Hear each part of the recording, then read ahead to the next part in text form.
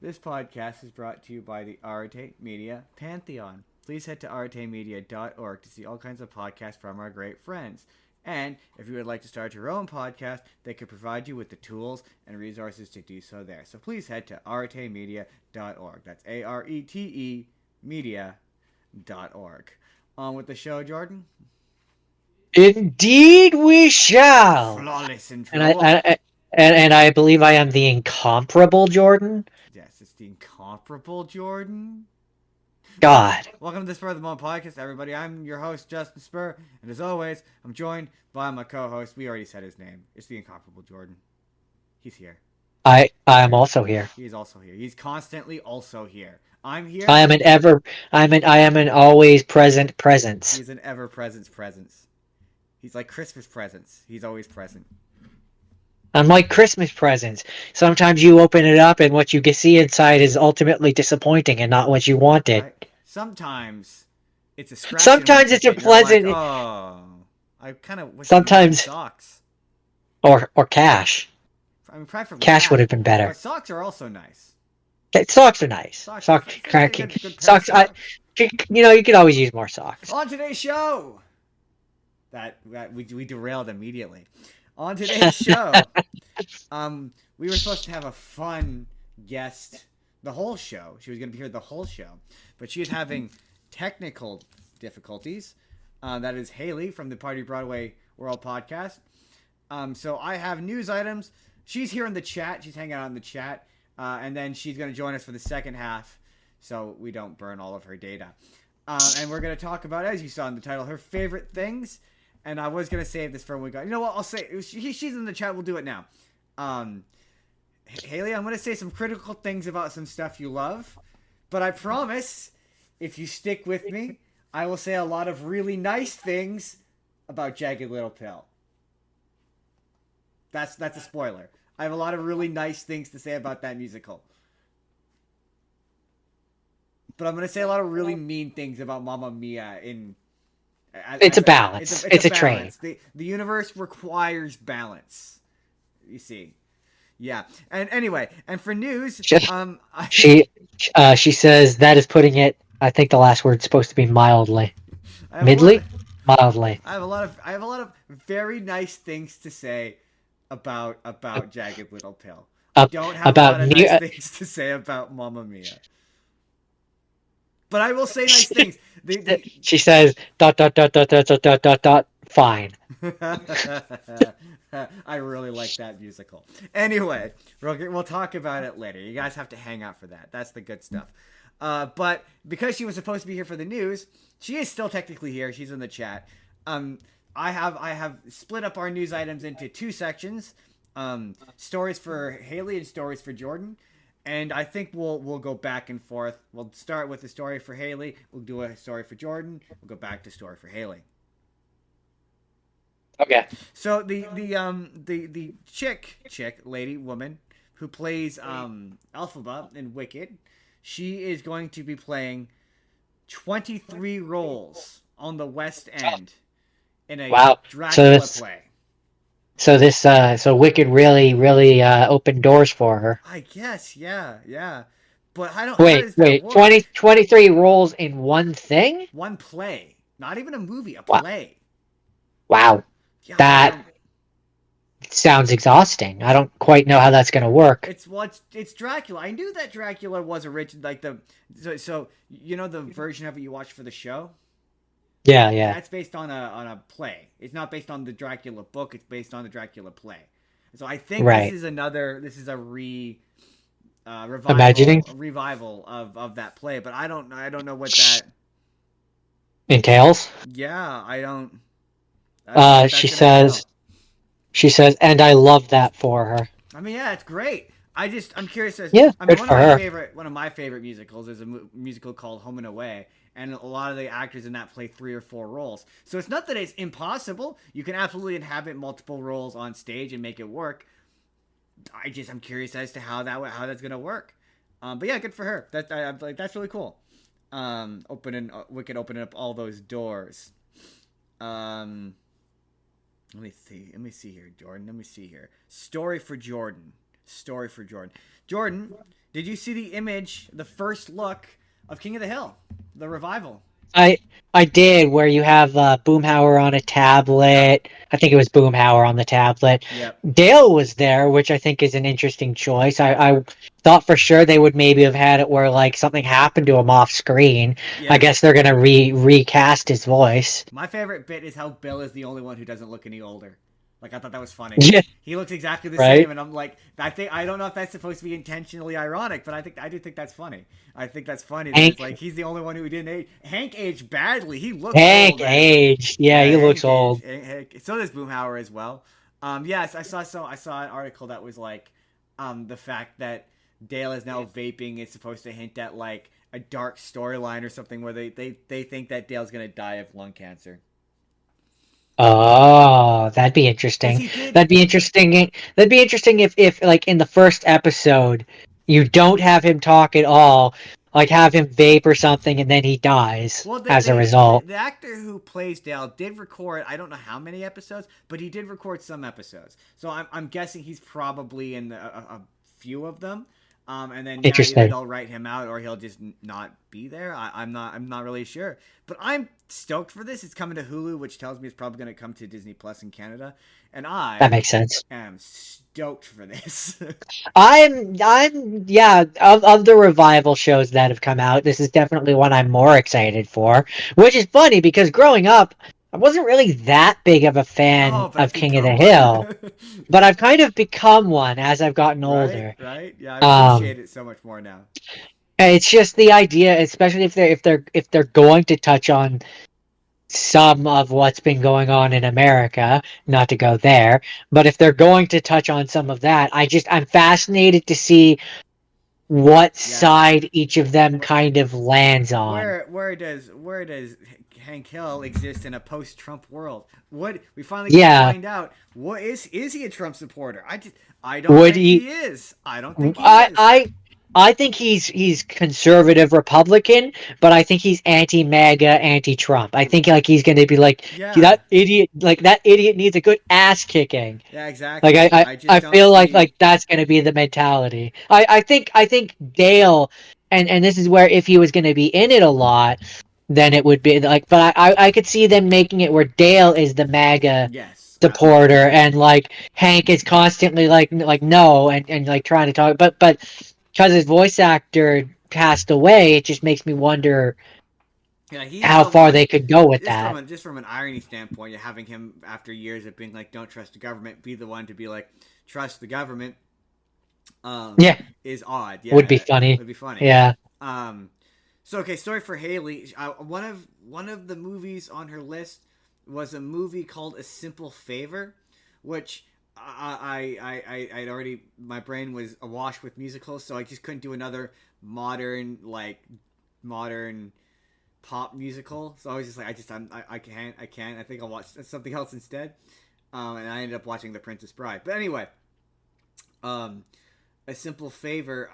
I'm not sure if it's the one with Blake Lively and Anna Kendrick, where like you think she's dead or whatever is the twist at the end. I don't know if that's the one or if it's a Whoa, different one. spoiler for I don't. this musical that I'll probably not It's watch. not. It's not a musical. If it's Oh, the one I'm thinking of, it's not a musical. But a sequel came out. A second one came out that's apparently also pretty good. But this new story is that they're making a third one, and that made me kind of go, "Oh, I should have. Maybe should have watched that one instead." So next time. Anyway, they're making a simple favor 3, and everyone's coming back. well, all right then. Well, all right. You know what? We're gonna do a Bolthy story. This was a story. She said it wasn't a musical though. Yeah, it is with Anna Kendrick. Okay, okay, yeah, yeah. I didn't. I thought it was a musical. I realized I actually did want to watch that movie because I'd seen it's one of those ones I've seen clips of it on TikTok. Of the big twist at the end, and I'm like, oh, I kind of want to see what the deal is with this. I regret that now because I actually do want to watch that movie. Oh well, you live and you learn. So what you're saying is hashtag some A regrets. little bit of regrets, but yeah, the sequel recently came out where Anna Kendrick was back. I don't know if Blake Lively was, but she's back for the third one allegedly. Um, Cool. so okay, so this is gonna require some explaining. So there's a comedian named Nathan Felder, and he's one of those like he does shows. He's kind of like Sacha Baron Cohen, where he does those like he plays a character and he pranks people, kind of like puts them in awkward situations as like a social experiment kind of comedian. You know what I mean? Sure. Like like Sacha Baron Cohen, where he goes in, he's dressed up as a character. Yeah, where he Beforehand. acts like an idiot. He Yeah. acts like an idiot. So he has this show called I can't remember what it's called. Oh right, he's not gonna let me. Um, what was the actual show called?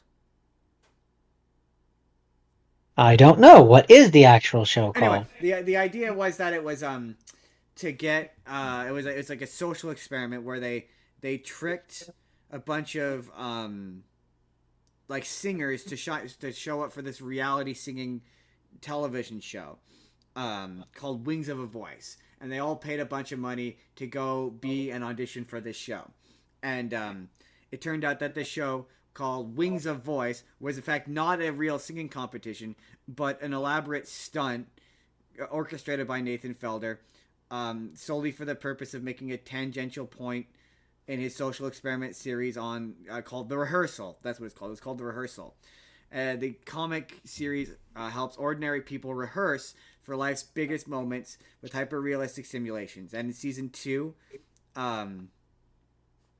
he sets out to prevent aviation disaster. His hypothesis is that the number one cause for plane crashes is poor communication between pilots. So in between flight simulations and other role-playing exercises, he hires the pilots to be fake judges on a fake reality television show. And so this one singer is really upset because she invested all this money into what she thought was a real singing competition show, only to find out it was a fake one. And she's like, I wasted all this money to be a clown, essentially. And she is upset by this. And I agree, that's fucked up. I mean, yeah, kind of. I certainly think they should recompense her for at least some of the money that she Right? spent. Especially because, yeah, if you're going to be on a show, you should be compensated. I mean, you should also be told what you're going to be doing. Right?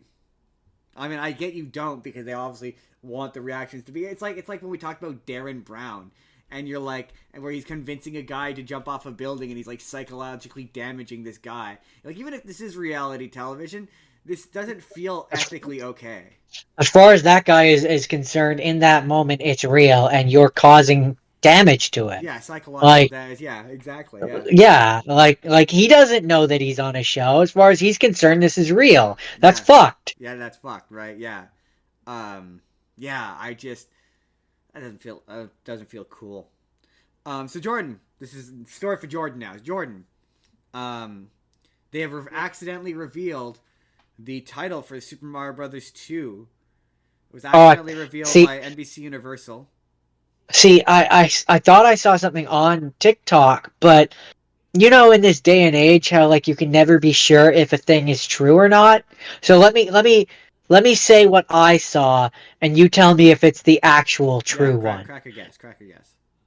So the one that I saw on floating around on TikTok was just basically the logo where it zooms. It says Super Mario Brothers, and then it zooms in, and it says like below it, it says World, and it kind of looks like it's focusing on the W, as if it's implying that Wario is going to be a big thing in the next Oh, one. no, apparently. Okay, so according to this is comingsoon.net. Um, it was through a NBC Universal press release that has now been edited.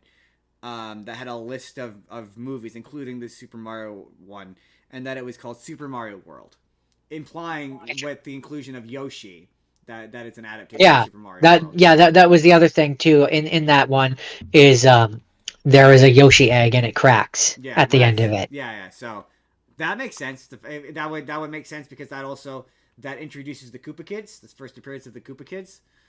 Yeah, Um, yeah. Yoshi appeared in the post credits, so Super Mario World makes sense. It's also my favorite Mario game. So Um, and also just in terms of uh referencing back to games and stuff. Technically, Mario 2 wasn't no, Mario, no, Mario is not so Mario. it kind of makes sense that you would just skip And right over that. technically, canonically, Mario 3 is also a play. A stage It's a play. stage play. It's not Which real.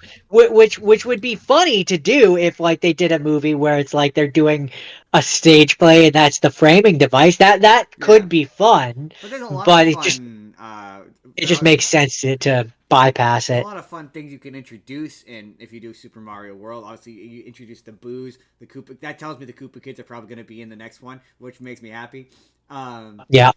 and yeah, I also wouldn't be surprised if they use this to introduce the booze and then springboard and have a Luigi's Mansion movie. yeah. Well, yeah, yeah, I yeah. wouldn't be surprised if they use this to introduce But you those do Super so Mario that they could World, do that. and then you have yeah, where it's about traveling around the world of yeah. It's like a road trip ish movie where they have to go somewhere to get something or something. I could see them doing one of two That things. made sense. One, the Koopa kids or Koopa kids steal little Bowser back, and he gets rescued, and then they start causing chaos throughout all the worlds or whatever, and Mario and them have to go on the adventure through the worlds, and Yeah. that's where we get all that. Or the other way that I see is you have it still where the Koopa kids are there, but it also introduces Wario. I don't think they're gonna do Wario. I think it's just gonna be an adaptation of Super Mario World. Just gonna get the Koopa kids. They might do Wario in a third one. I don't think we're gonna get Wario, but who's to say? Who knows? The only reason why I I would love it. I don't think we're gonna get it. the only reason why I think they would or could is because, and this is kind of a Maybe in a post credit this is scene. a this is an external reasoning, but it just kind of fits the W I don't the W Wario that world. right, but I think that thing you saw is fake. That's not real. With No, the I know. I'm just saying. Like, even I see the logic of why, if it is fake, I see the logic of what they're looking like, yeah what they're this that whoever that this is. Like, I see it. this title got it wasn't like they didn't do a trailer for it or anything. It was just on a list of names that NBC accidentally leaked as part of like Oh no, the thing that I saw would be like at best classified as a teaser trailer, yeah, but it got it's one of those what? No. What I'm saying is that what was in it is so easy to make that it's fake. yeah, yeah. It would not be hard to make a Um, fake thing. next story. This is another Hailey story. They announced, and Hailey, I believe, sent this to me on Instagram, but they announced that they are doing a Wicked television special that is going to, oh, I guess it's going to take place on November 21st, ahead of the premiere for the second part, Wicked for Good, and it's going to feature both Ariana Grande and Cynthia Erivo, who play Glinda and Elphaba, obviously, and they will be appearing. So wait, it's a special. Yeah, it's a special. It's a special So that's going to be on like, television. what does that entail? What does that mean? Is it like them in characters showing up for like a live stage thing? Is it supposed to take Is it place within the world? Is it like a like what are they doing the play? But it's going to be this just says that they will be performing. are they showing up and like doing one of the songs from the second part of the movie to like promote the second part? Like what exactly? That's what this article There's is. so many This article is unclear. things It says that could be. they're singing songs from the musical, but it's unclear as to whether or not it's just from the first part or from the also. I imagine if it's promoting the second movie. Hailey, part of your Broadway world, Hailey says it's like the special they did for part one. They did a special. Okay, I didn't know they did a special for part one. Okay, so then yeah, then they're probably singing songs from the second one then, because if they're promoting the first one, then they'll probably do some stuff from the first one as well. I mean, you're doing a Wicked special, you're doing Defying Gravity. I mean, that's just a Though I was gonna say they'll probably start where it ended with Defying Gravity, and then do some like a couple of the songs from the beginning, if I had to probably, guess. probably. Um, but all I know is when I hear uh uh and this might make this might be a funny comparison, but when I hear a special of thing that was a movie, I think of the Star Wars holiday special. Well, no, it makes me think of those like when they did Hairspray live, or where it was for whatever reason they did a version of the play. So I thought this was going to be like Wicked live, where they do the play, but it's the actors from the movie, and the actors from the movie can do the stage version. Because there's other I ones. guess I guess not. There's I think they did Grease as well. There's Grease, there's Hairspray, and I can't remember. There's at least one more. Okay, story for Jordan. Jordan. Jordan. Jordan. Jordan. The Tony Gilroy, series creator and showrunner of Andor, answered the question as to why Darth Vader and Grand Moff Tarkin were not in the show. Spoiler alert. Jordan, why do you think they were not? What do you think the movie is? Okay, well, before I touch Star Wars again, I feel like I should say I don't think I'm allowed to talk about Star Wars anymore, especially Andor.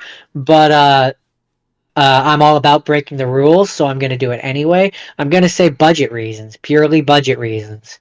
No. I mean, yes. No, yes. Well, honestly, okay. His answer was, if I needed them, I would have brought them in.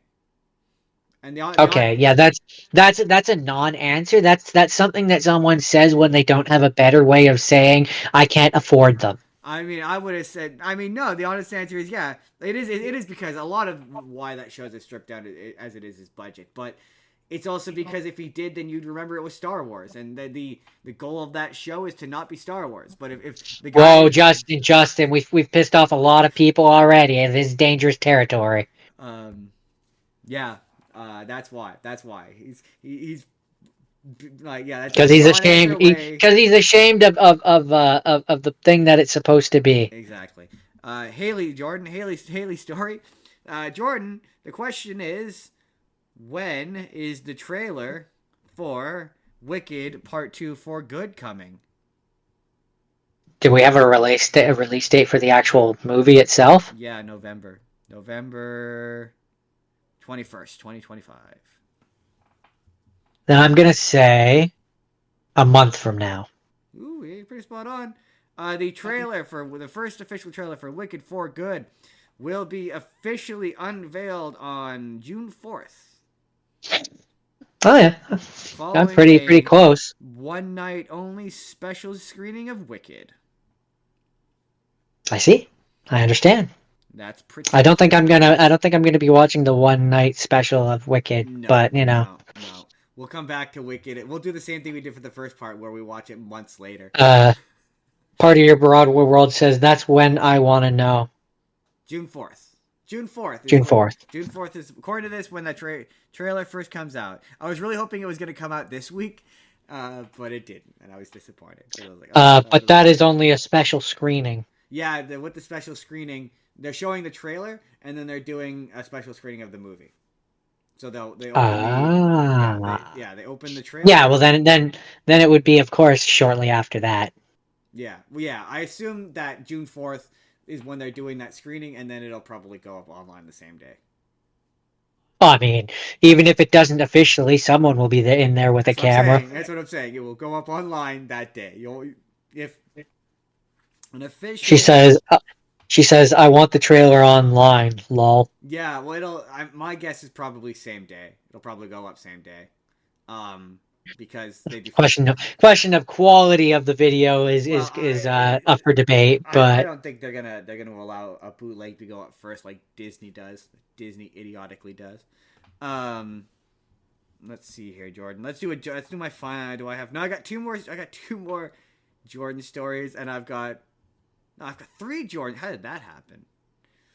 Let's do. What should we do, Jordan? What should we do, Jordan? I guess we'll talk about what should we do? So they Superman. They put a more story focused Superman trailer up, and every bit of footage I see from that movie makes me excited for that movie. I love the bit where she's interviewing him, and he goes from being Clark Kent to Superman. Like how he leans forward and becomes Superman. Yeah, and it's just the voice change. Mwah.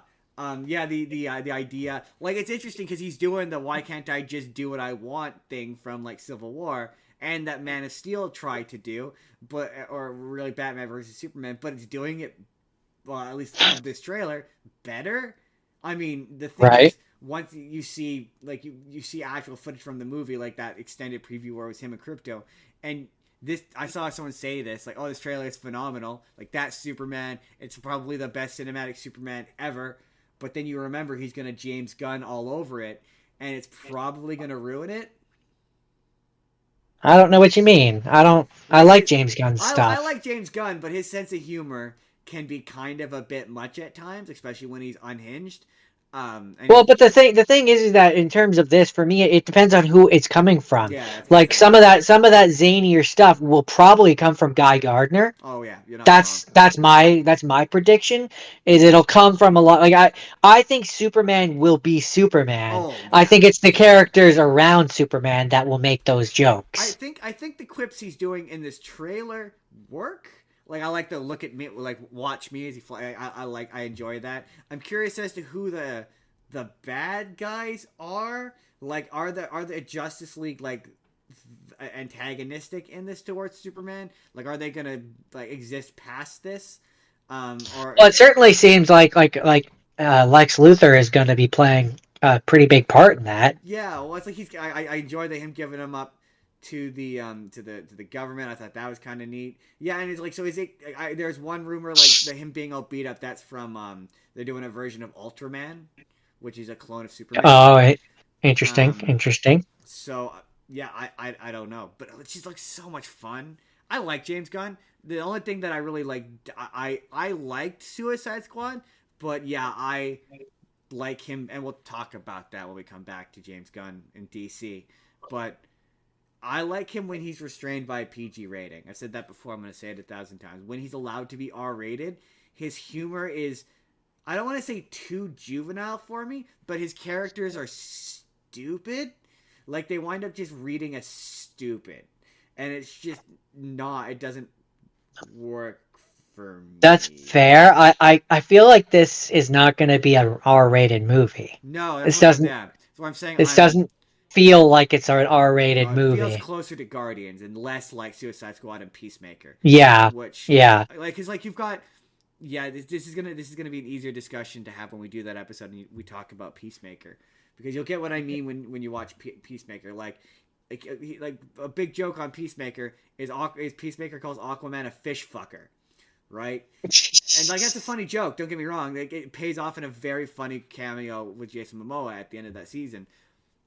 But but that when you're doing PG jokes in uh in Superman, it kind of is like tonally clashing for me. Where I'm like, Yes and no. For me, and when it comes to the DC universe, I get what you're saying, but like when you have characters like Lobo in the world, he would make those kind of jokes. Like there's certain characters that just would make those kind of jokes in yeah, but I'm world, just it's and the different the, when the it's big on the difference is page versus on the the big screen, difference though. is in comics. It's like they would blank it out.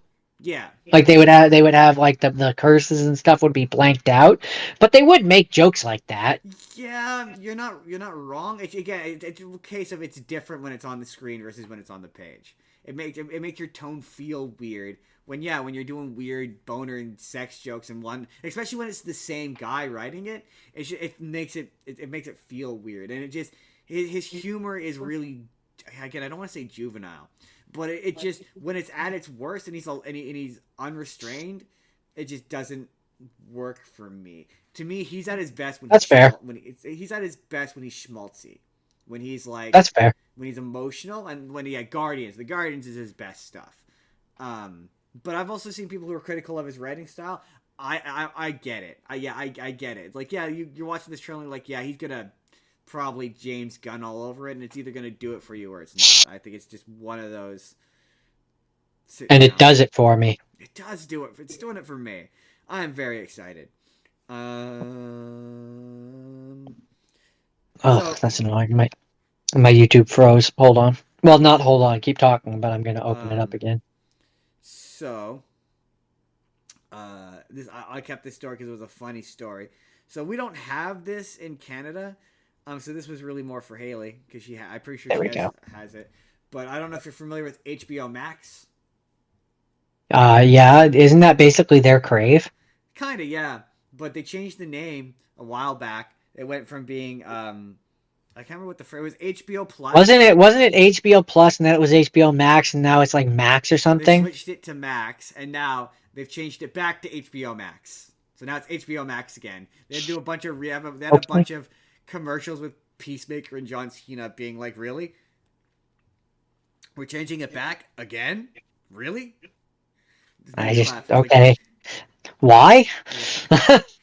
I guess because I think it was because I think it was Conan O'Brien. There was a comedian who roasted them on one of their shows where they after they had dropped the HBO, they were like, "Oh, you dropped the HBO. Why would you drop the most well-known part of your fucking name?" Yeah, right. Uh, part of your Broadway world says they're changing it back. I can't believe that. Yeah. No, me neither. I can because that's you're right. Like you're known for HBO. Why would you not have HBO in the name? That is truly stupid. Yeah. No, yeah. I never got it, but what do I know? Yeah, but what do I know? I'm not a corporate billionaire. Jordan, Jordan, Passion of the Christ 2. Oh, this time it's personal. Electric Jordan. Really? Jesus Boogaloo. You did it a second time. You committed to this time it's personal a second time. Yeah. That's just Yeah. funny. A friend of mine, oh not friend, old friend, ex-friend, old friend, very old friend from elementary school, actually messaged me on Facebook. I won't use his full name. I'll just use his last name, Parker. Yeah.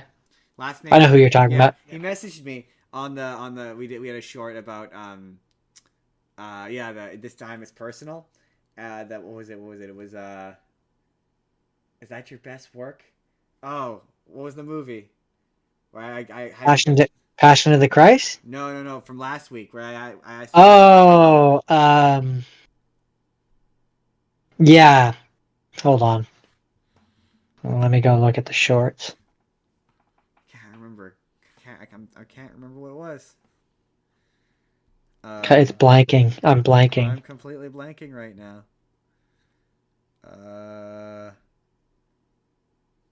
Remember your roots. Get ready to laugh. Hold on. I think I'm gonna have to go to the channel. This is making for great content. It Justin, was keep vamping. it was the Kong versus Godzilla 2 this time. Right, that was it. That's right. Yeah, and he messaged me Electric Boogaloo, and it's funny because I said I was like, oh, I couldn't have done much better, and Electric Boogaloo would have been mine. That's always my go-to when it's like Passion of the Christ 2, Electric Boogaloo. That's Jordan, funny. So wait, that means that he watches our show? well, he certainly saw that clip that I posted on Facebook. That's funny. Which is very funny because he has not messaged me in probably 10 years. Decades. Anyway, Jordan, what do you think the actual title is? That was a very long For Passion of the Christ? Passion of the Christ 2. What's its official title? I mean, I know this is not it, but the only thing that's coming to mind is Return of the King. That's funny. That's funny. No, it's called. No, Jordan, I didn't think it Jordan, was. What is the movie about? Well, it's about the resurrection of Jesus. Yeah. Okay. Resurrection? No, you had it, but not Jesus. Resurrection of the King? No. What's his last name? My God, you're smart. Resurrection of Christ. There you go, of the Christ. But you're the close. Christ. You're close. It took you an embarrassing long. The reason why I let that go on for so long is because I knew it was embarrassing. So I just. I don't know. I've never watched the original. Yeah, but you know what his last name is. I mean, you're making a lot of bold assumptions about my religious choices. Don't you know the name of Jesus Christ, the most famous religious leader in history? No, I don't know what you're talking about. I'm definitely Even if on it's the up not and up. religious, you know who Jesus is. I definitely know what you're talking about. Oh, that was funny. Jordan. My last two stories are Jordan stories. Passion of Oh, the Christ, Return of the King. Return of the King. You know what? It's a name that works. That's what's It funny. is. Anyway, um, Jordan, you know how you're like they need to stop making Ted and start making Orville? Yeah. They're making a Ted animated series, Fuck. Why? and all of the Doesn't original. doesn't doesn't that just completely miss the point of what made the movie? Like, is that it was in the Well, like it the was movie was real? originally supposed to be animated, and then he decided to make it live action. So no, or no, it started off as a show, and it became a movie, and it was going to be an animated show. So I guess this is just it coming full circle. I guess it was just the easiest way they could get all of the cast to come back. Yeah, we'll pay you like way too much money, Mark Wahlberg, and you can come do the Oh, so voice. wait, it's actually gonna have Mark Wahlberg in Yeah, it's it? got Mark Wahlberg, Amanda Seyfried, Patrick Warburton, so obviously Seth MacFarlane. Ah, so it takes place after the second one. Oh, So it's a sequel. Jessica Barth, who plays Tammy Lynn's coming back. Yeah, everyone's who's coming back. I don't know what this is about. So wait, is it a movie? Is it a show? It is a show that is coming to Peacock, just like the other one. I want the Orville. Fuck this thing. I mean, I like Ted, but yeah, I tend to agree. I liked Ted. I didn't need an entire prequel show and then another animated show on top of that. Fuck that. I want the Orville. right, one Ted is good. One Ted. One was enough. One is enough. One is enough. Although, I mean, maybe this one will take up less of Seth MacFarlane's time because it's the same amount. It should be the same amount of work. He's still just voicing a character. I mean, the live action one, I think he's on set for though. Like, I think he actually, unless he doesn't for the show. But as far as I know, he was always on set for that, so it would take up more time there. Yeah, the animated show, he just shows up for a couple hours a week, like he does for the other animated shows. I mean, it So yeah, can't be much more you know, work. maybe we will get the Orville. Maybe. And then Jordan, finally, The Rock has. No, I'm kidding. We're gonna talk about they released a trailer for that Spider-Man Noir show, which actually looks Yes. kind of okay, and B, I was shocked to see the mask. I'm not gonna lie to you. I was like, holy shit, he's actually gonna wear the costume. All right, Well, someone's wearing the it's costume. showing up. Uh, Someone's wearing the costume, and he's definitely voicing it. right? He's There's definitely no doing there's no voiceover. guarantee that he's actually under that costume. I guarantee you he's not. It's probably just a stunt guy. That's the news, Jordan. And we are just. You guys got to bear with me. I just let Hailey know that we're ready. She is hopping in now. So Today's episode is brought to you by Party Broadway World Podcast. She has me. I hang out on there sometimes with Jake, who is a problem, and we talk about various stuff. And then other times she does interviews where she interviews people, and they're always interesting and informative. And I'm just kind of stalling until she joins because, I mean, she's got some really exciting stuff coming that I don't know if she's ready to talk about yet. and we can't be the ones to say it. And we can't be the ones to say it. Hello! Hello. Hello. Hello! We were just talking about you. I know. I had the YouTube on before I came on. About we're talking I about, heard about your say- show. So, Hello. Nice. So Be nice about Jack. Please be nice. I have very nice things to say about it. Firstly, I don't know. We're talking about your show, your show, Party Broadway World Podcast, and all of the various people you have interviewed. I don't know if you're ready to talk about all of them yet, but you definitely got some exciting people coming up. I don't know if you're ready to. yeah, that's definitely coming for you. That's very exciting. Jealous, so jealous. We're jealous. We're jealous over here in our neighborhood. Did But did Justin tell you Joe, Justin that? told me. Oh, I may have mentioned it because I was jealous. But that's it. That's all I told. That's all I told. I haven't told anyone else. He only told me, you're and like. I'm. I remember I told Justin, and he's like, "What the fuck?" Like how? Show your work. How did you do it? No, literally, how did you do it? I need to I know. need to know. But that's really cool. We won't talk about it, but we will probably reference it for reasons that will be apparent later. Anyway, but yeah, Hailey's here to talk to us about last time I was on her show. I can't remember, what did we talk about when power couples. We talked about Disney power couples. I requested that Hailey give me a list of her top 10 favorite movies, and then we would craft an episode around that. So the episode's Hailey's favorite things. It's favorite is in air quotes because we're going to talk about Snow White later. Yeah, Not that. not all the things on the list made. We picked and chose some of them. Yeah, some of them will be apparent as to why we picked them to Hailey and to nobody else. Anyway, Jordan, what's your first thing? My first thing, I watched the 2017 Beauty and the Beast, the live action one, which I like the movie. It's not as good as the original. It's just The original will always hold a special place in my heart. I also, in tandem with watching this, I also listened to the Twisted Tales version of Beauty and the Beast, which I like those books. They're a good collection of books, but uh it also in those books they touch on things that like they don't really talk about in the movies, which I'd never really thought about before. Like one point in the book when she's like, yeah, I don't think his name was actually Lumiere before. That doesn't seem like a human name. And the way they kind of explain it in that I could appreciate.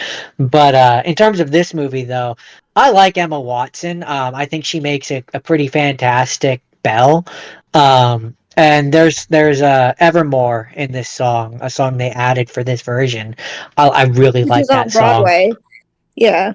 Oh, did they? Is Oh, that where that comes from? is Evermore? Yeah, that song came from Broadway. Oh, interesting. That's from the Broadway production. Okay, cool. I did not know that. I really like that song. Huh. It's one of my favorite things that they added into this telling of the story. Interesting. But I like the interpretations of all the characters in this version. My one thing with and this is not a strike against this movie in particular. This is kind of a strike against all of the live action retellings. Is the songs, while they're good in these versions, every time I hear them, I'm like, it's not the original. My brain gets tweaked and is like, I just want to now go listen to the original version. I did have I came to a realization about these remakes that I will talk about when I get to Snow White, because I was like, there has to be a way to solve these, to fix these, like just conceptually fix them, and I think I've come up with a solution. But I mean, I know what I would do. I would take those the aforementioned Twisted Tales books and turn those into the live action versions, never so gonna they can be similar enough to the original story that you attract in the old people, but they're different and they don't have to be one to one. And it doesn't feel weird when you're watching the live action version and going like, this is thing I recognize, but not quite the not same. Like, quite right. they can be a little different. Yeah, I have my own solution for these. See what I like about the live actions. This is like the only thing I like about the live actions is some of them have the original voice actors who played the characters in the movie. Yeah. I'm Um, sort of excited for Lilo and Stitch in that regard, because yeah, there's a lot of the voice actors who are flitting in and out. in it, in some capacity, Yeah. they're in it. Yeah.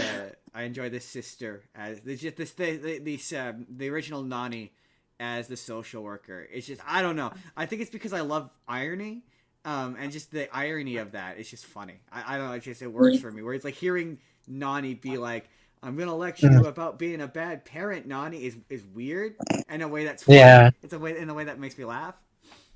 Sorry, But go ahead, the Hailey. thing I was gonna say, but I just found this out. Gantu's not gonna be in it. I mean, Yeah. I Yeah, don't, heard but that. I see. My thing with the Lilo and Stitch remake is it's like there's aspects of it which I appreciate, but every time I see one of these live, for the most part anyway, when I see these live action remakes, I look at them and don't really get excited for them, and just go and watch the original version that I already love. Like there's right. just never the best live act. This is one of the stronger ones in my opinion. But the probably my favorite, and I use that term loosely, of the live action versions was the Aladdin one.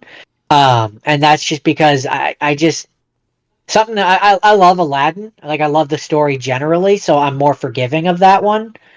But Gantu, I like I'm this not. one. Gantu I'm not. not.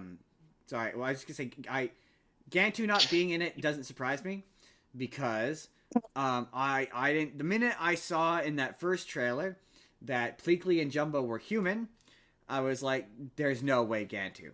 There's just no way. Too expensive. Way too expensive." But then I saw like photos of Pleakley and Jumba in their alien form. Oh yeah, So they're gonna be in their alien form a couple times, I think. They will be. Yeah, they'll start them off. They'll be in the, and then they'll give them technology, so then they can be in the alien form sometimes, so you recognize them. But then for the bulk of the movie where they're chasing after Stitch, they're Zach Galifianakis and whoever's playing Pleakley. Which I mean, I suppose they could have had the thing is they could have had Gantu in it and done the same thing where they transformed him and made him look like a human. But I guess because they've changed the nature of Cobra Bubbles and turned him into that role, they felt it was unnecessary. Yeah, exactly. I guess. And part of the joke with Gantu is that he's massive. So like the only thing he would, I would just maybe make it. So I would combine Cobra Bubbles and Gantu, so it's like Cobra Bubbles is Gantu, and then he turns into Gantu, and then you get your third act chase where it's a big CGI thing chasing after them. I've heard it's okay. Like, it's reviewing well so far. Apparently the best part of it is Stitch, which, I mean, come on. Yeah, that makes sense. I also read that they tried to put Pleakley in a dress, but they just couldn't do it. Well, they have released one clip of them as the humans chasing after Stitch or whatever, and that's where I don't like Zach Galifianakis as Gantu so far. It's not doing it for me. But Pleakley is dressed effeminately. Like he's dressed. Yeah, he's wearing a shirt which it's like a flowery top. It's like very feminine. Yeah. So it still kind of gives that same energy that the original did. He's not wearing a dress and a wig, but he's made to look LGBTQ. At least from that one shot, he is. Pleakley. Yeah, like he's not the alien in a dress, but they'll probably make him dress. I hate to use this, but gay, like that. Effeminate. Yeah, that's what they're going for. Which, hey, I guess that's their way to homage. Jordan, is that it for Snow, or is that it for? I was gonna say Snow White. Yeah, that's it for no, not Snow White. We're not there yet. Not Snow White. We didn't do Snow White. Don't get out of it.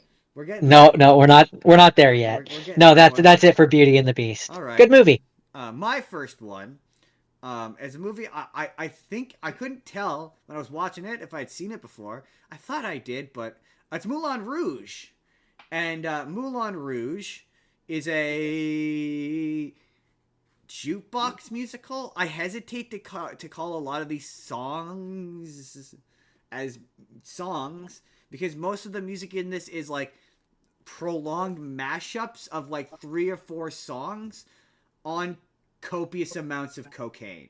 Like it's just like this movie is the cinematic equivalent of just doing a bunch of cocaine and just being up for 3 days and being like on edge because it's like I mean, that paints a picture.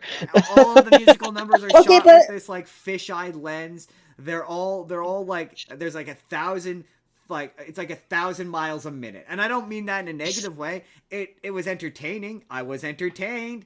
It's got more of a fairy tale vibe to it. I was actually Yeah, quite but surprised. why are you right? Why are you right? So right. Am I not? Am I not? Like, yeah, like when it was the guy from, I forget his actor's name, but for Jordan's benefit, he's Slughorn in Harry Potter. He's the guy who's in charge of the Moulin Rouge. Yeah. When Hold on. he's singing like part of Lady Marmalade. He's like coochie coochie goo goo, yeah, and it's just like this weird fisheye lens, and it was so weird. I was like, this movie's so and he's not even Jim singing. Broadbent. Thank you, Jim Broadbent. Yeah, the best. My favorite character, my favorite performer in that is Ian McGregor. Ian McGregor's in it. But it's a weird universe where they pretend as though he wrote "The Hills Are Alive" with the Sound of Music from Sound of Music, where he's just like, "The hills are alive," and it's made as though at one point he's singing "Your Song," Elton John's "Your Song," I hope you don't mind, I hope you don't mind, that song. He's singing that one to the love interest, and it plays it as though he wrote it. And there's another song where it starts off where they're singing, I think it's "Diamonds Are a Girl's Best Friend," and then out of nowhere, it's Nirvana's "Smells Like Teen Spirit" just pops in. You're like, where did "Smells Like Teen Spirit" come from? What is happening here musically? Yeah, it's a very wild movie. It's very fun. It's very fun. I was going to defend it, but like, why is he so right? I could see it's a Baz Luhrmann film, and if you don't know who that is, he's very frenetic in his that's the word I was looking for. It's frenetic, high energy, very high energy movie, and it does have its moments where it slows down. I don't know that I love Nicole. I think it's Nicole Kidman. I don't think I love Nicole Kidman. Yeah. But I love Ian McGregor. Like, I don't think I've ever seen a movie of his I didn't like. Like, he's always a delight. Vain of Nicole Kidman, Justin. I'm dancing. I'm dancing. She's so, she dies of. I did learn one thing. I did learn from watching this. I learned what consumption is. She dies of consumption at the end. And the whole thing is it's a tragedy. He's a play or he's a poet, a playwright or whatever. And she's betrothed to sleep with this duke who is going to fund their play, which is a play about a young writer and a Maharaja. And at the end, he picks a young sitar player because Baz Luhrmann became obsessed with Bollywood. So there's a bunch of Bollywood imagery in it. And it's a tragedy. So everyone dies and becomes sad in the end. Yeah, I learned consumption apparently is tuberculosis. So if you ever watch a movie and they're like, they died of consumption. Consumption is tuberculosis. I always thought it had to do with alcoholism, but no, it's tuberculosis, a very treatable illness. Well, now a very treatable illness. But a lot of poor people died of it. And she's a bohemian. It's about the bohemian lifestyle.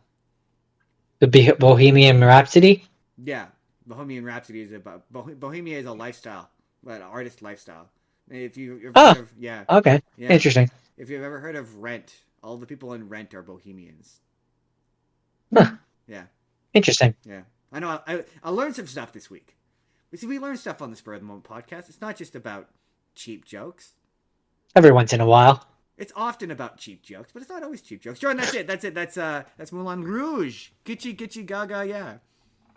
Okay, well, my next one, I went under the sea and watched the 1989 Little Mermaid, which it's solid. It's good.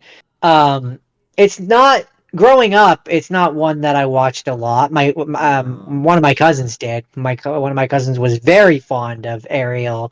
Had a lot of pillow covers and sheets and stuff that had the Little Mermaid on it and stuff.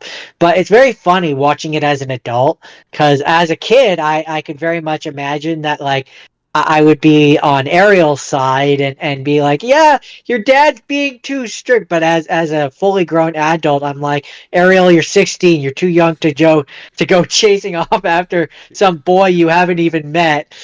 You're only 16. You That don't was have my enough thing. yet. That was my thing growing up. Is like as a kid, I'm like, yeah, your dad's not being fair. And then as I'm older now, I'm 20, almost 27 now. And like I'm watching it now, and I'm like, yeah, Ariel, sit down and shut the fuck up. Yeah, right. Just you don't know. He's got You legs and don't. whatnot. And then like at the end where like they end up getting married and stuff, and I'm like, yeah, this is how you know it's like in a different age and time, because like she's a kid, Right? Right. like. What's funny about the Little Mermaid is I don't She's literally underage. right. Right? The dad wrote off on it. It's fine by that time. He's fine. He's consented. It's fine. I He's gotten over his bigotry. It's see, good. I thought I had watched that movie as a kid, and I don't think I've ever seen all of it because, like, I remember the beginning of it. I remember like Under the Sea, the part of your world. I was gonna say part of your Broadway world, part of your world. I don't remember any of the songs past her turning human, other than "Kiss the Girl." Like I know there's at least 2 more songs in there. There's the one like "La Poissons" or whatever. Like I couldn't Yeah, sing you a he's singing bar of about that cooking or song. whatever. Yeah, Yeah, yeah, I could not yeah. sing you a bar of that song, a moment of it.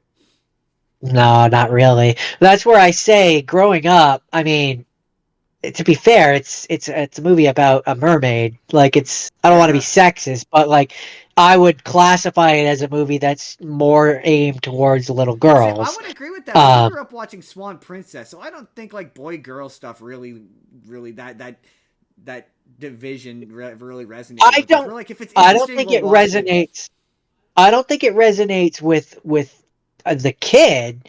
My point is more the parent that's buying things for you. Fair enough. I think it resonates with them, and I think my mother anyway would have looked at the box art with the mermaid and gone like, yeah, they're probably not going to like this, and then seen the one with the sword and the Jafar and Genie, To be Robin fair, Williams, and be like, yeah, I think they'll like this I'm gonna one. go for that one. To be fair, a lot of the girl stuff we like is a result of our dear friend Allie of Literature and Lingerie. It's the only reason why I ever watched Sailor Moon as a child. It's because of her. Oh, yeah, absolutely. That's where I say, yeah, uh, a lot of stuff. It's very interesting to know where influences can come from. Right? But no, to get back to the point, I do find it funny uh, that because for the longest time, my frame of reference for The Little Mermaid was Kingdom Hearts. And Yup. so the video game, and so it's very funny to then go back and watch like the original versions of the story that you know from the game that you know so well. And I like the music in this. Like it's catchy. It's very catchy. It's There's funny a because reason why it did. Why Ariel is still in the parks to these I days. think To also I this think day. that was when Don Bluth was still with Disney, so it looks very like the animation looks very Don Bluthy. I didn't realize that it came out in 1989. I That it's 2 years older know. than me. I know. It's a year older than me. Yeah, it is the beginning of the Disney Renaissance. That is the beginning, very first film of the Disney Renaissance. And one of these days, I'll have to go and watch the live action 2023 version. It's not very good. I I Wouldn't. I couldn't bring myself to this time around, but one time for the content, For the I'll do it content you see. I for mean the content. that's what I do. Most of the things I do. Is that the But Little I Mermaid? think that's the only that's good. Sorry, I sorry. think the only good thing about the 2023 live action is Melissa McCarthy. That's it. Oh, she is delightful in that movie. Yes, I will. interesting. Her version of Poor Unfortunate Souls is legit good. Like it's legit good. She gets screwed. She doesn't get to do any of the fun shit in the climax. But like they do the she grows into giant Ursula thing, but like they obscure her face, so you barely see her, and she's all hidden Oh, under like shitty smoke special effects. It's awful. There are some interesting things about that. Like that movie takes place in the Caribbean, so that's why Ariel is black, and the princess, the queen is a Caribbean queen. but for some reason the prince is adopted and white. It's the number one thing that bothered me about that movie. Everyone was given the race swapping such shit, but nobody gives the prince shit when they don't race swap him to match the girl. Like no one bothers to hassle that. Okay, Jordan, that's it for that's it for Yeah, for the Little Mermaid. that's it for that's it for the Little Mermaid. So this is where okay. This next one for me is going to be a real compliment sandwich, where I'm going to have two pieces of compliment, just a little bit of compliment, to top it all off, and then it's just going to be a slew of hatred. No, I'm kidding. Mamma Mia. Here's the thing about Mamma Mia. Here's the thing about Mamma Mia. I understand why people like this movie. My mother loves this movie. Fun story. I guess I'll start with a fun story about my mother and this movie. My mom absolutely loved this movie. When I was a teenager, she wanted me to buy her the soundtrack, and I hate it. If you're an ABBA fan, I'm sure this movie is an absolute delight, and the musical is probably super fun, and you have a great time singing along. I don't like ABBA, so this does nothing for me musically. And my mom loved it, and she wanted me to buy her the soundtrack, and I didn't want to because I didn't want to have to listen to it on repeat. So I bought her the DVD, which she graciously took and was excited to receive, and then bought the soundtrack anyway. So she went out and bought it for herself. It was just like endless days of Mamma Mia and Dancing Queen and all of it. So yeah, if you're a fan of ABBA, I'm sure this is a great time. When I was reading about this, I saw a review that described it as a celebrity drunken karaoke, and Meryl Streep is having a great time. She's having a wonderful time. All of the cast are having a great time. Pierce Brosnan, even though he sounds like a dying cat, is having a great time. They're all having a wonderful time, but I hated every second of this goddamn fucking movie. I hated it so much. It was awful. Awful. So they were. What you're saying is they were all having a great time, but you were not. No, I was not. It's so weird. Okay, first of all, here's the thing with jukebox musicals generally. If you don't jive with the music, it's not going to work for you. And these musicals are sort of built to where they've taken the songs and they've structured the story around the songs. But ABBA music is incoherent. It's like when you listen to it lyrically, it doesn't really describe anything because they're like Middle Eastern European, like Scandinavian pop stars. So it's all people who don't speak English writing songs in English. So none of the songs really match the story. Like there's a song Dancing Queen, and it's not really clear who the Dancing Queen is. Is it Meryl Streep? Is it Amanda Seyfried? It's not really clear. And then it's also unclear as if it's doing the thing where like the musical numbers are in their heads, like this is all metaphorical and they're not actually doing this, because sometimes it seems to be, but then other times Meryl Streep is late to the wedding and out of breath because she just spent the last 2 to 3 minutes in a musical number. Well, maybe you wouldn't be late for the wedding, Meryl Streep, if you weren't busy singing ABBA songs in the street and dancing, and she's literally sweating like she's out of breath. It's so confusing. And then at the end of it, she winds up with Pierce Brosnan for no reason, I think it's Alexander Skarsgård, and I think it's Alexander Skarsgård. He's one of the okay. Plot. The plot of Mamma Mia, for those of you who don't know, is Amanda Seyfried is getting married, and she wants to know who her dad is, and she thinks, based on stories told by her mother, that it is either Pierce Brosnan. I'm pretty sure it's Alexander Skarsgård. By the stuff that's in her mother's diary, actually. Right, that's what it was. And Colin Firth. And Colin Firth and Alexander Skarsgård have no interest in being with Meryl Streep romantically, but Pierce Brosnan is still very much in love with her. Alexander Skarsgård can't help but continuously talk about how aloof he is. And then Meryl Streep has two sidekick characters. Okay, I'm all over the place. It's one of those musicals where I can picture what it looked like on stage, where it's clearly just a lot of 2 to 3 characters on stage singing ABBA songs, and the wine moms in the audience clap along and sing and have a good time. Like that's the kind of musical it is. So when it comes to being on screen, a lot of times the background characters don't really do much because there isn't much for them to do staging wise. So it's just not exceptionally interesting. And the story is like paper thin. Like the 3 guys she invites are all just like cool with each other.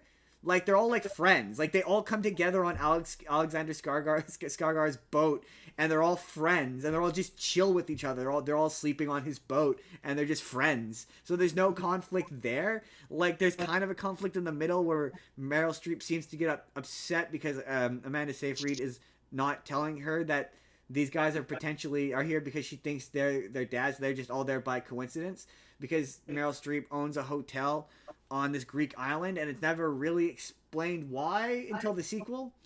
And also they repeat songs. Like they do Dancing Queen twice. They do Superwoman or Supergirl twice. Yeah. I did not have a good time. Super Trooper, thank you. They do it Super twice. Trooper. And then in the credits, it's bizarre. They do that thing where they sing. They're all singing songs, and it seems like, oh, that's Meryl Streep. But then Amanda Seyfried and the boyfriend show up, but then they're still in character for some reason. Yeah, it was very. I couldn't tell who was supposed to be the main character. I thought it was Amanda Seyfried, but then she just disappears for like 10 to 15 minutes at a time. For Meryl Streep to sing like really long, like the climax of it is like they sing 3 full-length ABBA songs in a row with like no real plot to be seen, and I was like, it is one of those times where me and Jordan have, or at least I have these whenever I do something that has musical numbers in it, where they start to sing and it's like no please when you're like at the hour 2.5 and you just want it to be done, and it's like, no, please don't sing, just end the movie. Okay. Okay. No, all right. Okay, we're doing this. Yeah. We're doing this. Yeah. No, but I'm not saying it's okay. I do think it's bad, but it's not for me. It's not for me. I understand why people like this, and to be fair, like, one of my favorite movies is Across the Universe, and that movie is also bad, but I like the Beatles. But I like the Beatles, so I'm very forgiving of it. That's my Mamma Mia. So it's like, just like, yeah, I can picture like all the people in the theater when this came out having a good time, and that's fun, and that's fine, and that's it. So in that regard, like, yeah, like I say, if you like ABBA, I'm sure you probably like ABBA. Like that's probably why you like this movie, I assume. Being that this is your favorite, these are your favorite or your top 10 favorite movies, we should probably ask what makes this your favorite movie. But I'm assuming you like ABBA music. It's the music that I love ABBA. Yeah, I had a feeling. Yeah, I love ABBA. yeah. Did you know that they're getting back together? Okay, I want to say yes, but also I want to say no because I feel like I did hear that, but I'm wondering if it's a false memory and if I'm just compensating. But no, I think I had heard that they were doing some kind of tour or something. I feel like I'd heard that. That's cool. That's yeah. They're starting to make music again too. That I didn't know. I knew that I think they wrote that one of them wrote music for this, or helped write them or helped reorchestrate the music for the movie. Mm-hmm. Have you seen the actual musical? Not yet, but that is one that I really hope I get to see. Because this wasn't very long, and it didn't. It made me wonder. Like usually when it comes to, with notable exceptions, when it comes to musicals, they cut them down for film almost always. So they always wind up being. So they cut out subplots and all sorts of stuff. So it always winds up being different in the film version. They also made a sequel. And the sequel is literally her backstory. So when I was starting to get frustrated that I'm like, what is her backstory? Like they're not telling me anything. There's a second movie, and the second movie is funny because you're like the number one thing I saw when that movie came out is how do you make a second one? ABBA doesn't have that many songs, and they just reuse songs.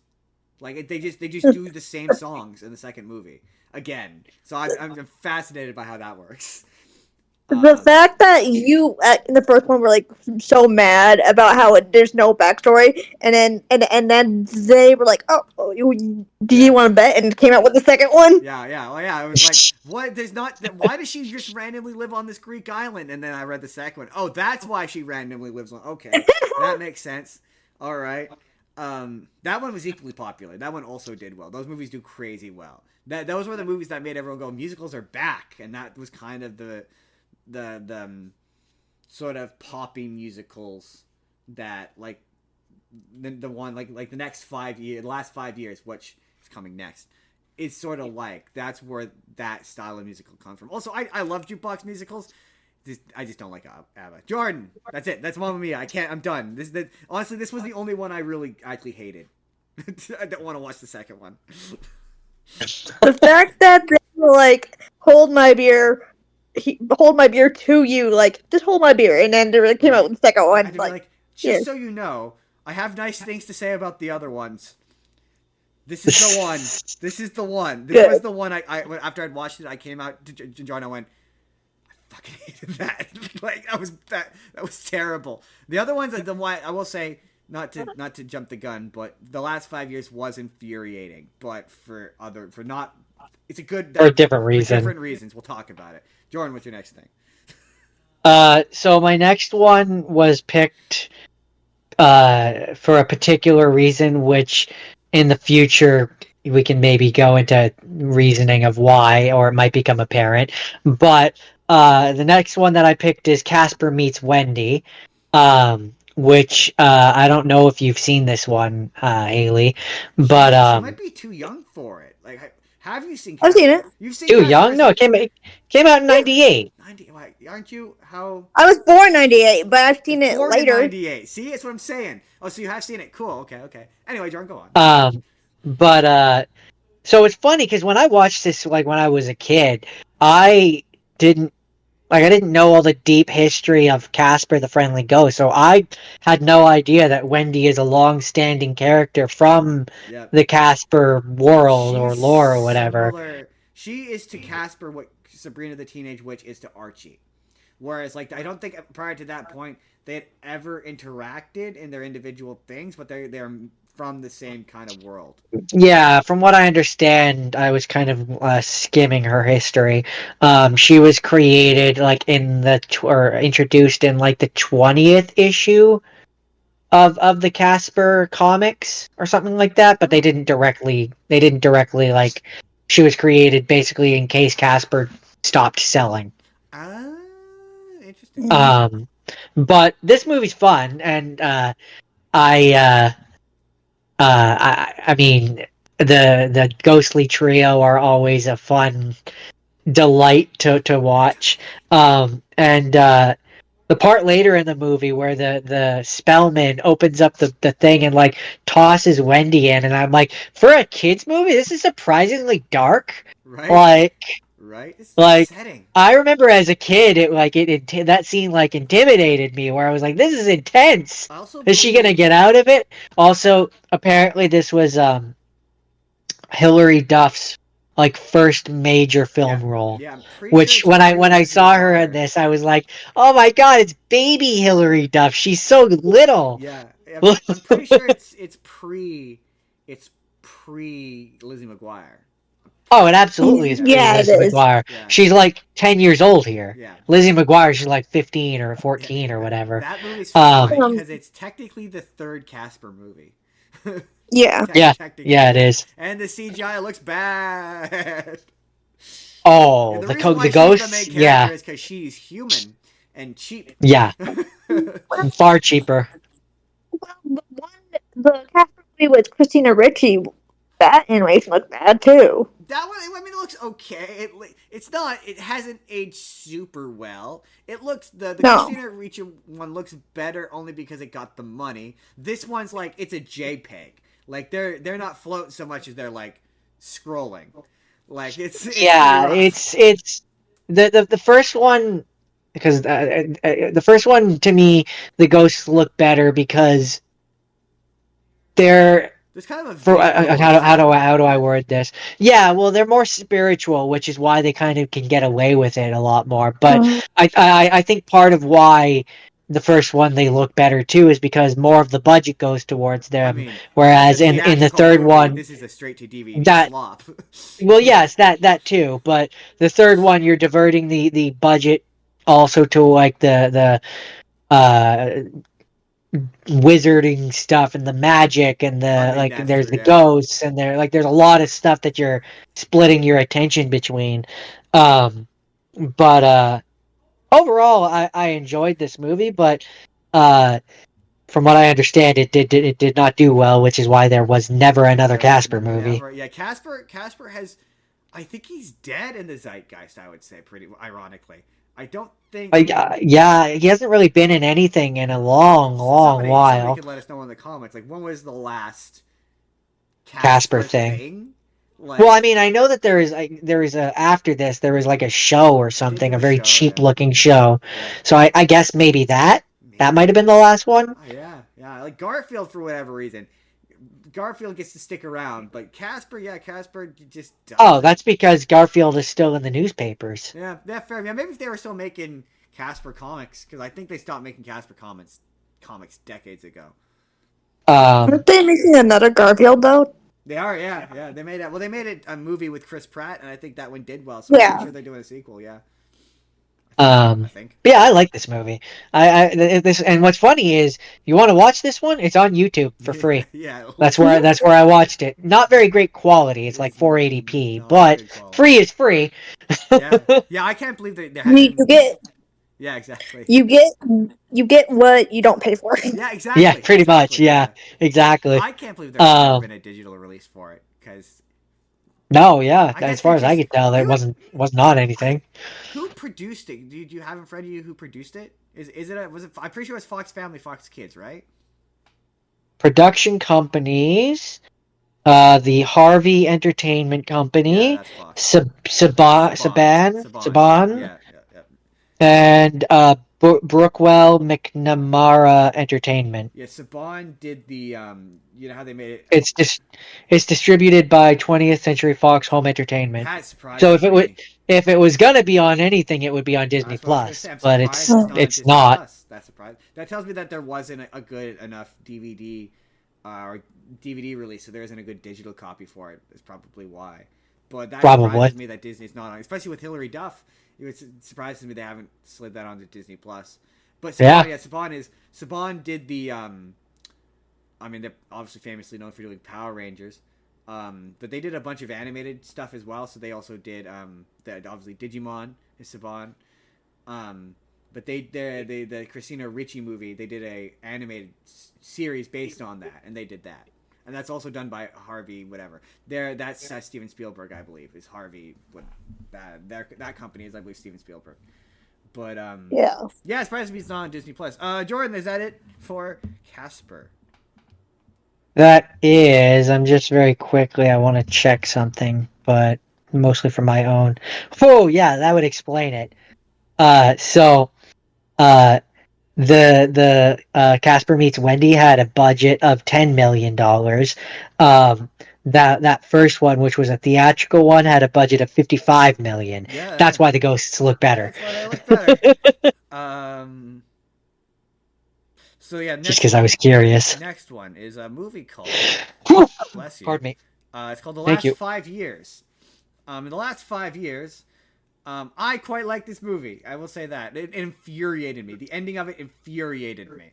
But I like this movie. It's got Anna Kendrick. Oh, it infuriated everyone in the theater. Cause... okay. It's like Anna Kendrick and Jeremy Jordan. They play a young couple who get married, and this movie is told from two perspectives, his perspective and her perspective, and her perspective begins, and correct me if I'm saying this wrong, Hailey, at the end of the relationship and works its way backwards through the relationship, and his perspective begins at the beginning of the relationship and goes to the end. And they interchange songs. So he has a song, she has a song, he has a song, she has a song, and then in the middle they share a song. And the middle of it is where they get married.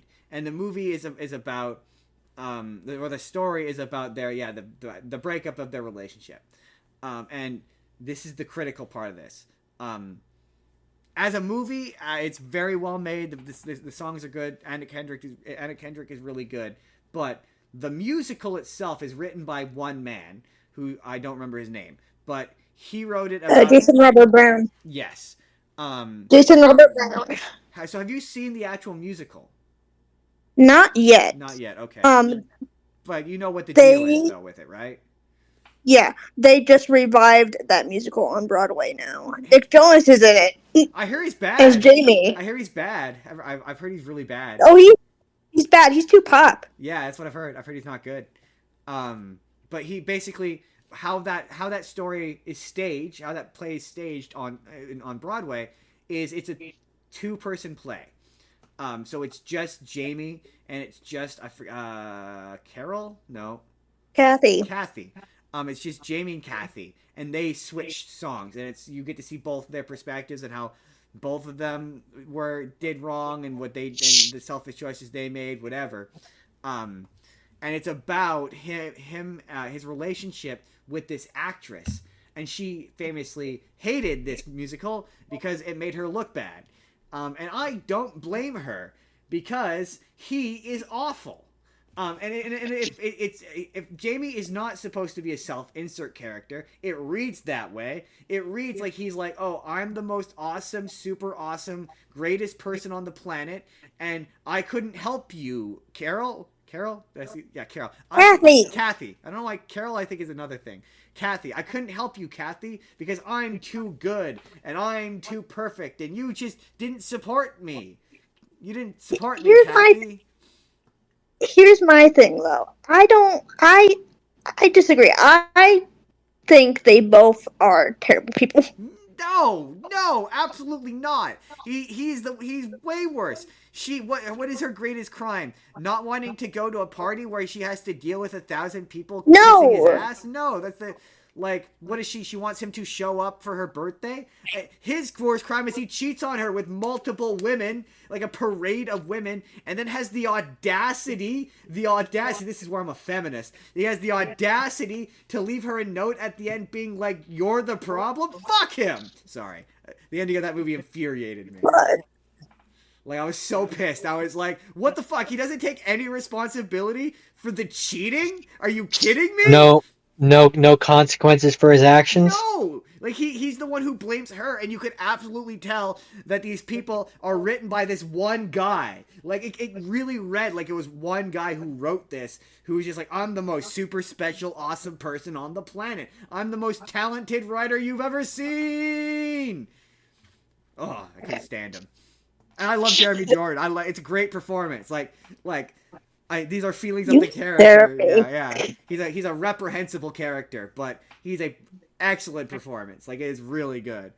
Again, Anna Kendrick is so good, and the songs are good. Like, the music is good. But oh my god, I was so mad. Like, his letter at the end pissed me off so bad. I was like, fuck him!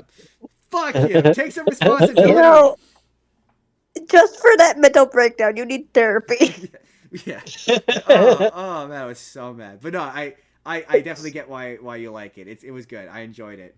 I mean, I will say, it does speak to something that it evokes such emotions in you. Yeah. I'd rather feel something about it than be like it was dull or boring. Definitely, I will. Some of the staging is a little barren, but that's just because I could tell that the thing was, it was kind of similar with when I watched Tick Tick Boom, where I could sometimes when I watch a musical that's an adaptation of a stage musical, I can see how it would have been staged if it were on stage. So like this one, because a lot of the scenes are just him and her, I was like, oh, this is very definitely just a 2-person show, right? And then I pulled it up and I was like, yep. Yeah, it's definitely a 2-person show. So there's a lot of like they're walking through like an empty park and it's just them, and it's meant to be like metaphorical, so I got what they were going for, but it does make it feel a little hollow. But yeah, I oh, don't. so infuriating. I don't want to. I don't want to relive the tick tock tick boom question in my episode when I asked that question for like the Jonathan Lawrence. Broadway trivia. Jonathan Lawrence? No. Yeah, Is it Larson. Jonathan Larson? That's what it is.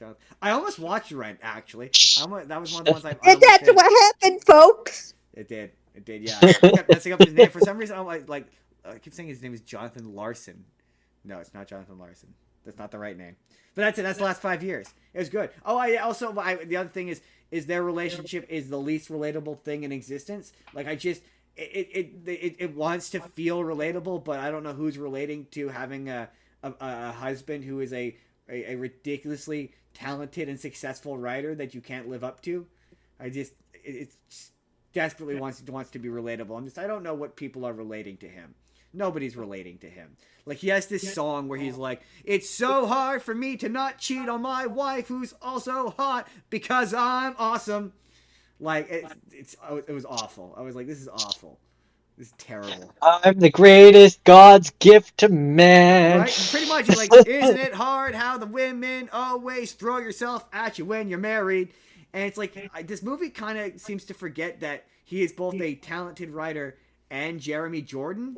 Like, not every guy on the planet's batting away the women once they get married. That's not a real thing. Yeah. There's the fact that he received no consequences for his actions, and he was just going to go off to lead an awesome life. Bothered me. Jordan, what's your next thing?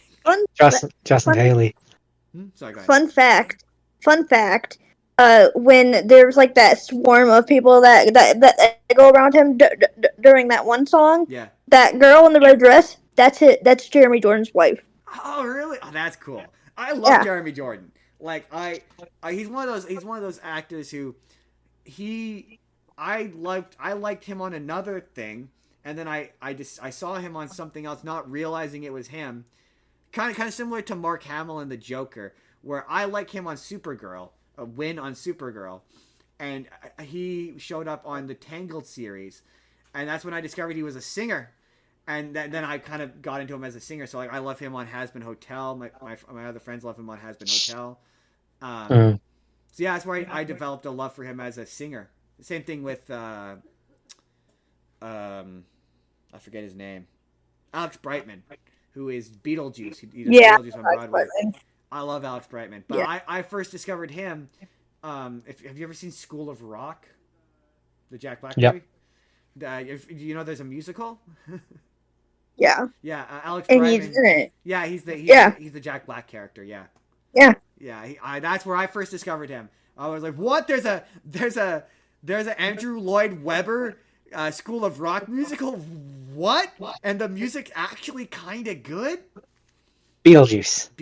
I've never seen Beetlejuice. I wanted to. I think it's coming next year.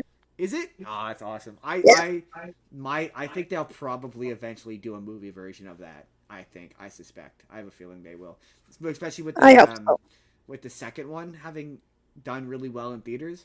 I think they probably will. Seen that one yet? I don't want to. I have not seen it either. I watched it. Jordan watched it. He says it's okay. Jordan, what's your next one? My next one is Mickey, Donald, Goofy, the Three Musketeers. Yeah. Which you picked that for I picked reasons. For reasons. But I like this one. Have you seen Three Musketeers? Goofy? Okay, good. Mm-hmm. You being the Disney stuff, yeah, it felt like a safe pick. But I like this one, and there's a lot of funny jokes in it, which are very like fourth wall breaky and funny. So like I love the fact that like every time they say it's like at the opera and they cut to the poster or whatever, it's like da da da da da da, and like by the third time Pete like they do that and he's like, you know what, it's starting to grow on me, I'm starting to dig it. Like a lot of jokes like that where it's just it's so funny to me. I appreciate things like that. Fact that they took Donald, a character who was renowned for being angry and frustrated, and turned him into a coward is such a funny choice. Like like of all the ones you could have turned, like you would think it would be Mickey, right? Like I would think it would be Mickey. Yeah, you would think you would give him the character arc where he needs self confidence. Yeah, exactly. And so the fact that you turned Donald on his head and you gave it to him is so funny. Clarabelle as the villain is such a funny yeah. There's just a lot of choices that they made for this one, where it's like, I dig it. I had a really good time with it. It's like a direct to video, but it's good considering it is. Fun. No, And, Tony. and Sorry, go ahead. Go. sorry. And the fact that they have Minnie as like Queen Minnie is just like amazing. Delightful. Right? Simply delightful. I Go ahead. Sorry, go ahead, Justin. I was just gonna say yeah, when it comes to Tony and Salmo, I think is his name, the gentleman who plays Donald. He when he, like his ability to play Donald differently depending on the thing is always remarkable to me. Like I enjoy how Donald on, I don't know if you watched the DuckTales remake, but him on that show versus him on the Three Caballeros show is different. Like they're distinctly different versions of the character, and the voice is different. Like on DuckTales, he really plays up the fact that you can't understand him. The speech impediment. He really plays that up, and the fact that Donald has a speech impediment is part of that version of the character's. Like it's one of his insecurities. That's really neat, and that you can do that with a character who is fundamentally the same character. You can make him. You can do those slight tweaks. That's really neat. And the fact that it is fun. That's fun. That's a fun variation. Or like how Jim Cummings, who plays Pete, there's been a lot of different versions of Pete between the Goof Troop version, the Kingdom Hearts version, the version in this, and they all feel distinctly different. And that is absolutely. And there's a number of Disney voice actors who have that talent and ability. And it's always impressive to me. Right. Like it's always, they're so skilled. Right. But I love this movie. I love the music like in it. I think that the music is a lot of fun, and the humor is just right up my alley. I mean, Disney is always going to be at least kind of fun. Like I just think it's always going to be kind of fun. I think so. But that's all there is really to say about this one. It's a lot of fun, and I enjoy it every time I see it. So funny. Jordan got to Little Mermaid before I did because I wanted to do Little Mermaid. Because he did Beauty and the Beast, and I didn't want to watch the animated version of Beauty and the Beast, and I didn't want to do the live action Little Mermaid. So I picked Princess Bride because that was on your list, and Jordan had watched it for a previous episode. And he had nothing but wonderful things about to say about the Princess Bride, and I'm about to echo all of them because. God, that movie's fun. It's so fun. It's fun. It's funny. It's well performed. It's well directed. It's well made. Andre the Giant is phenomenal. He's so good. And may he rest in peace. May he rest in peace. Yeah. He reading about how he was self-conscious about not being able to say the lines. He's got some of the best lines in that movie. Like he's got so many. Good absolutely, he does. Carrie Elwes is phenomenal. He's funny because my first thing, the first thing I ever watched Carrie Elwes is Liar Liar. But the first thing I ever watched where I knew he was Carrie Elwes was Saw, and so I don't see him as Carrie Elwes as being charming, or like dashing. I see him as being goofy or silly or like over the top. Jordan, do you not remember who Gary Elwes is in Liar, in Saw or in Liar Liar? Refresh my memory. He's Jerry. He's Magoo. Jerry. He's Magoo. Yeah. And Magoo. The Claw. Oh God, it makes me the Claw. Right. Yeah, Jerry, it's the Claw. The Claw. And then in Saw, he's Dr. Gordon. Her. Oh, he's Dr. Gordon. He's Dr. Gordon, yeah. So I don't see. I genuinely didn't know that. No, that's. That causes his own foot off.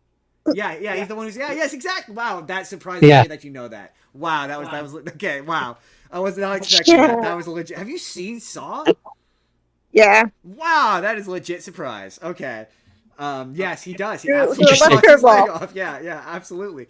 And that movie's really funny because Carrie Elwes is British, and Lee Winnell, the guy who created Saw and is Adam in that movie, is Australian. And once you know that, they both have terrible American accents. And you can, and there's moments where you can straight up hear Carrie Elwes' British accent because he cannot do it when he screams in particular. When he yells, his British accent. That's always my favorite part. When, you can hear it. You can hear it. It's so funny. But yeah, so I don't see him as charming or dashing, but he is in this. He's so charming. He's so dashing. I love the bit about the Dread Pirate Roberts, and how they all just get so rich that they just pass on the title to the next guy. Like that. I think that's funny. Of course, my name is Inigo Montoya. You killed my father. Prepare to die. Prepare to die. I don't know what to do now. You could try being the Dread Pirate Roberts. Yeah, I love the framing device of the grandpa reading the story. Like, you don't want too much kissing. Okay, maybe just this one time. We can have a little kissing. A little kiss. It's just it's an absolute classic. I read when I was reading about it. Apparently, they've been trying for years to do a remake, and they keep getting shut down. And I can't remember who it was, but they said there's only one version of The Princess Bride, and it's this version, and there's no need or reason to do another version of it. I can attest, though, that Carrie Elwes is like the sweetest man because I met him in Comic-Con. Oh yeah, yeah, he seems. Oh yeah, the sweetest man. You're not the first person I've talked to other people who've met him and said he's very nice. That doesn't surprise me. I mean, he seems nice. But yeah, no, don't remake this. There's no point.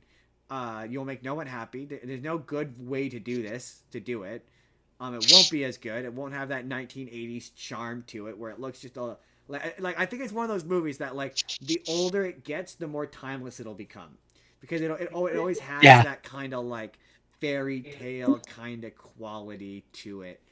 But it's just... I watched that... Because I was like... I don't know. I was having this expectation that it would just feel... The pacing is also phenomenal. It's really, really good. I love Prince Humperdinck. Wallace Shaw, inconceivable. I don't think that word means what you think it does. John Wallace is a national treasure, though. He is great. He is very funny. All great stuff. I enjoyed all of it. But no, I was expecting it to be kind of a slog. I was for whatever reason, because I just watched Mamma Mia. And it was a nice delight after Mamma Mia. I'm like, I am having a wonderful time. I am having a great time. This is a very fun movie. Swamp Rats. I get why you like this. No, the Swamp Rats. No, there's the Swamp Rats. Yeah. My favorite bit is where they're walking along and you just see the one jut out. You're like, what on earth is that thing? What? Jeez, wow. Yeah. No, great movie. Very funny. Very funny. Jordan, next one. My final rapid fire. So I've only watched this one once before, but I've watched the first two a lot of times, and that's High School Musical 3, Senior Year. Not a fan of the High School Musical, eh? No. Oh, interesting. Huh. Interesting. I would. That surprises me. First one, great. Second one, meh. Third one, needs to burn. Really? Well, see, it's funny that you say that because I was actually gonna say, of them all, the first one's my favorite. Second one, I like some of the songs in it, but never did it for me quite the same way. And then there's this one where it's like, there's references to the first one in it, which I'm like, when I see them, I'm like, okay, that's kind of cool. Like when they're about to graduate or whatever, where they're like in the background, it's softly playing, "We're all in this together," da, da, da. And I'm like, that's kind of fun. That's a fun little reference back to the first one. And then there's like rumors around the ether that there's gonna be a fourth one. I'm like, no, God, please no. They've been talking. I would be okay with the They- fourth one on one condition, and Zac Efron has to come back. I'm only okay with it if Zac Efron comes back in on all his Botox glory. Like, that's the only way. So- That's the only way I'm in. So this is a tangent thing, but one of my favorite, I think it's Saturday Night Live, but one of my favorite ones is where they got Zac Efron, and it's like after he's coming back to visit or whatever. He's like I gotta tell you, they did not prepare us at all. People out there in the real world don't just break into song and dance all the time. My education has been terrible. I know nothing. Like makes me laugh every time I see it. I knew exactly where you were going as soon as you said SNL, and I was like, Yeah. I know exactly where you're going with this. See, my favorite one is probably the first one, but I will always have a special fondness for the third one because I used to work in a movie theater. I don't know if you all know that. I may have mentioned it once or twice. You might have mentioned it a I few used to work times, in a movie yes. theater, and I had a number of female friends, and they were like, "Hey, are you doing anything?" And I was like, "No, you want to go watch High School Musical 3?" And I was like, "I got nothing better to do. Sure, why not?" And it was like me, and like the thing about this movie that's wild is that it went to theaters. Like I was gonna say. you have to understand, like this is the third movie in a series of movies. The first two are on television and did crazy numbers. Like they were absurd. Like I think it was like millions of views. Like they were. Oh, it was like stupidly huge. popular. And the funny one was the High School Musical tour, the live show where all of the cast toured except for Zac Efron, and they got the voice of Troy. That was funny. So it's like Ashley Tisdale and Vanessa Hudgens and Lucas Gabriel and some guy. Anyway, so the first time I saw this movie, it was like a theater. It was all women. There wasn't a single boy in that audience, and it was all women Except for you. Except for me. And I used to be a supervisor at the movie theater, and quite often that movie would be the last movie playing, and there wouldn't be. So I'd have nothing to do, so I'd be like, "Oh, we'll go hang out in High School Musical for a couple hours," and I go and I sit and I watch High School Musical. So I have like fond memories of just chilling with my radio and my popcorn and just taking a break and watching High School Musical. I just think, I think it's a fascinating timepiece of like, the fact that it originates from two Disney Channel made movies and was popular enough to warrant a theatrical release is wild. A ton of money. It was like number one at the box office for like multiple weeks. Like, it was huge. It had a budget of 30 million and it made 252.9 million. That's on the third movie of TV movies. Like that's the coolest part about that movie astonishing. Was, it ends with after they do the big graduation ceremony. It ends with all of the main cast members walking out doing the bow, and they do a curtain call. And that as a lover, I mean as a theater person, I love the curtain call. Like to me, the curtain call is my favorite. If I watch a live performance or like a bootleg, slime tutorial bootleg, or like a pro shot, and you deny me a curtain call, I get upset. Because to me, the curtain call is a handshake between the audience and the performers, saying like you did good. This is what so you had like the curtain call is so important. When I did a show, we had to like rehearse the curtain call. Like we did a big rehearsal where we practiced the curtain call. Like it's a big deal. So that was really cool being in a sold out theater and they come out to do the curtain call and an entire audience is applauding them. Like that was a cool moment. Like that's a cool and moment. I appreciate that within the confines of the movie. It also makes sense because their whole graduation thing that they did on stage was a show they were doing within the movie. Yeah. They were doing a show, so like that's them as their characters coming out on their stage in the movie doing the bow, and it's like it works as like a multiple layered thing, and it's very clever and recognize a fun kind of way to put a button nose on it or a button hook. Yeah, but you're not a fan of the third one. Why don't you like the third one? What did the third one do? I think just by the third one, I was just kind of done with the High School Musical, so I was just like, no. That's fair. Were you like? That's fair. Because you're younger than us. So were you like teenager or a kid when those movies came out? Like, was that like a childhood thing for you? What year did High School Musical 3 come out? 20. Wait, High hold on. School Musical Let me 3 guess. Let me guess. came out. Let me guess. Let me guess. Let me guess. 2010. Ooh, no. 2008. Oh, I was off by 2 years. So, So so I was still in high school when it came out. I just graduated. Wait. What month in 2008? Release date October 17th, 2008 in the Oh yeah, UK. I had just graduated. October 24th, 2008 in the United Yeah, States. I had just graduated. Really? It came out earlier in the UK. Huh. So you were Interesting. still in high school? 2008? I was in high school. Not you. I know you. No, I know, but she's like, you said you're 28? I'm 27. I'm gonna be 27 in October. So I'm So 26. she would have been in elementary. You would have been Elementary. Oh wow. So Yep. yeah. Or middle school if you have middle school. So amongst your But peers, High School Musical was massive at that point. So you like. Yeah. Yeah. Okay. Yeah. That makes sense. Yeah, you would have been right in it. Like we our sort of era of like really being into like the Disney Channel sitcoms, to kind of give you an idea, is really more like That's So Raven and Sweet Life. Like I was like 13 when those shows were on. Like that yeah, Lizzie McGuire, that's my like era. that's my era. Even Stevens. I watched Even Stevens when I was Even Stevens, watch that to death. watched that to death. I don't know if any of those are Kim, resonating with you. Kim I miss Possible. Steven Stevens though. Even Kim Possible, yeah, we were big Kim Possible. I love Kim Possible. I Oh, loved it growing That up. one, love that one. I was always rooting for Ron, and the fact that Ron and Kim ended up together, as the kind of person I am, always delighted me. Right? I was a big fan that they got the fun fact about that show.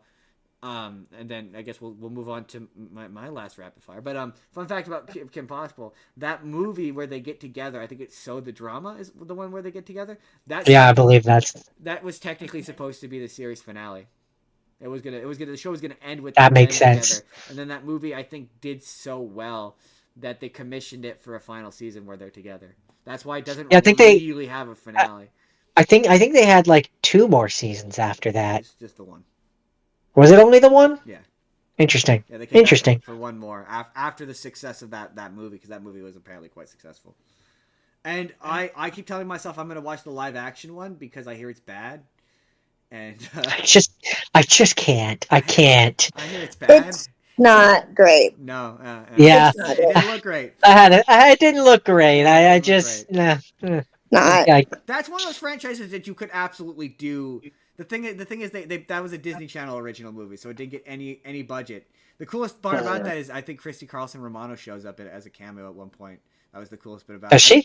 I don't think Will Friedle did, but I'm pretty sure she did. Yeah.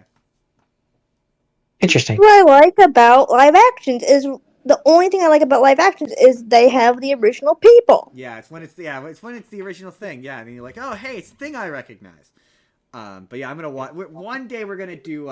I want to do a sneak peek for the future, but I want to do an episode where we talk about DComs, Disney Channel original movies. Oh yeah.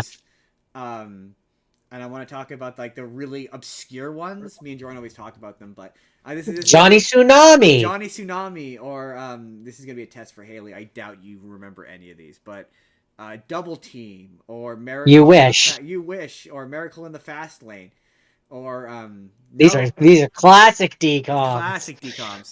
The True Confessions. Right over. Motocrossed. Double Teamed is it's about the twin basketball players. The Miracle Or the is the one where Frankie Muniz. Frankie Muniz is in a wheelchair. Yeah. Or there's the one where Shia LaBeouf is the special little brother. Yeah, he's the I think he's supposed to be autistic, I think. But yeah, he's True Confessions. Like I said, special. It's called True Confessions is what it's called.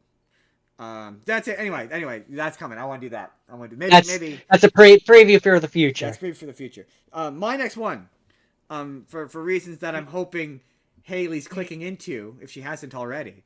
I watched Goof Troop, and I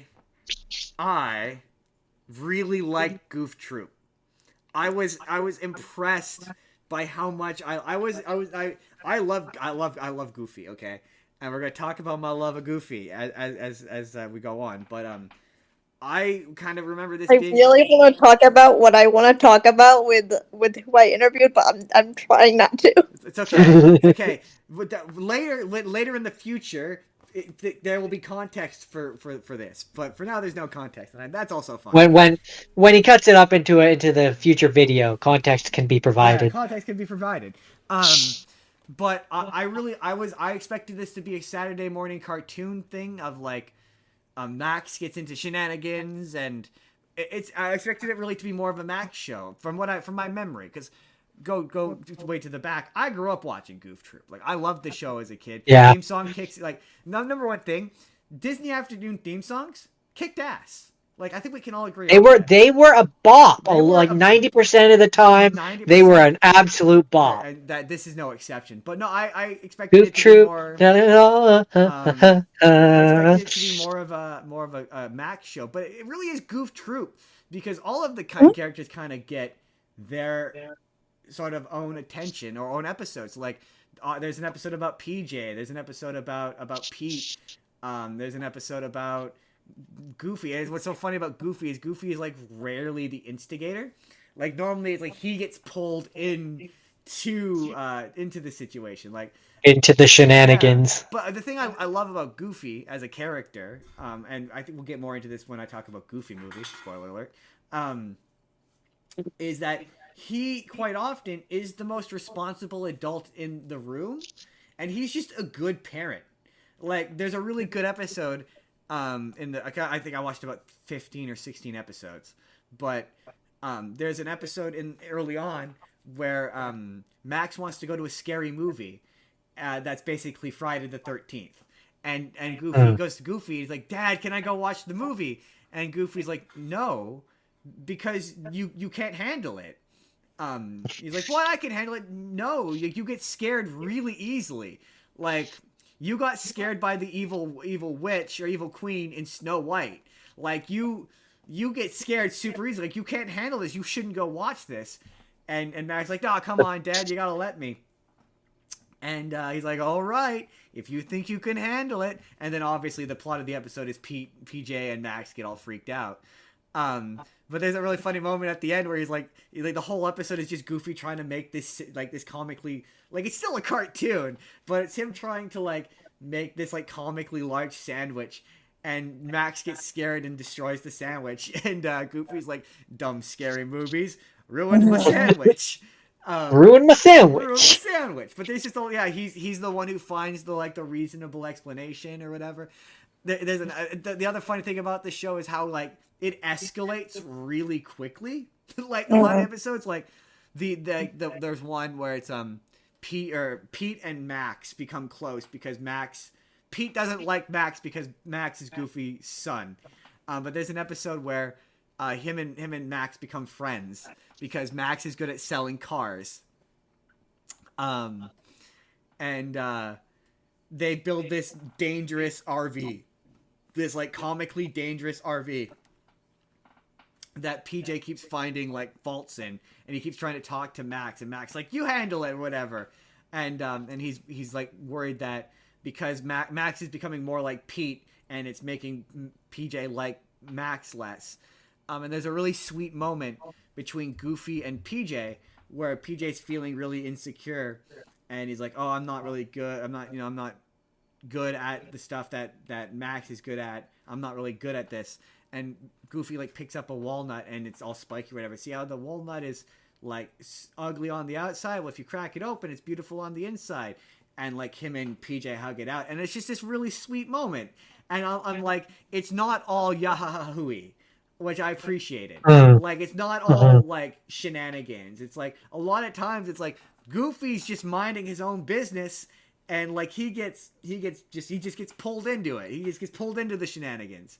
Also, so what you're saying is Goofy is not always goofy. Yeah. He had like, and the thing is like, I like about this show. Again, it's domestic.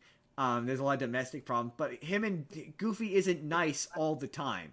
Like, there's episodes where him and Pete are like mad at each other, and he's getting mad Button at heads. Pete. Yeah, they're butting heads, and there's a conflict between them. And I'm like, that in a way that feels like it's still goofy, and it's really cool. It's a show that's a lot deeper and it has a lot more depth than I was expecting. I was like, oh, this is better than I remember it being. Hailey, Yeah, I mean, to be fair, I remember a lot of those, like a fair number of those Disney afternoon shows being really good. Like, and it disappoints me that this isn't on Disney Plus and I can't watch it. But that Aladdin show yeah, was a really solid, like really solid show. yeah, A lot of really good episodes in there. I remember the Little Mermaid show being really good too, yeah, which is funny because I I I remember more about the Little Mermaid show, like growing up and watching it on Saturday morning cartoons, than I do the movie. Like I watched the show more than the movie, So which I okay, think is hilarious. so Haley, did you grow up watching Goof Troop, or is this before your time? Is Goof Troop too old? What year was Goof Troop? Ooh, that's an excellent question. I want to say 97, 98. Mm, I could believe 97, Because I'm guessing you've watched Goof Troop at least once in your life. or at least 92. some of it. 92. 92. So Really? Oh, didn't know. So Didn't well know. before you were born, I was 2 years old when that show came out. That's wild. Wow. I was one But did you like, so you didn't watch it as a child? Like it wasn't something, like it wasn't on in reruns, on or on reruns on Disney No. Channel. so have you since watched No. it, just watched it on Disney Plus for fun? Is that because you've seen it? You've seen at least a little bit of it, right? Max and Goofy. I don't have Disney Plus anymore. I You should watched it on. I watched it on Shit got too expensive. Oh, fair, totally fair. Yeah, you gotta. Not wrong. Yeah, you're not wrong. But yeah, As it is, yeah, I spend way too much on streaming. Yeah, that's fair enough. Yeah, same. So you've never seen Goof Troop? You never watched Nope. it? No. Oh, interesting. Yeah, that's. I mean, that's if you've seen a Goofy. I movie, guess though, the right? question. I guess the question is, after hearing Justin describe it, would you? Would you watch it? Is it a thing that interests you? Yeah, Yeah, I'd watch it. It's funny. It's a funny. If you like Goofy, the other thing that Jordan brought this up earlier, and it would be a question I would ask the people involved in making this show, the acting and whatnot. If I could, which is with Jim Cummings. Jim Cummings, who voices Pete. Pete on this show is a drastically different character than Pete in that Three Musketeers movie, for example, Yeah. or Pete in Kingdom Hearts, or he any has- number of other things. he is a jerk and he does do selfish things. He fundamentally still has empathy. Like there's an episode where he pressures PJ into getting an A on a math test, which through shenanigans makes him think that PJ is dying, and so he starts to apologize. I'm so sorry for all the mean things I did. Which is it's just different from other versions of Pete. So my question So sorry to interject. Yeah, when you say the show escalates quickly, yeah, boy, that escalated quickly. It does. He thinks his son is dying. He does. So Like the one episode with the RV, they end up parking it, and these car thieves steal it and kidnap Max. Or there's an episode where they're recording. They're doing a video project and they're dressed up as aliens, and they end up accidentally tapping into Pete's satellite and broadcasting to the whole world, so the whole world thinks that they're being invaded by aliens. that's great. It escalates very strangely. But no, my question to like Jim Cummings would be like, do you approach Pete differently every time you play him, because he's different from one variation to the next? So do you, as a performer, approach that performance differently, or is it always just Pete and you just read the lines as written and you don't really think about that? That would be what I would ask. Yeah, like is it the acting? Is it the actor who's taking choices and liberties, or is it the writers who are making the characters or do different? you see those versions of Pete as different characters, or is it all Pete? You and I have two different questions for Jim Cummings. My question is, do you want to come on my podcast? I mean, I also have a similar question, But I just don't know how to ask it. I just don't know how to ask those kind of questions. That's it. That's Goof Troop. It's it's good. It's really cute. It's really cute. Really Delightful. Cute. Also, that was the other thing about Goof Troop that was interesting. Sorry, one more thing, real quick. No, actually, we'll come back to it. There was one more thing, but we'll come back to it. Sorry. What's your first? I guess, Okay. It's the main thing of the thing. It's the main thing. It's the have scenes. And the first one. Okay. I've got chills, and they're multiplying. But I watched Grease. I love Grease. It's one that holds a soft place in my heart because my mom loved it. And I'm pretty sure it was directly because of her that I even came into contact with Grease in the first place. I definitely know they let us watch this as children. I know, right? Like, I remember watching this when I was like 8 years old, and there's just certain things in it where I'm like, wow. We got taken. Flew right over my head. Grease Lightning. We got like that entire song. And sorry, Justin, I'll let you. But one of the things about this movie too is it's one of the few musical movies that I can say I actually saw the musical, the actual musical. Yeah, that's what I was gonna say. Yeah, we saw the music. The reason why we've seen this movie is because we got dragged to watch a live performance of this at a local theater production. That we were like what, 10 at the time? I think 8 or 9, something like that. Yeah, like young enough that we had no interest in the musical theater arts at the time. We were too young. But I remember being upstairs in the upper bedroom, and my mother putting it on, making us watch it, absolutely. But I have a very I say all that to preface this all with I have a very fond place in my heart for this movie. But it is problematic. But it's problematic. It takes place in the 50s, and the 50s were a very different time, is what I'll say. So I mean, there's a number of other things that have made fun of things from this movie, like in Summer Loving. Put up a fight. Why would she have to put up a fight? What are you doing? There's jokes like there's things like that. Why would she have to put up a fight? Why would she have to put up a fight? In the 50s, it was a different time, is putting it mildly. Yes. Yeah, of that exactly. Are dated. To be fair, that movie is a pastiche and a parody of the 1950s. It's making fun of the 50s, but the whole them being greasers things and the fact that at the end of the movie, which I will say, watching it this time, my perspective is a little bit different, because for years I used to make fun of this movie saying, and remember girls, the moral of the story is if you want to have a man, you have to completely change yourself and be a completely different person. But, and this was a thing that I kind of thought about this time, Danny was going to do the same thing. Yes, that's what makes this movie problematic. Well, I more quite stick with him, but with her, I more meant like at least he was willing to change. But also, to be fair, the end of the movie, she does the stud, and it looks like she's trying to be that way, and then at the end of the movie, she tell me about it. She breaks that. Yeah.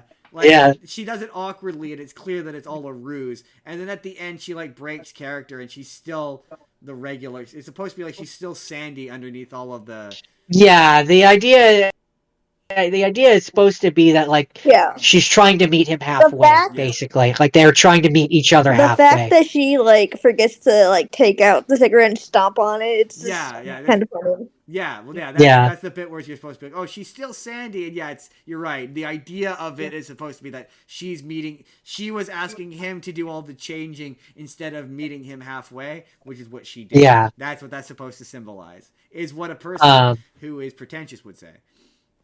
Also,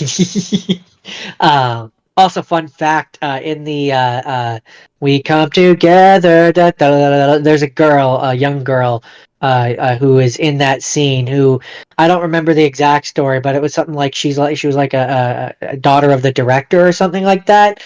something to that effect, and they let her be in, and she does the dance, and you could tell that she wasn't like an actress or anything because she's just having the time of her life, and it comes across like it just. Okay, I can't remember the exact. I'll see if I can find the Some of the details on that. But cinematography in that movie is like not terrible, like especially in that last song where like they're getting them on the scrambler. We're like blah, blah, blah, blah, blah, blah, blah, blah, blah, blah. Like that those action shots would not have been like easy to get, especially for a movie like Grease. Like they're not making an action movie, so like I was always like that's right, reasonably impressive. Yeah, it doesn't. That's one of those ones where I don't huh, remember what the stage version is like, but there's a lot of moments in that interesting. movie. It uses the medium of film better than most musicals, I would say. So here's a fun. Sorry, real quick. Here's a fun fact that I didn't know, and I just found out. One of the Frosty Palace waitresses was Ellen Travolta, John Travolta's wife. Oh, I did not know that. Um, and that was the other thing I was going to mention. That every time I watch this movie, I'm like, oh yeah, I forgot that she is a Frenchie. For those who grew up watching Thomas the Tank Engine, like I did, um, on Shining Time Station, one of the human characters, Stacy, Yeah, is Stacy. Frenchie. Yeah, that's one of She's the the reasons. same actress. Yeah, I love that song where the angel tells her she sucks. Yeah, you're not a very good hairstylist, and the only people that would come to you are hookers. You should go back to high school. You're a bad hairstylist. You're real bad at this job. Go back to high school. Get your Seriously, quit education. your fucking job. Um, but You one of the suck. big changes between the stage production and this one is that this one, I was just reading this, was the original version takes place in more urban Chicago, Yeah. whereas Uh, this takes place in like suburbia, which I Interesting. found interesting. I do know that most productions cut the "You suck at hairdressing" song. Most of them do. Well, I think partially probably because I'm pretty sure the angel that's singing is like a very famous singer for the time. I think so. Yeah, I think I see. I can Like I see think that. that's supposed to be the point. So I guess yeah they change it because of that. I know in one version, Darren Criss was the angel. I think for in fact I think it was for because Glee. yeah I'm pretty I think sure. it was for Glee. Sorry. Was I it think for, it was for Glee. oh, was it for Glee? Okay, because oh yeah, I think maybe you're right. Yeah, when they did the Grease episode, yeah. Yeah. He sang that song. Yes. Because I was gonna say, didn't they do you know how they had like Hairspray live and all that? Didn't they do Grease live? Yeah. Yeah, And probably. at the very end, when the guys were driving off in that golf cart, they hit a curve. Oh no, that's funny. That's hilarious. Um, And you could see it live. That is but so funny. yeah, I really like this movie. I have a fondness for it. I recognize it's problematic. Oh, I absolutely recognize it's problematic, but I like this movie. So okay, Uh, so for Hailey, so for Grease, what did you grow up watching this as a kid, or is this when you discovered it as an adult? Oh, I watched it. I watched it all the time when I was a kid. Yeah, I don't know why they let us watch this movie when we were kids, man. Like I just don't get it. I don't I get don't it. care. I enjoyed it. I love it though. oh, It's I like absolutely remember enjoying it as a kid, but yeah, no, Grease Lightning. That song, very much in particular, is kind of where I'm like, yeah, okay. some lyric choices in Not this. something lyrical choices are probably something I shouldn't have heard as a kid, Yep, but yep. Blue Moon was okay. like my favorite song. Which one? Blue Moon. When they sang Blue Moon. Oh, that's a good one. Blue I mean, I love moon. "Hopelessly Devoted to You." I mean, my favorite is always "Summer Lovin'." That's my favorite Grease song. Summer And then they lovin'. actually mooned the camera. That's funny. Yeah. That's funny. Um, Jordan, is that it for Grease? that is it for Grease. So the reason why I watched a Goof Troop was because I watched a Goofy movie for reasons that maybe by the time this video about a Goofy movie comes out will be apparent. But as I was watching a Goofy movie, and this bit is sort of purely for Jordan initially, I'll go into why I love a Goofy movie in a minute. But there's a very popular YouTube channel called Film Theory. I'm not sure if you're familiar with Film Theory or Game Theory, Hailey, where it's exactly what it sounds like. They come up with theories about films, and I have my own Goofy movie film theory, complete with all the arrows. And so the question is, my theory is, Goofy is not Goofy's name. Goofy is in fact Goofy's nickname from high school. And it's not Goofy, Goofy. Okay? Here it is. Here's my thing. So, early on in the movie, here's my reasoning, here's my evidence. Early on in the movie, or not early on, but in the movie, you see Goofy's map, which is a diner map, like a placemat map of the country. And there's a bunch of writing on the map. It is property of Goofy, but it's not Goofy, Goofy. It is Goofy, Goofey. French, Goofy. Okay? On the map, it says that this map belongs to Walter P. Goofy and Benjamin Goofy. So, it is my theory, and he said that Goofy says in the movie that the map came from his father, and it was passed down to Goofs. So I think that this is a diner map that they picked up, and I think that Goofy's dad's name. Oh, sorry, there's two names on the map: Walter P. Goofy, Benjamin Goofy. Okay, I think Goofy's dad is Walter, and Goofy's real name is Benjamin Goofy. Ooh, hot take, spicy theory. I like the theory. My one thing is that I would say he got the nickname in college, not high school. No, see, that would be my only alteration. See, but the theory it comes from because it's Pete who calls him Goof, right? I think Pete and him are high school friends, right? So I think Pete is wasn't it that in the show it was Goofy and the wife, Goofy, which were college friends? No, they're high school. Goofy and the wife were high school cheerleader. I'm pretty sure it was high school. Yeah, it was high school cheerleader. I thought it was college. And Goofy or Pete was on the football team, and Goofy kicks him in the head and causes him to lose the big game. But my theory is. Sorry, go ahead. Oh, sorry. I was gonna say, are we in agreement though that like Goofy's wife died, and that's why it's only him and Max? Well, we have one of two. Me and Jordan have one of two. Yeah, either his wife died or we think that Peggy is Max's. Although the age doesn't line up, Jordan. I've now realized this because Max is like 8 years old in Goof Troop, like 7 years old at the absolute youngest. If something like that. If they would have had to have gotten together like 7 years ago on a clandestine. So I don't think Peggy is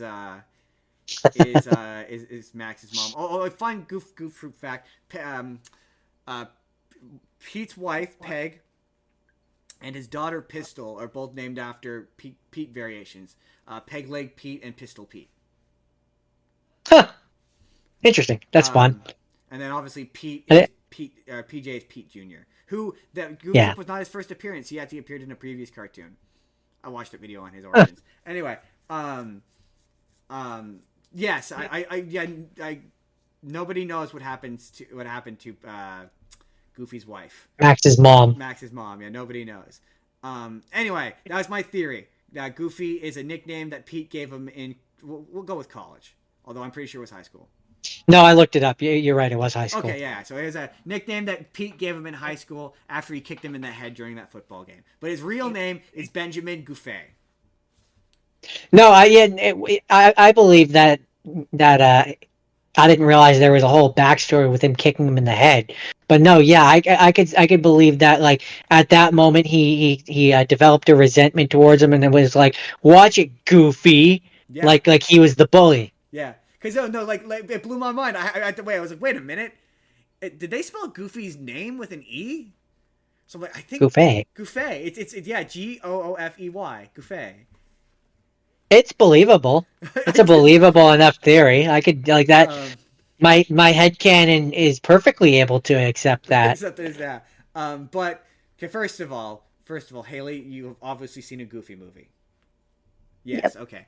I love a Goofy movie. I love Goofy I movie. love a Goofy movie I do because too. it's not just it's not okay. I mean, there's so many bits I love it. One of my favorite is I saw a meme of this, but it always makes me laugh. Where it starts the opening of it, it's like it's a movie. Oh, it's just a movie. It's just a movie. That's just a movie. Oh, that's Boom, a great. Goofy movie. Oh, whoa. But no, like I love Mickey. both. Sorry. I love both. I love both the Goofy movie and the extremely Goofy movie. Yes, I love extremely goofy movies where you find out that yeah, extremely goofy movies where you find out that Goofy's just a competent adult. He's just I've said it a million times. He's just a competent adult. He's the most responsible, ironically and paradoxically, the most responsible one of the Disney crew. Also, I'm just saying, Mickey never got a show. I mean, he kind of did in like House of Mouse, but like I saw someone saw someone be like, Donald got. He never got it. He never got a theatrical movie. That's for sure. Yeah, he's the only one. Goofy is the only one who got a theatrical movie. Mickey didn't get a theatrical movie. Donald didn't get a theatrical movie. Unless you count DuckTales, but he wasn't in the DuckTales movie. So yeah, like Goofy's the only one to get the respect to get a full theatrical movie. Weren't Mickey and Donald though and Goofy in Who Framed Roger Rabbit though? They are, but that's not like they don't have their own movie. Like technically speaking, Mickey and Donald are in a Goofy movie. Also, technically, with Who Framed Roger Rabbit, Bugs Bunny and Daffy Duck and Warner Brother characters are in it. I wouldn't call it a Bugs Bunny movie. Yeah, exactly. True. Like they're in it, but like he hasn't had his own dedicated. Like Mickey has never got his own movie. What's weird about Mickey being in the Goofy movie though, is I think it's his alarm clock. Max's alarm clock is Mickey Mouse, and him and Donald are hitchhiking. So like he's famous. He's alarm clock famous. But he's hitchhiking. What happened? What happened to Mickey? Like he's.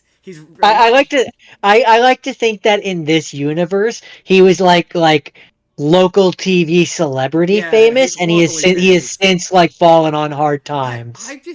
I read as to why he never showed up on Goof Troop. I think it's a real missed opportunity to not have him on Goof Troop, because they could have done an episode where he shows up and he's a college friend of Goofy's. And Pete also hates him because he's insufferably nice, and like he's perfect in every way. He doesn't make a single mistake, and Pete just hates his guts. I guess they just felt that he didn't fit the Goof Troop world, like the aesthetic of it being mostly normal. They didn't want. It was more just they didn't want him to pull focus from Goofy. That's why. Which is like fair, but like I think they could have given him like one episode where he gets to cameo. I think that would be kind of fun.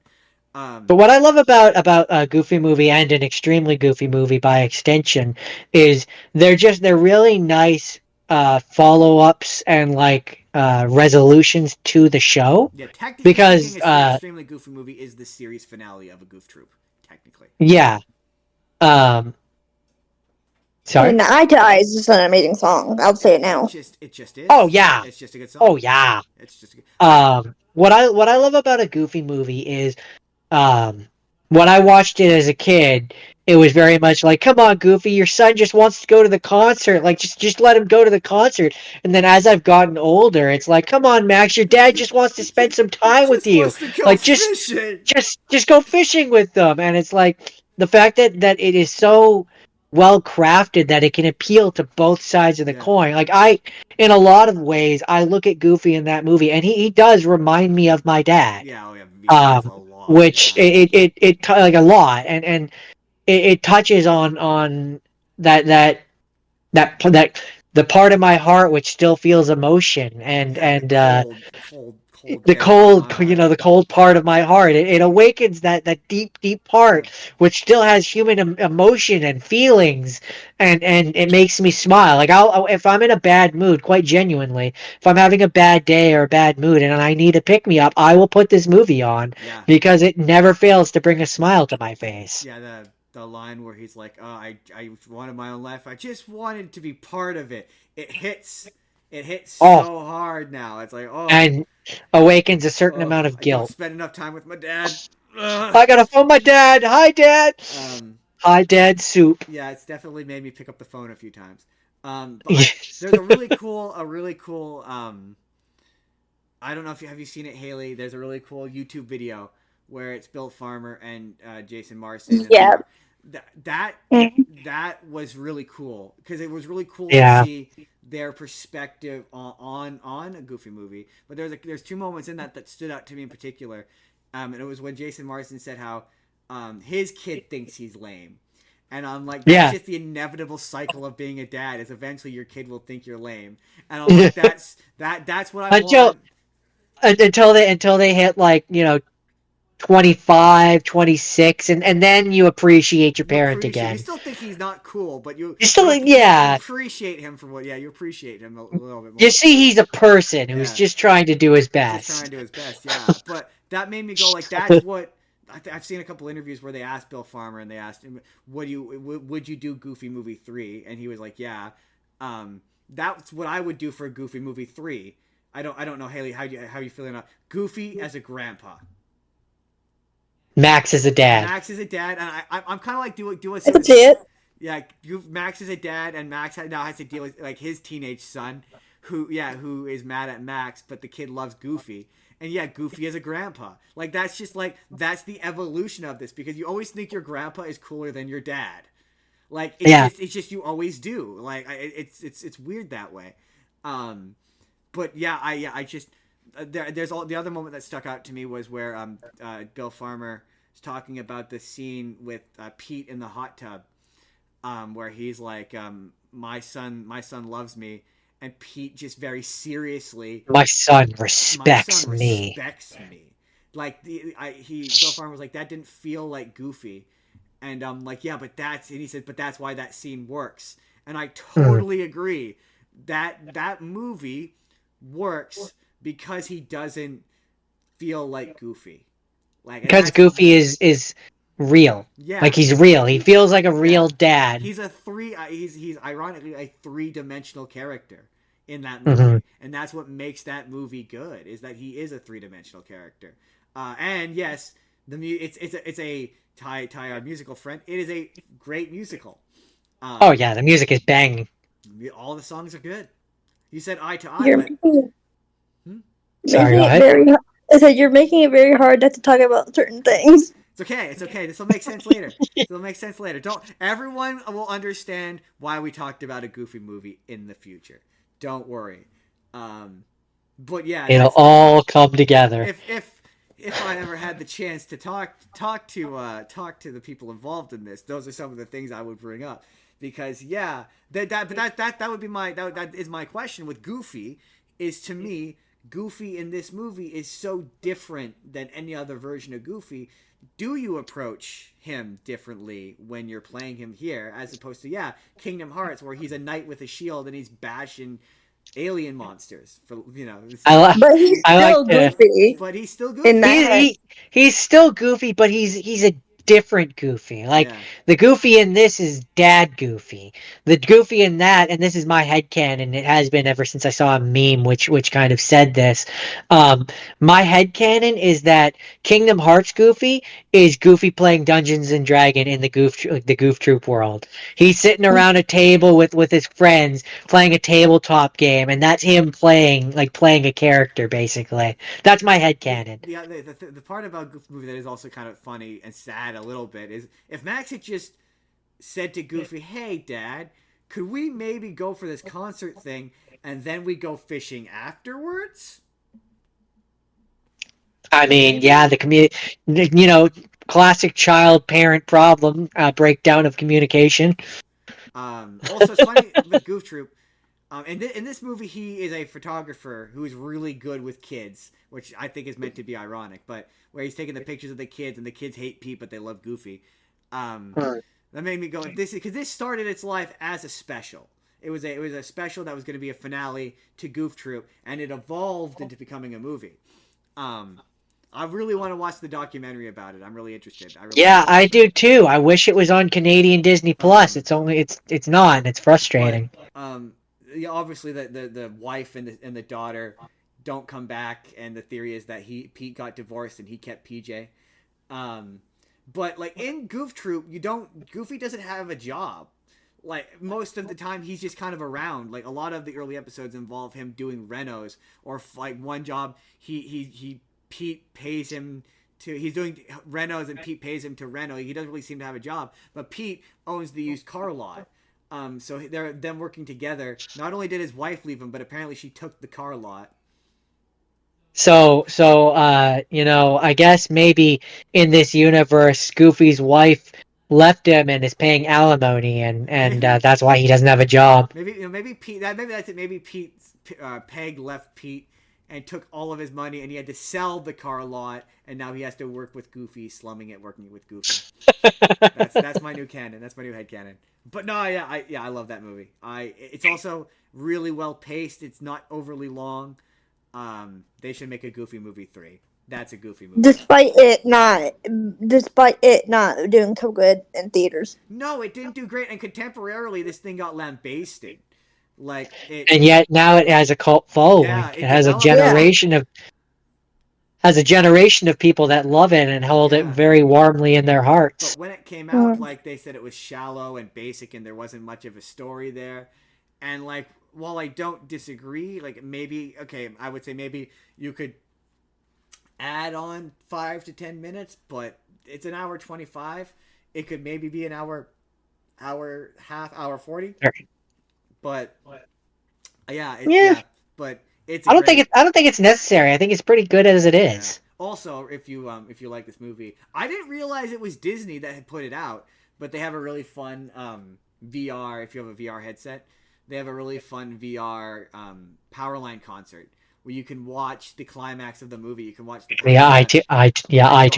and it's really funny because you can look anywhere and you could tell that they really hadn't thought out what the entire dance routine of that concert would be, because whenever you look at Powerline, he just repeats the same 3 dance moves over and over again, and occasionally walks back and forth across the stage. It's really funny. I love it. But I first saw it on TikTok, and I didn't realize it was Disney that Disney actually did it. Like, it's actually Disney. I went on there so many times just to watch that. It's really cool. I was like, that's really cool. The other cool funny thing about watching the documentary is they have scenes where it's the final version of it, and then they had a bunch of reference people do the dances in a studio, like in a white studio, and then they animated the dances from that. And it was this one particular dancer. He's the one who invented the perfect cast and all the dance moves they do. But what's really funny is during that eye-to-eye scene, it cuts to reaction shots, and you can see them dancing on the television in the background. But the focus of the scene is meant to be on Roxanne and all of the other characters reacting to them dancing on television. So you're not meant to see what Goofy's doing. So when you see these behind the scenes, you see the dance moves Goofy does, and they are way too coordinated. For Goofy, they're just they're so smooth, and I'm like, he's way too coordinated for Goofy. But then when you pay attention to Goofy doing it in the movie, you're like, yeah, no, that's un-Goofy like. That's un-Goofy like. He's too good of a dancer. I saw somewhere that people want Bruno Mars to play the eye-to-eye guy in a live-action Goofy movie. I saw that. I don't know how. That's a movie you could never do in live action. It would never work. Unless you want horrible Cronenbergian Disney characters. No. Goofy would look so creepy. You would? No. I saw one of those AI ones. I do not need a live action Goofy. No. I sent Jordan photorealistic AI Arthur, and we were both like, "This is upsetting." That's what it would be like.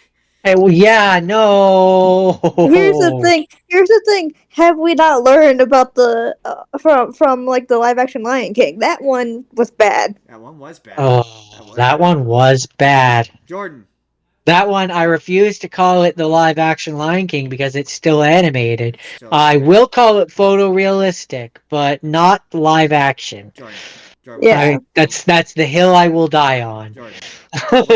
What's your next thing, Jordan?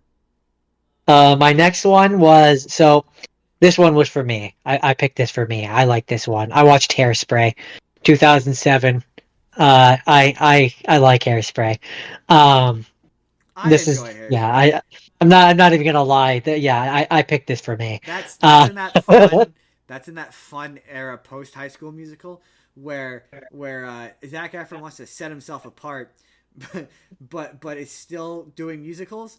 So my favorite line in that movie is when him as Link Larkin goes, "Kiss my ass," and then pauses because waiting for the audience, like watching it in the movie theater, to be like, "He said oh ass." yeah. Um, One of my favorite moments in that movie. It's funny every time.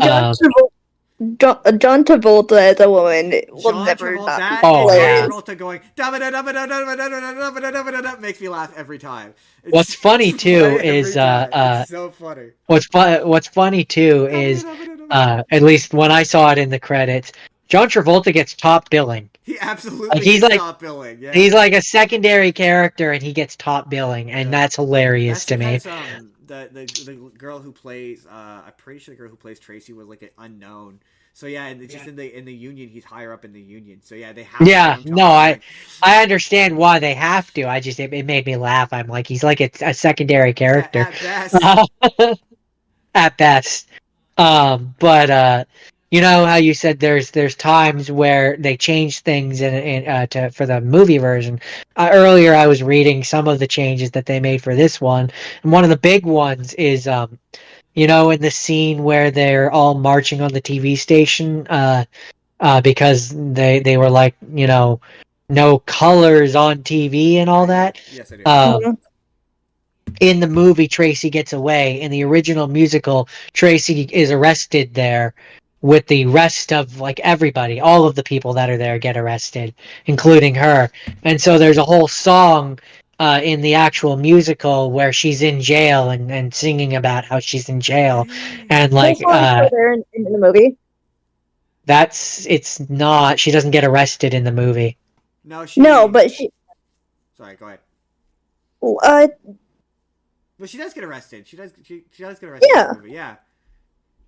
No, she doesn't. Yeah. She runs away. She runs away, and she's hiding at hiding at her friend's house, Right. and then that's what I meant. Yeah.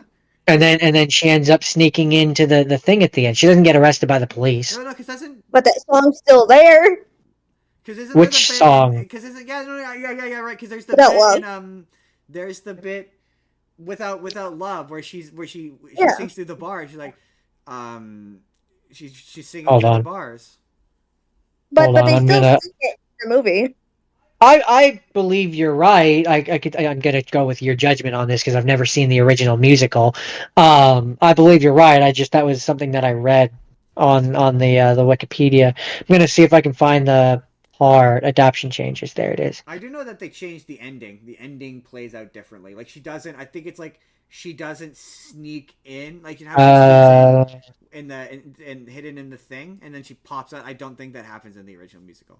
They changed several characters. Arvin Hogpile, Velma's husband Franklin, Courtney's assistant Tammy, the Beatniks. They removed the title Tilted Acres Amusement Park from the story. Velma being in charge of the station is different from the original. So the girl's mom being in charge of the station wasn't in the original. Yeah, there it is. The song that's eliminated from the jail scene is called "The Big Dollhouse." That's not in the movie. Huh. That's a song that's sung when she's in prison. Right. So that song was that's the one that I was talking about, where Okay. that was eliminated Oh, so from the she- from Oh, the I movie. thought you were talking about without love. I was like, no, that's in the movie. No. I was gonna say, yeah. When she in the original stage musical, she gets arrested when all of the rest of the protesters get arrested and ends up in jail and ends up singing a song called "The Big Dollhouse," Yeah. Gotcha. and then somehow gets out. I'm not going to read this entire. There's a long section here of changes between the movie and the original musical, but I thought that was interesting. Where I was like, oh, Yeah. okay, so yeah, no, cool, Yeah. cool that there's changes and stuff. But I love the songs. I have a bunch of them on my My playlist. Like favorite I is listen to these songs my a favorite lot. song in that musical is "Run and Tell That." That's my favorite one. Run and Tell That is such a good song. I enjoy "Run and Tell Um, That." One thing that it throws me off every time when I go from listening to the CD versions of songs to listening to the music version again is like, for example, the last song, which name I'm blanking on. Uh, you can't do you You can't Can't stop stop the the beat. beat. you got that? Thank you. That was it. How in the CD version, like they obviously combine it all into Yeah, like they cut one out all long that song, dialogue in the middle. all the dialogue and stuff in the middle, and so it's like I'm watching the version, singing along to it, and they stop to do the dialogue, and I'm like, oh yeah, right. I forgot there's dialogue here. Yeah, that I'm scene. so used to the CD version. I think that scene is Yeah. way longer in the, or it's longer in one of them. I can't remember if it's the musical or the movie, but they changed a lot of the ending. It's different. Um, but no, I like this movie. I like it enough that yeah, no, this was a for Jordan pick. This was Jordan a wanted to watch this Hairspray. was a delight. Okay, so my Sorry, next one. sorry. Hey, no, hold on. Oh, What was that, Haley? I was gonna say this is a little like a tangent, but like, cause did you know the song that Nessa Rose sings in the stage production of Wicked, um, um, called the the Wicked Witch of the East is not on the soundtrack, but for the Wicked movie, it's gonna be put on the Wicked soundtrack for part oh, two. I did not know that. that makes. I mean, that doesn't. That makes sense, but doesn't surprise me. I don't know what, but they do that sometimes, where they'll record a song and then it doesn't make the movie, and they'll put it on the soundtrack, and then that will encourage you to buy the soundtrack. Right, but she's Well, saying it wasn't on the soundtrack, and now it's it going to be wasn't on the on part the two one. original Broadway. It wasn't on the original Broadway cast album. Oh, interesting. Oh, so it's a deleted song from the play. Is what you're saying, or it was in the play, and they just It didn't was put in it. the Yeah, it was in the play, and they just didn't add it to the original broadcast That soundtrack. that does happen Interesting. sometimes. Like there's Interesting. there's examples in Book of Mormon, but that happens sometimes where yeah there's reprises or certain little songs that they don't put on the soundtrack. I guess that's their way of like enticing you to see the full version Mm. or the Yeah, live version. the actual show. Yeah. And Stephen Schwartz was like, "No, this time when we do Wicked for Good, and we have this soundtracked out. I'm I'm adding that song into the soundtrack." Good, good. Um, Okay, so speaking of um, but yeah, no, I like Hairspray. speaking of Yeah. Sondheim, no one was talking about Sondheim. Um, Herbert? my next one is Into the Woods. Into the Woods. Yep, that's a movie. I can't believe Disney did this. Like that's just like the Hey. number one thing. No, I just mean, are you familiar with the original? This thing has been cleaned up. Like this movie. Okay, number one, Into the Woods is very weird. Sorry. Disney, what did you expect? Yeah, I mean, yeah, but it's still weird and dark and like, I think the first time I watched this movie, I described it as it is some of the most upsetting imagery set to chipper music. Like when the sisters have their eyes pecked out by, like this is dark. A lot of it is the original. Yes, surprisingly dark. Yeah, well, to be fair, Well, I love it. I like this movie. I did notice how I like things about it. I figured out what the wording is. What's the word? Oh, I lost it again. Bird No, is the word. When musical, like when a person's musical style, you can recognize it. Their handshake, their Signature. I don't know, but anyway, signature. There's a certain moment in one of the songs where it sounded like if you've seen Sweeney Todd, the City on Fire. You know that song? Yeah. Yeah, there's a song in Into the Woods that's literally just that. And I was like, oh, I recognize that. That sounds like Sweeney Todd. Like a lot of his music aesthetic. Oh, that's gonna bug me now. A lot of his musicals sound the same. I'm like, oh, this is a Sondheim. I could tell it's a Sondheim. Style. Style. That's the word you're looking for. Style. Maybe it's style. Oh, it'll come to me after we finished. It'll come to me. I'll be in my room and it'll come to me and I'll be mad at myself. Probably. Yeah. This is just aggressively depressing. And what's funny is that's the point. And Disney. So okay. Speaking of changes, this movie changes a lot of the original musical. So it basically changes the entire second half of the movie. Because the whole point of it is how nobody gets happy endings is the point of it. So yeah. In this, wait, Hailey, have you seen the actual musical or just the movie? I've seen the actual You musical. have seen the actual. Okay, so for Jordan's benefit, Rapunzel is way more of a character in the original musical. She in the movie she just kind of fucks off and disappears, but in the musical she sticks around. And the princess, she's like, well, later, I'm leaving you now. But in the in the actual musical, both princes cheat on Cinderella and Rapunzel with Snow White and I want to say not Cinderella, Snow White and I can't remember. It doesn't matter. Another princess. They cheat. They get married and they're living a bored domestic life and they sing the song Agony.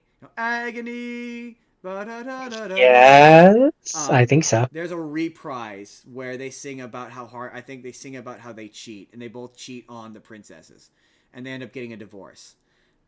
Classic princes. Yeah, the miller's wife still dies, and there's something else. They changed something else, but it's a lot more depressing shit happens in the back half of the original play.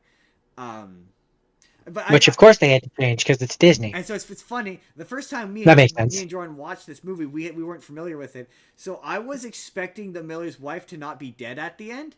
Like that was like we were like, oh, she's just dead. She just dies so senselessly and like for no reason, and like in the most pointless death where she just falls off a cliff, and you're like, oh, she's not coming back. How very un-Disney of you. Also, the song where Johnny Depp sings about how he wants to have sex with a little girl is weird. Yeah, uncomfortable. But to not the movie's defense, but to the musical's defense, in the original musical, she's supposed to be played by a grown woman. Like, if it sounds like the song is about how he wants to fuck her, that's because in the original musical, that's what it is. If it sounds like that because that's what it is. See, I love Johnny Depp. I love him as the wolf. I love that song. I love Lila Crawford as the Little Red Riding Hood. But it's weird. I thought he was perfect.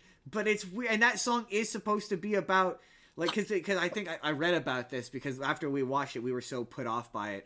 I had to be like, has to be something to this. And that song is about what it sounds like it's about. It's about having sex. It's supposed to be about, yeah. And so, same with when she talks about, I was trembling, I was scared, whatever she sings. She's supposed to be an adult woman in that musical. Like, she's supposed to be played by an adult woman. Like, she's not supposed to be played by a child. So that is weird. The fact that they cast a child, because you have to, because it's Little Red Riding Hood. But that's the song that made me go, this is supposed to be for adults, this musical. Why did Disney want this? Like, I don't get it. It's not. It's for kids too. They made it. That's why they made it like that, because for kids. From what I read, I don't know. I read that it was the very original version of it was explicit, meant to be more. It is supposed to be more explicit. There's a lot more explicit jokes that the movie just cuts out and gets rid of it. Yeah, because that's for kids. Yeah, that's what I'm saying. The movie's for kids. I'm saying the original musical was meant for adults. Yeah, the musical. Yeah. That's what I'm saying. The original musical is very much meant for adults. And so just the fact that Disney went, we can make this for kids, is weird. Like all Is a this, choice. yeah, all the stuff that's weird is weird by design. That's Mm. what's so strange about this. Also, like every actor in it, there's no polite way to say this. They all think they're gonna win an Oscar for this. All of them. James Corden is doing this like weird. He thinks he's gonna win an Oscar performance. Meryl Streep is chewing scenery like you when she's chewing every scene she's in. Like she has this one song that I couldn't figure out what she was trying to say. It's the one she sings before she dies, where she's just screaming. She's like, ah, da, da, da. And she's singing about how everyone should hate her, and it's this really Last midnight. yeah, Last Midnight. That's the one, and it's just this really belty number that like I don't know if you're familiar with the phrase Oscar Bation, but it was an Oscar Bation. Like Masturbation. she was Oscar baiting so hard, like she was like they and the fact that this thing was not received all that well critically, like she was. I think she got nominated for I think Best Supporting Actress for this, and I was rooting against her because I was like, it's so over the top. She is so over the top in this. But I enjoyed her this time, I think, more. But yeah, this movie's so weird. It's not that I don't like it. It's just my thing is it's really strange. It's a really strange. This movie is kind of like if Disney had tried to do Sweeney Todd, like that's what this is. Like it's a weird, very strange movie. I don't hate James Corden. Like I'm discovering over the I hate him. I hate him. See, that's I don't think that's unfair. I really don't. Like I'm not gonna be like. I've heard he's a dick. Yeah, I've heard he's a dick. He ruined Cats. Yeah. Oh yeah, and there's Cats. Yeah, and Cats. Oh, I'm gonna have to watch Cats one time. I think. I think that's next on my For the list. content. For the content. I won't. I will watch it for the content. There's not much there is stuff I'm unwilling to watch for content. Thus far, in most of the things I've watched him in, I am not hating. You know what? We might have to do pick an actor for, and I'll do James Corden, so then I can watch some of his other stuff. Watch some Gavin Spacey. Because I didn't mind him in Peter Rabbit. I thought he was funny in that, and I like a lot of his late night bits. Like I enjoyed his late night show, and I didn't mind him. I didn't mind him as LeFou. He was not LeFou. That's He was not Isn't he? LeFou. That was no, that was Josh I Gad. was gonna say that's Josh Gad. Right, I'm mixing the two up. I do that. But yeah, very strange movie. It's a Sondheim. I understand why you like it. It's not. I'd say it's a bad movie. Really, the only one that I would actively say is a bad movie is Mamma Mia. But even then, I still get why you like it.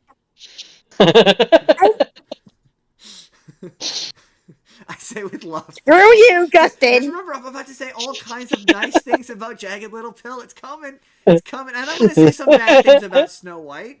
Maybe not as many as you're expecting, but I'm going to say some bad things about Snow White. We're going to beat up on Snow White. Don't worry, it's coming. You have good things to look forward to. There's things to look forward to. Do I? Jordan, what's your final? Is this have not seen or have seen? I'm on to have not seen. Have not seen. First, have not seen. My first have not seen was Mufasa, the Lion King. Yeah, I haven't seen this. Which, so okay. Wait. First, Hailey, have you seen it? Do you care if George spoils it?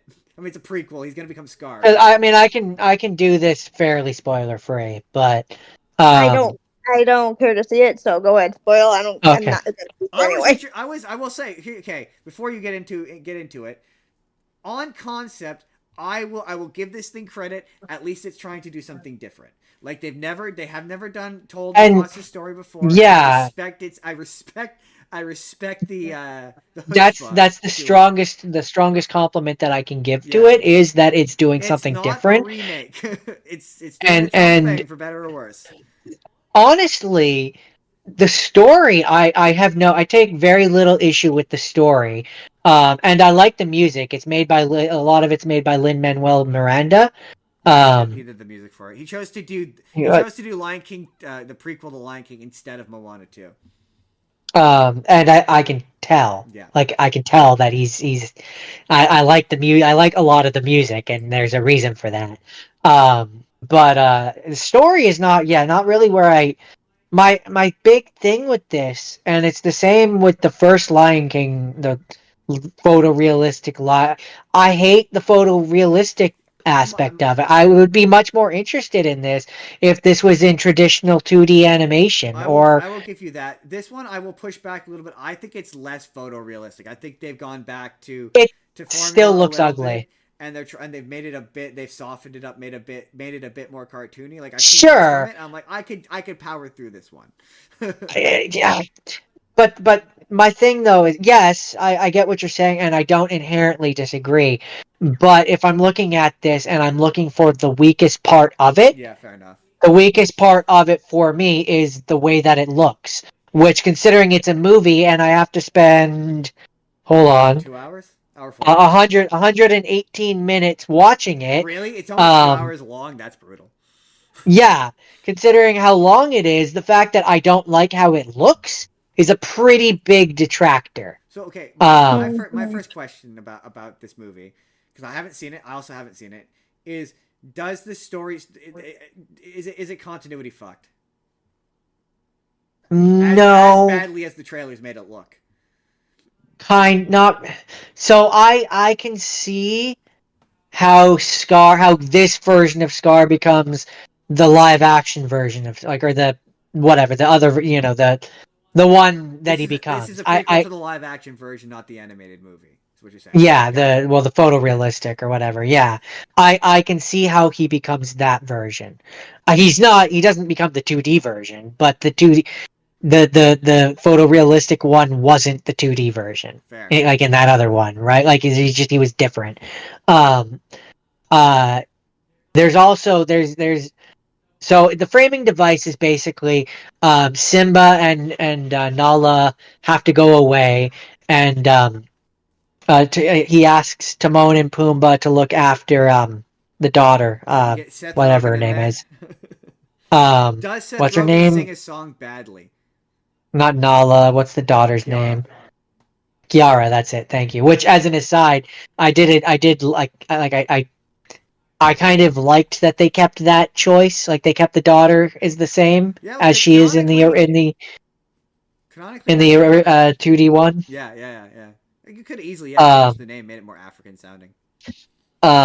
But yeah, no. So, he asks them to look after her, and then Rafiki is there and tells her the story of her grandfather, and so you have interludes where it cuts back to them, and Timon and Pumbaa have to interject and like comment and stuff, It's and like the and that's Princess kind of the Bride. framing device.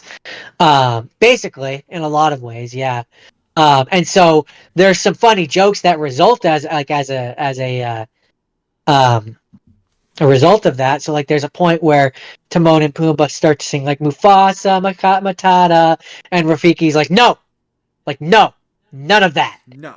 Basically, like poking fun at the fact that in the live action Lion King they sing and they're terrible at They're singing, and people terrible. lambasted the fact that you had two people that couldn't sing a song in a musical. Why would you have So, like, a character it who's a feels like tenor not sorry. it feels like they're very intentionally poking fun at that in this, which I thought was funny. Um, uh, but basically, because I know ultimately what your question so why does Scar turn his back on Mufasa? In the short version is, Sarabi. Oh, Um, women.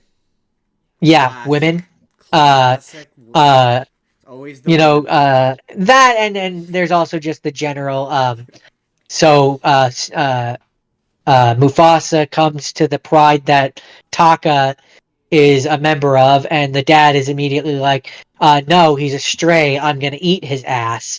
And the mom is basically like, no, give him a chance, like let him compete to basically to join in or whatever. They do him and Taka Scar do a race where it's like, if he makes it to the tree first, he gets to stay as part of the tribe, but he lives with the women. like Mufasa goes and lives with the women, which is like a dishonor and yada yada yada yada. Obviously Mufasa wins, lives with the woman, is trained to be a hunter, and is like good at fighting and stuff. And so there's a point where, and meanwhile there's this whole subplot or side plot, whatever. Of there's the white lions who are slowly killing off all the other tribes, the prides and stuff, because of course so they that are. they can be the king of the or the Lord of the Thrones. Uh, It's Game of Thrones. I knew it. I we knew it. get I knew it. It's uh, lying Game of Thrones. It's lying Game of um, Thrones. I knew it. I fucking and knew it. and because they want to be basically the lions all believe there's this. Is the one Lion I'm gonna King gonna unite the 7 Lion Kingdoms? I'm gonna give you the name of the You're place not that they're saying trying to no. get to. Which was like a name which I can't I'm really right. remember. I'm right. He's not But acknowledging that I'm right. He's also not acknowledging that I'm wrong. where is it? Uh, I don't remember what the name of the place is, but they're trying to find this mythical land, basically, Yeah, and it's the Pride Lands. They're looking for the Pride Lands, but it's got a they're different name. I read the it's Wikipedia got a article. different name. Yeah, Yeah, yeah, and it's really stupid. and so yeah, basically, uh, uh, Scar is like at a certain point is like. Mufasa has everything that I should have had, you know, the girl, the respect, yada yada Oh, so yada, he's an etc. incel. etc. Basically, in a lot of ways.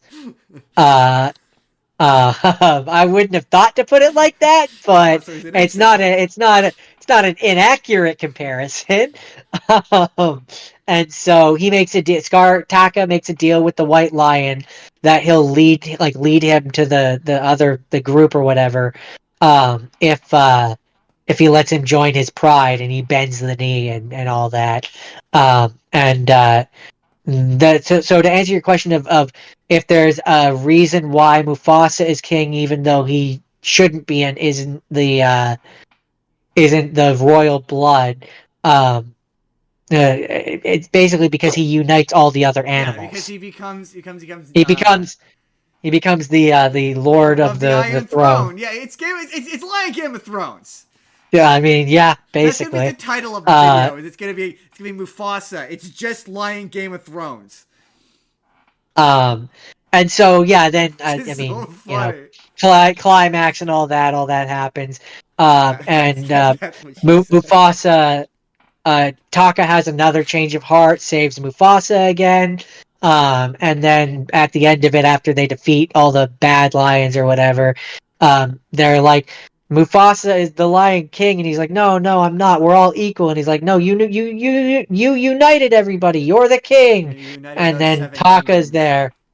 Taka's there, and he's like, my brother will be allowed to remain, like he'll be allowed to stay here, but I can never call you by your name again. And he's like, call me Scar. Dun dun dun.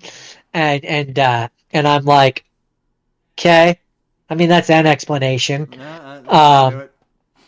And then the movie ends where it's back in present time, and Mufasa or Simba and Nala are back, and they've had another cub, and I think it's a boy, and Kiara is like I'm gonna let me tell you the story of the great king of the past, Mufasa, as if she's gonna tell the story she literally just heard, and that's how it ends, and it was fine, All right. you know. All right. As far as these movies go, I appreciate that. Yeah, that it's a fresh story. Yeah, I That mean, that it's it's trying not something just different. I respect that. yeah, and the music isn't bad. It did fairly well. It had a budget of 200 million, which is an aside. Ooh, 200 million. And it had a box office of 722.6 million. So I don't know if they're going to do a sequel to The Lion King and do a quote unquote Lion King 2, which takes place after. I feel like they are because I feel like. Did Haley? Yeah. You sent me that this morning. I think they are. Yeah, I think they're gonna do probably Yeah. their own version of it. It'll probably include the son though this time. Yeah, I'm guessing. I But They're include the son. following the story of the Lion King to Yeah, the original one too. I'm sure they will. But being that they introduced the sun in this one, Yeah, they have the sun there now, so that'll provide some because I don't know if changes. you know, the sun has his own show. Doesn't he come from the? I was gonna say, doesn't he come from the TV His show? name is Kion, and there's a lot of that show. There's an episode of that show where they bring Scar back. It's a weird show where it's a show for like 5-year-olds, 6-year-olds, but it gets weirdly dramatic at times. The Lion Guard. Lion Guard, yeah, Lion Guard, yeah. yeah. They eventually brought Scar back, and they as a ghost. It's his spirit or something. Yeah. But Kiara shows up on that show as a character, but she's older. It's when she's an adult or teenager. Whatever. But yeah, I guess to sum up my thoughts on Mufasa the Lion King is It's just Game of Thrones. okay. That's your summation. My final thoughts on it is my final thoughts on it is the story is good, but it's hard to. Yes, they are more expressive in this one, but they're still not expressive enough. Yeah. So like there's moments where it's like it feels like it's supposed to be like deeply impactful and meaningful and emotional, and it's just I'm not getting that from their faces. Is that it? That's it. That's the Lion King.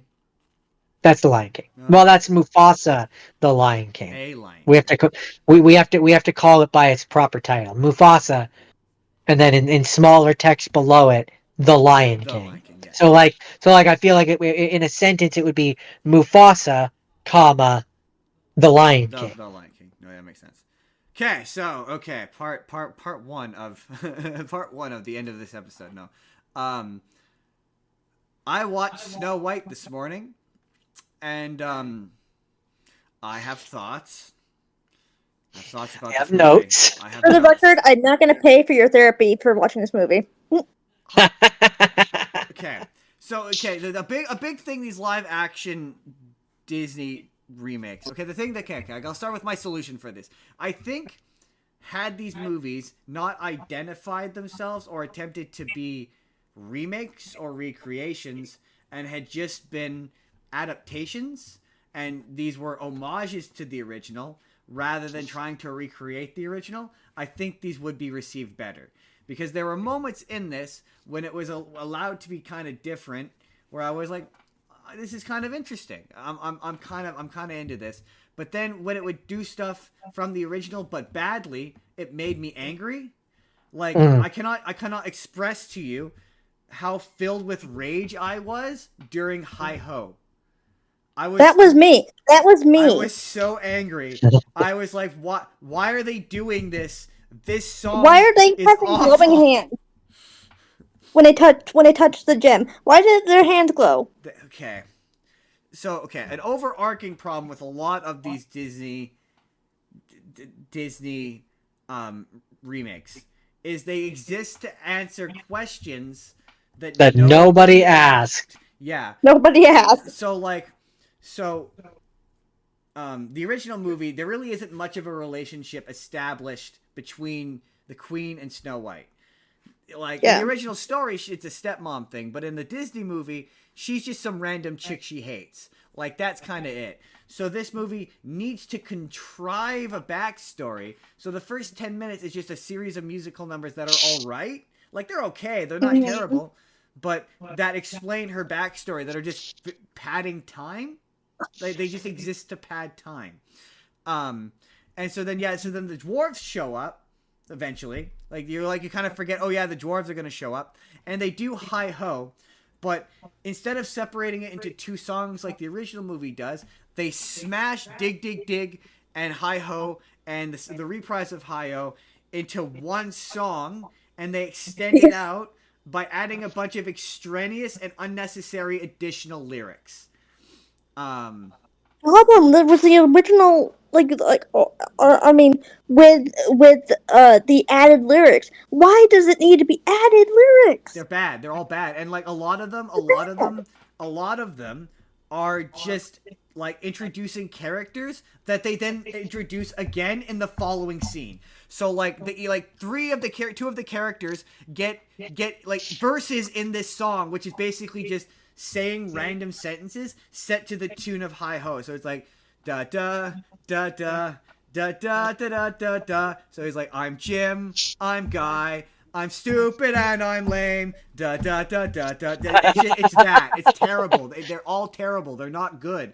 And then they do the same thing with dig dig dig, and like, so eventually Snow White shows up at the cottage, and it needs to head off the criticism that I made of the first one, which is she shows up and then just kind of infantilizes the dwarves by teaching treating these grown adults like they're children.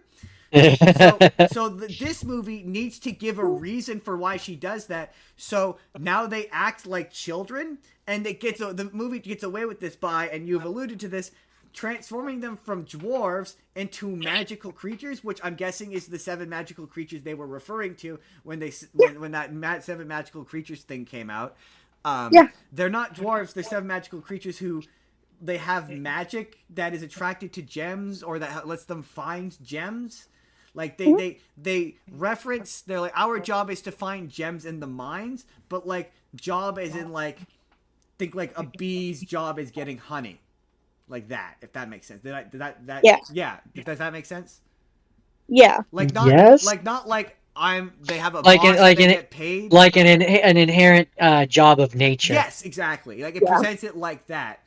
And so they get to be and then the other one is, why doesn't Dopey talk? We need to explain why Dopey doesn't talk, so Dopey becomes an integral character in the plot. And then they get him to talk. Come on. They have him talk at the end. That's his big payoff for that. Because he can't just be a dumb moron. Right. They can't just have to be a dopey idiot who doesn't talk. That's not, because he hasn't found the right thing to say yet. He's dopey. It's in the name. He's dopey. Name, but he's dopey because they all call him dopey because they're all mean to him because he doesn't talk.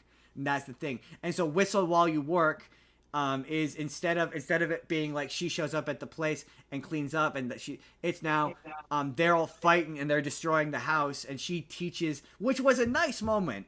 It was not. Don't lie. I will say I like her as Snow White. They do strike a balance. To be fair, this is where I didn't.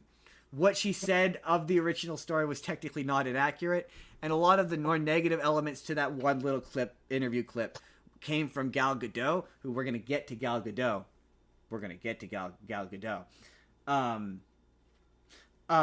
She is not the worst part of this. They do strike an excellent balance of making her like the original, where she's a soft-hearted, kind-hearted individual, and she's inspiring a lot of good-naturedness out of people, and they balance that with she's a girl boss. Like, I thought this was gonna be like Once Upon a Time. She's just a girl boss the entire time, and she's just sassy, and she's saying quips, and she's saying, but that's not really. She's more of an idealist than anything. She is not the worst part of this. And also she is a good singer. Like she has her version of remember Speechless? Okay. No. You remember the song that the climax of Aladdin stops to do out of nowhere? Oh yeah, the girl boss song. Yeah, she has her own version of that. And it's not the worst song of the originals. It's not the worst one. The worst ones are the ones where they're doing like Whistle While You Work does the same thing. It's adding extra extraneous unnecessary lyrics and changing the lyrics, and that's where I'm. So I guess here's my question, as someone who hasn't watched it and an outsider looking in, you're talking about all these redeeming qualities. Is it actually good, or are the rest of the live action remakes so bad that by comparison this one doesn't seem as bad? I'm not saying it's good. This is me being nuanced. It's bad. It's a bad movie, but for reasons I'm going to get to. Sorry. What's that, Hailey? I was like, where did that fucking water come from when she was running away into the woods? She falls into? Okay, to be fair, they do establish okay, in order to explain, they established that magic exists in this world, so it's theoretically a magical force. That's where it came from. Would be my response to that. So what you're saying is magic flying pirate ship. Yeah, basically, yeah. So for Jordan's benefit, you know the scene where she runs through the forest, and it's made clear in the original that it's like allegorical, and she's just seeing the trees just look scary. In this, she's freaking out. Yeah, in this, the trees are literally scary, evil magic trees. But to be fair, the movie does establish that magic exists in this universe. So for that element of it, I'm like, I get it. It's magic. That's her scared look. Her scared look. I'm sorry, but the original Snow White movies, Snow White scared look. I mean, to be fair, would look better. The original was an animated movie. This is live action, so it's never going to be exactly 1-to-1. Yeah, I don't think she's the. She didn't scared at all. I don't think she's the worst part. I saw what they were going for. They were like, okay, this movie. And another thing that sort of heads up is she's not insufferably perfect. Like a thing about the original Snow White is she has no character. Her only character flaw is that she's stupid. Like Justin, we've been over this. Naive. The word you're looking for is naive. If you prefer, she's a bad.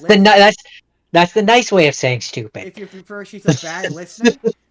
She's a bad listener. She doesn't listen very well. Doc is like, don't let strangers in, and she immediately so that's another thing. What's that? Take an apple from you, strange old woman that I don't know. Well, okay. So this movie heads that off by having her have enough age. I guess what I would say is this gives the character. She is characterized close enough for me to the original while adding enough agency to her. Where when Gal Gadot as the old woman shows up at the end with the apple. She's not. She's discerning at the very least, being like, "Who are you?" And like Gal Gadot comes with like proof that she knows the boyfriend, so you at least get why she believes her in a way that is believable. Now it's fucking stupid that then a whole like she eats the apple and then she falls asleep, and then where the original movie ends, there's 20 minutes of additional movie left for a climax that's stupid and pointless. I'm beating around the bush. The worst part of this movie is Gal Gadot. Gal Gadot is fucking awful. Like, she can't sing. The one thing that I kept coming back to was like, I said this to Jordan earlier before we hopped on. I said, all I could think of was better actresses who would do this. I didn't have an issue with the songs. She just couldn't sing them. They were power songs. They were power ballad songs for a power singer. Like Entangled. I wish I could remember her name. The woman who plays Mother Gothel. That kind of voice. She would be perfect for this character. That singing voice would be perfect for this character. Gal Gadot can't hit any of the notes. She has no power. Maybe she can sing, but she can't sing any of these songs. Like there was a moment at the end where she started to sing. It was when she. I think it was when she was turning into the old woman. Sorry, what's the name? Donna Murphy. I knew. I was gonna say Donna Summers, and I knew that was wrong. Yeah, I was gonna be like Donna something. Donna Murphy. Yeah, her voice would be perfect for this character's songs. Like Gal Gadot is awful. She's I saw so many reviews of this that went, "Is Gal Gadot a bad actress?" As if this was, it just kind of seems like Wonder Woman was like a one-off fluke. Because she is horrid in this. I'm kind of mad about the transition scene, because that in the original was so cool, and why didn't they just like replicate that at least? Yeah, sorry, Hailey, this is a reference only Jordan's gonna get. It was like Sneeze regeneration from Doctor Who. Like whose regeneration? When Matt Smith turns into Peter Capaldi and he goes, oh shit, and he regenerates and he doesn't do the big. It's like it's over kind of thing. This is a similar thing where she goes like that, and then all of a sudden she's CGI old woman. They don't. That's awful. Yeah, they don't do like a real scary. Like, yeah, this is not scary.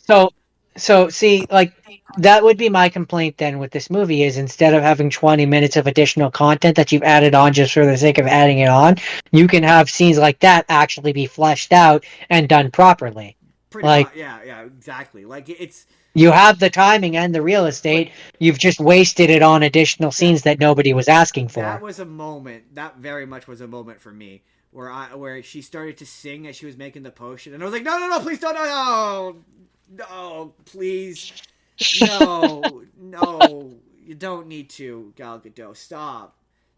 And like, yeah, No.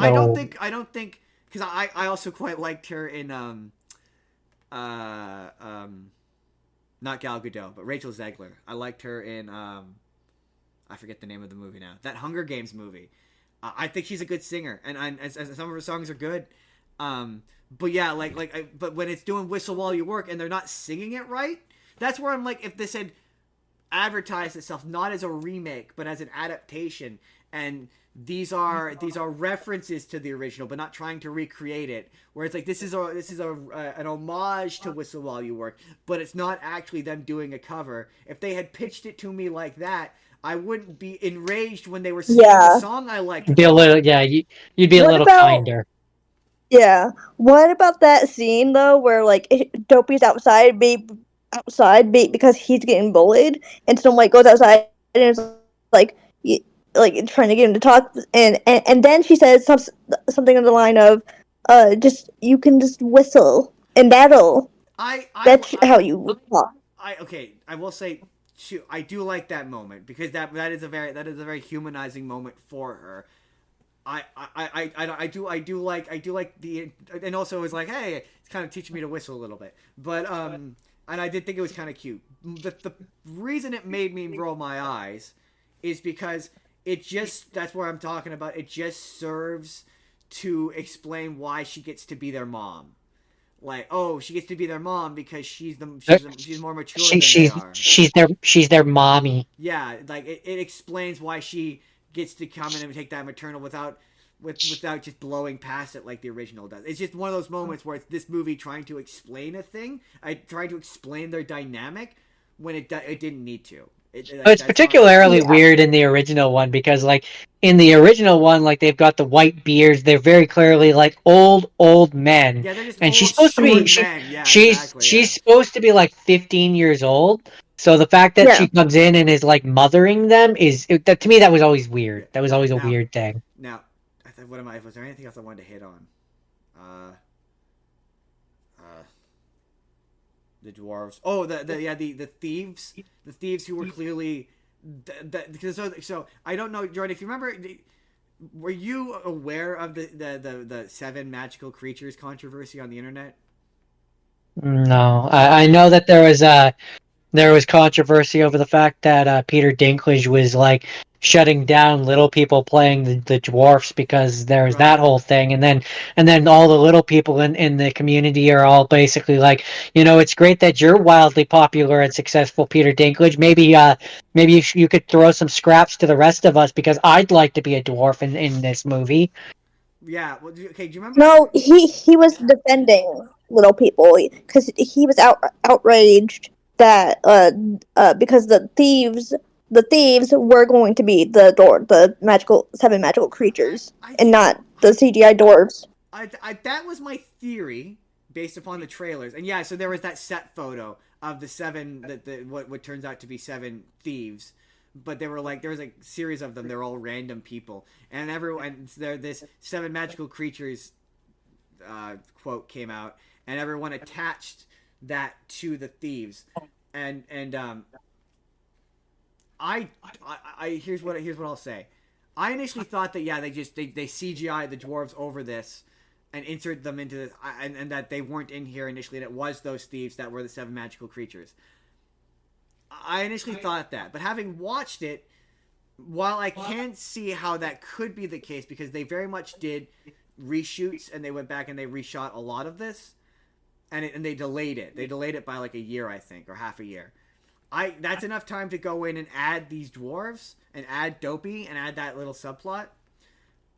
I don't know. Just from a scripting standpoint, removing the seven magical creatures that as the dwarves from this, I guess maybe it was more of her being a girl boss in the woods because they don't have the prince in this. That's the other thing. There's no prince.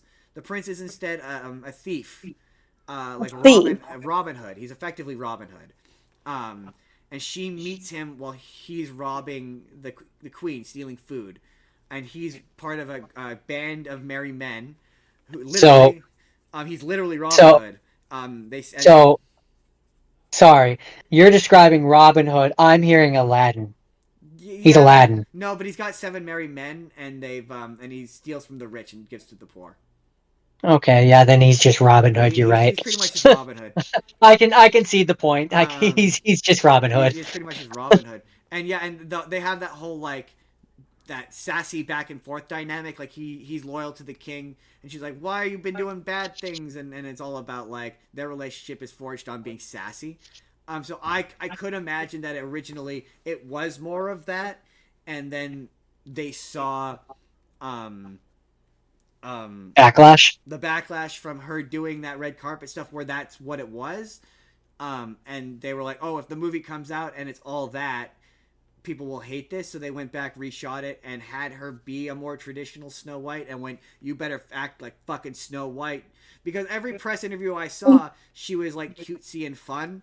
And it kind of does read like, yeah, they went and reshot, made her act more like Snow. Like it added more of the her with dopey stuff and less of the her. Because her and the prince aren't in it a whole ton.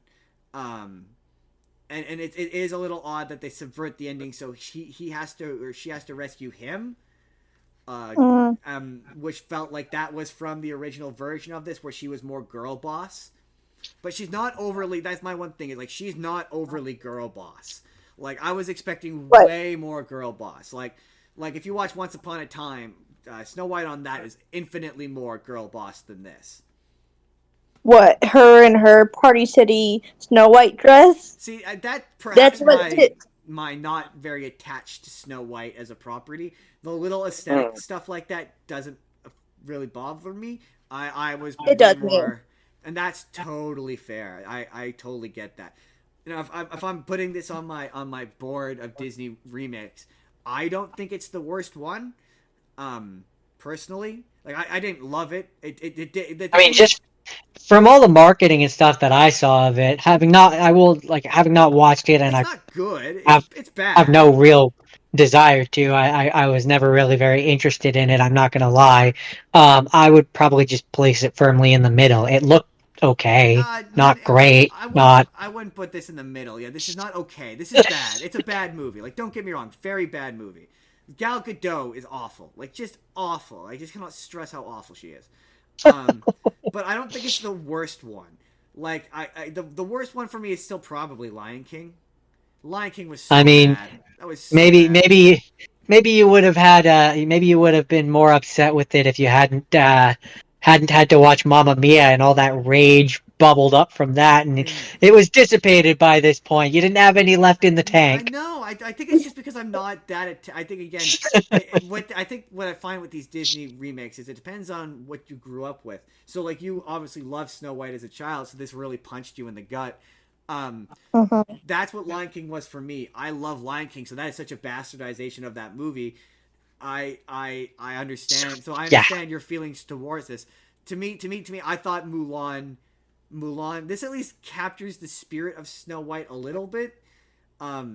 Mulan to me was way worse than this because Mulan just isn't Mulan. That one hurt. That one was that. Bad. I mean, Snow White. I mean, Snow White hurt, but that one hurt. Like at least a million times worse because. Sorry, go ahead. Sorry. Yeah, I said that one. I mean, Snow White hurt, but Mulan hurt a lot worse though because that movie came out the year I was born. Oh, really? Oh, yeah. See, the Snow White at least. Okay, my thing with Snow White is at least the dwarves get to be in it, right? Like Grumpy, there's a really funny, there's a joke, there's a couple jokes that legit made me laugh. Like one that made me laugh. Sorry, that was me. Sorry. There was a joke in the Snow White that genuinely made me laugh, and it's Grumpy being like, we're all where we're supposed to be. So you're happy, your name is Happy, so you're really happy, and I'm Grumpy, so I'm misunderstood. That made me laugh. I was like, that's funny. Yeah. So at least the dwarves are in it, right? Like at least they're in it. Whereas Mulan, Mm. Mushu doesn't even get to be in Mulan, or the cricket, or any of the shit, like any of the levity or shit that made that movie fun is not in that movie. So to me, that's way worse, like way worse. I would say the Like same thing about. Cricky, Sorry.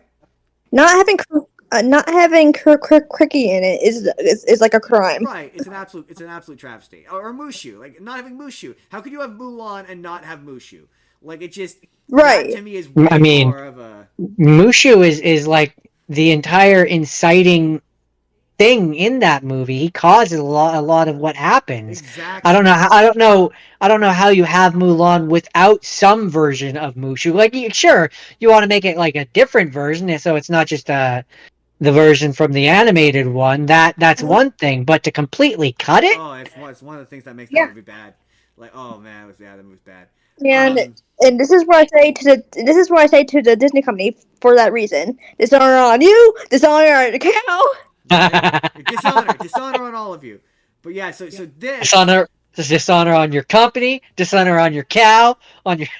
but so this I will not call this good because I will not call it good or like a lot of these Disney movies I go like it's harmless. Passable. It's passable. Like it's lazy, but at least but this was bad. Like I when I watched the it was like by the third lazy slant rhyme in their bad version of Hi Ho, and I was like this is the one song I like in this movie and like one of the few songs I like in Snow White, and you're ruining it. Like you might as well not do it, and that's why I'm like I think if you had not called this Whistle While You Work, given it a different name and been like it's an homage to Whistle While You Work, I would hate it less.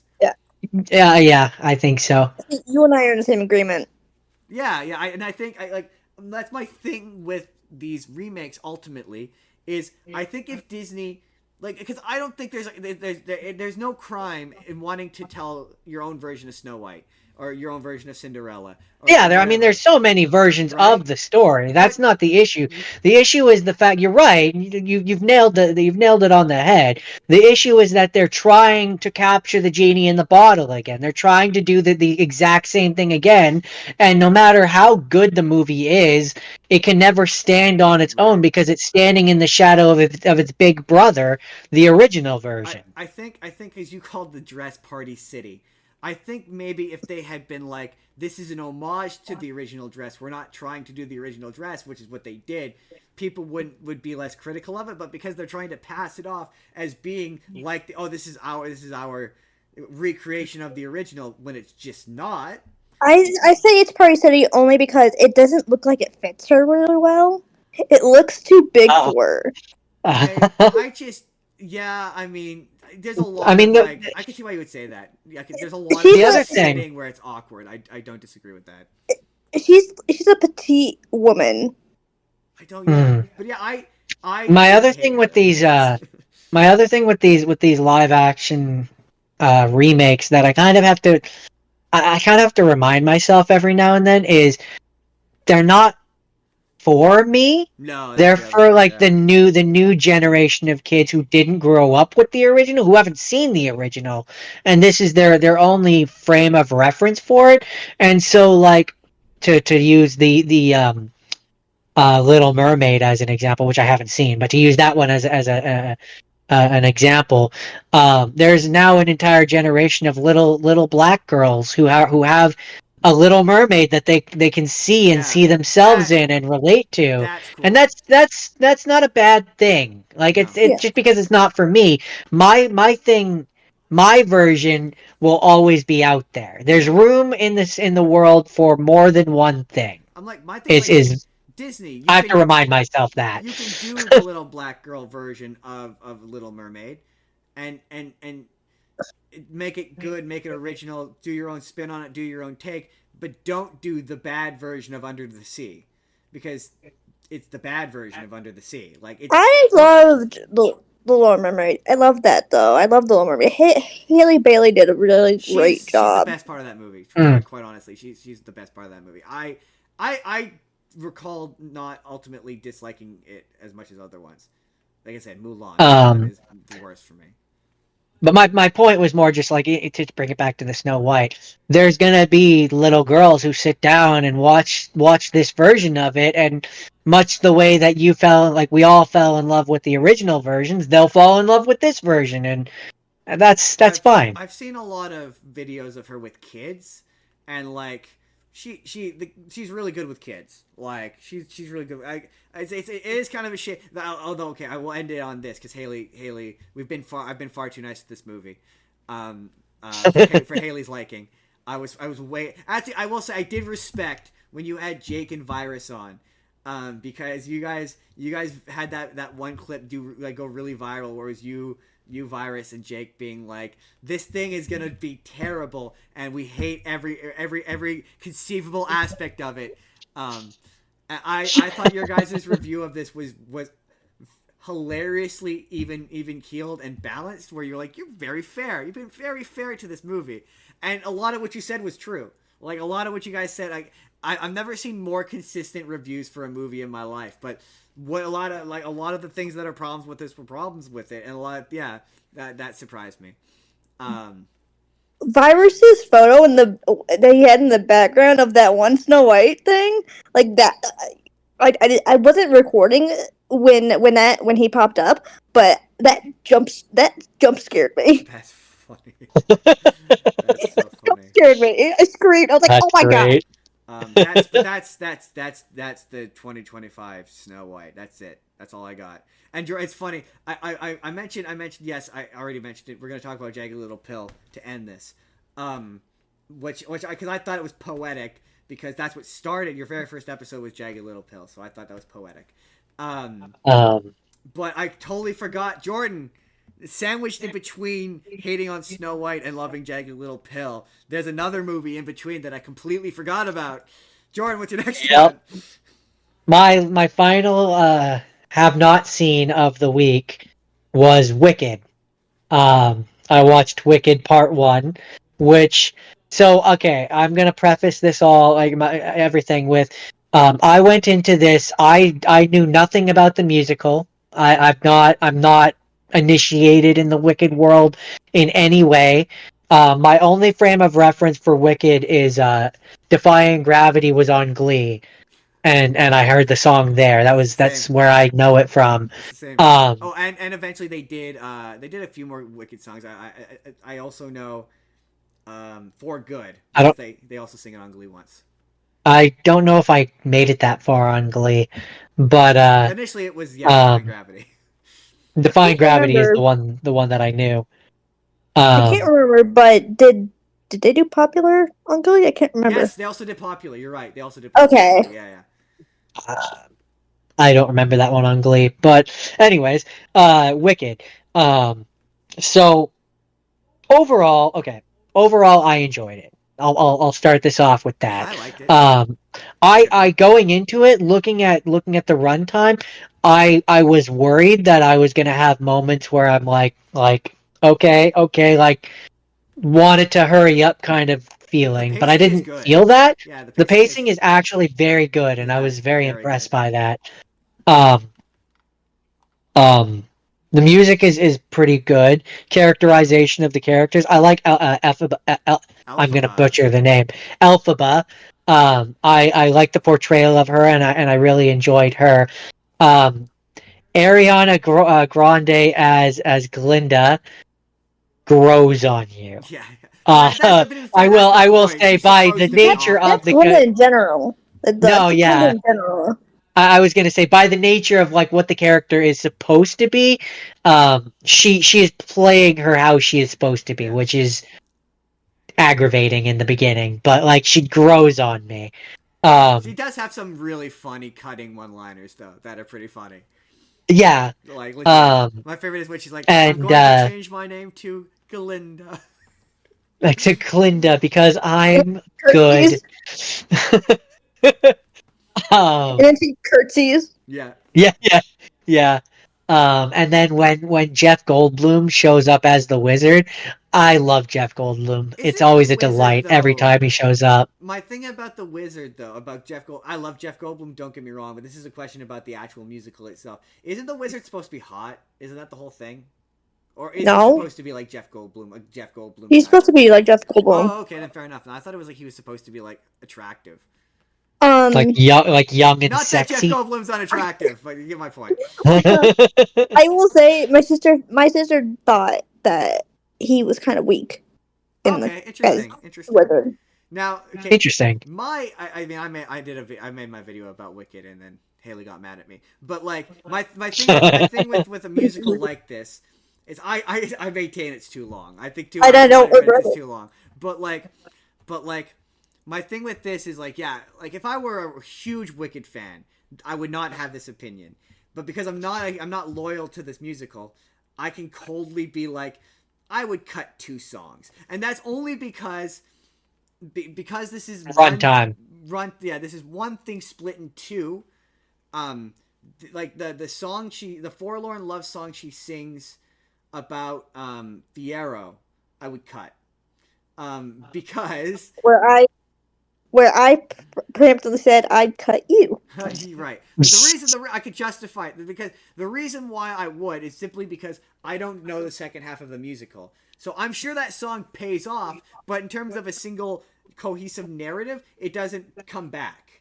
Like she sings this love song, and it seems like they're going to be in this movie, right. it doesn't It anyway. doesn't come back, right? Because it's one half of one play. So like, yeah, I'm sure in the second half in the second movie it'll come back, but it just makes the movie 4 minutes longer. And then the other one I would cut is I would cut the first half of the song he sings. I would cut. Because the second half of that song, it leads into the bit where they become friends, which like is legitimately touching. Where she shows up in the hat and they sing that song about how they're friends now. That moment was legitimately touching. That touched my heart. So I can see your argument, especially for the forlorn love song that you're talking about. But I want to do a but there. But I understand if you're a fan of this musical, why you wouldn't want to. I recognize that's a me thing, and that's me being a cold editor. that's me. That's fair. I was just gonna say, I can see where you're coming from with that, and if I felt like the movie was dragging, I would agree that like I would want those cut and to clean up. And there are a few moments here and there where I can see where some time could be theoretically shaved off. But I didn't feel like I never felt like it was too long.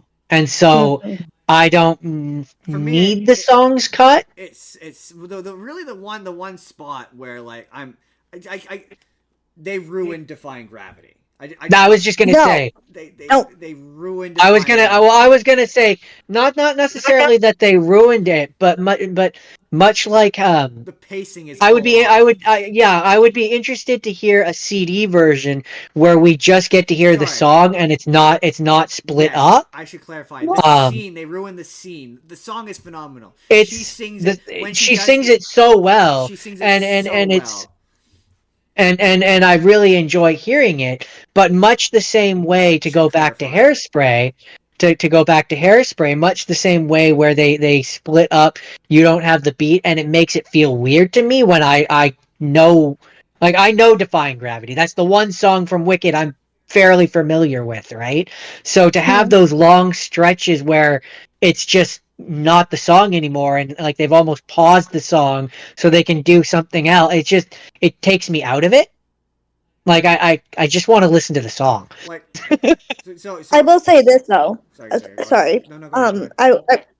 I will say this though. On the soundtrack, it's like the actual full song. It's not. There's no like break. Exactly. That's my point. Is like it's like the Hairspray one where on the CD they've just got the song. It's not split up, right? So I would just in the movie version trim some of those moments where she's not singing, maybe make them a little shorter, not get rid of them necessarily completely, but like there's the one scene where like she's diving down and flying around and stuff, and it's like we could make that shorter. We could cut. Like we could trim it down a little bit. In my opinion, the musical Tighten it version up. is the perfect length. In the musical version, the full version of it is like 7 minutes long. This, it blows it up to 15 minutes. And it makes that sequence 15 minutes long.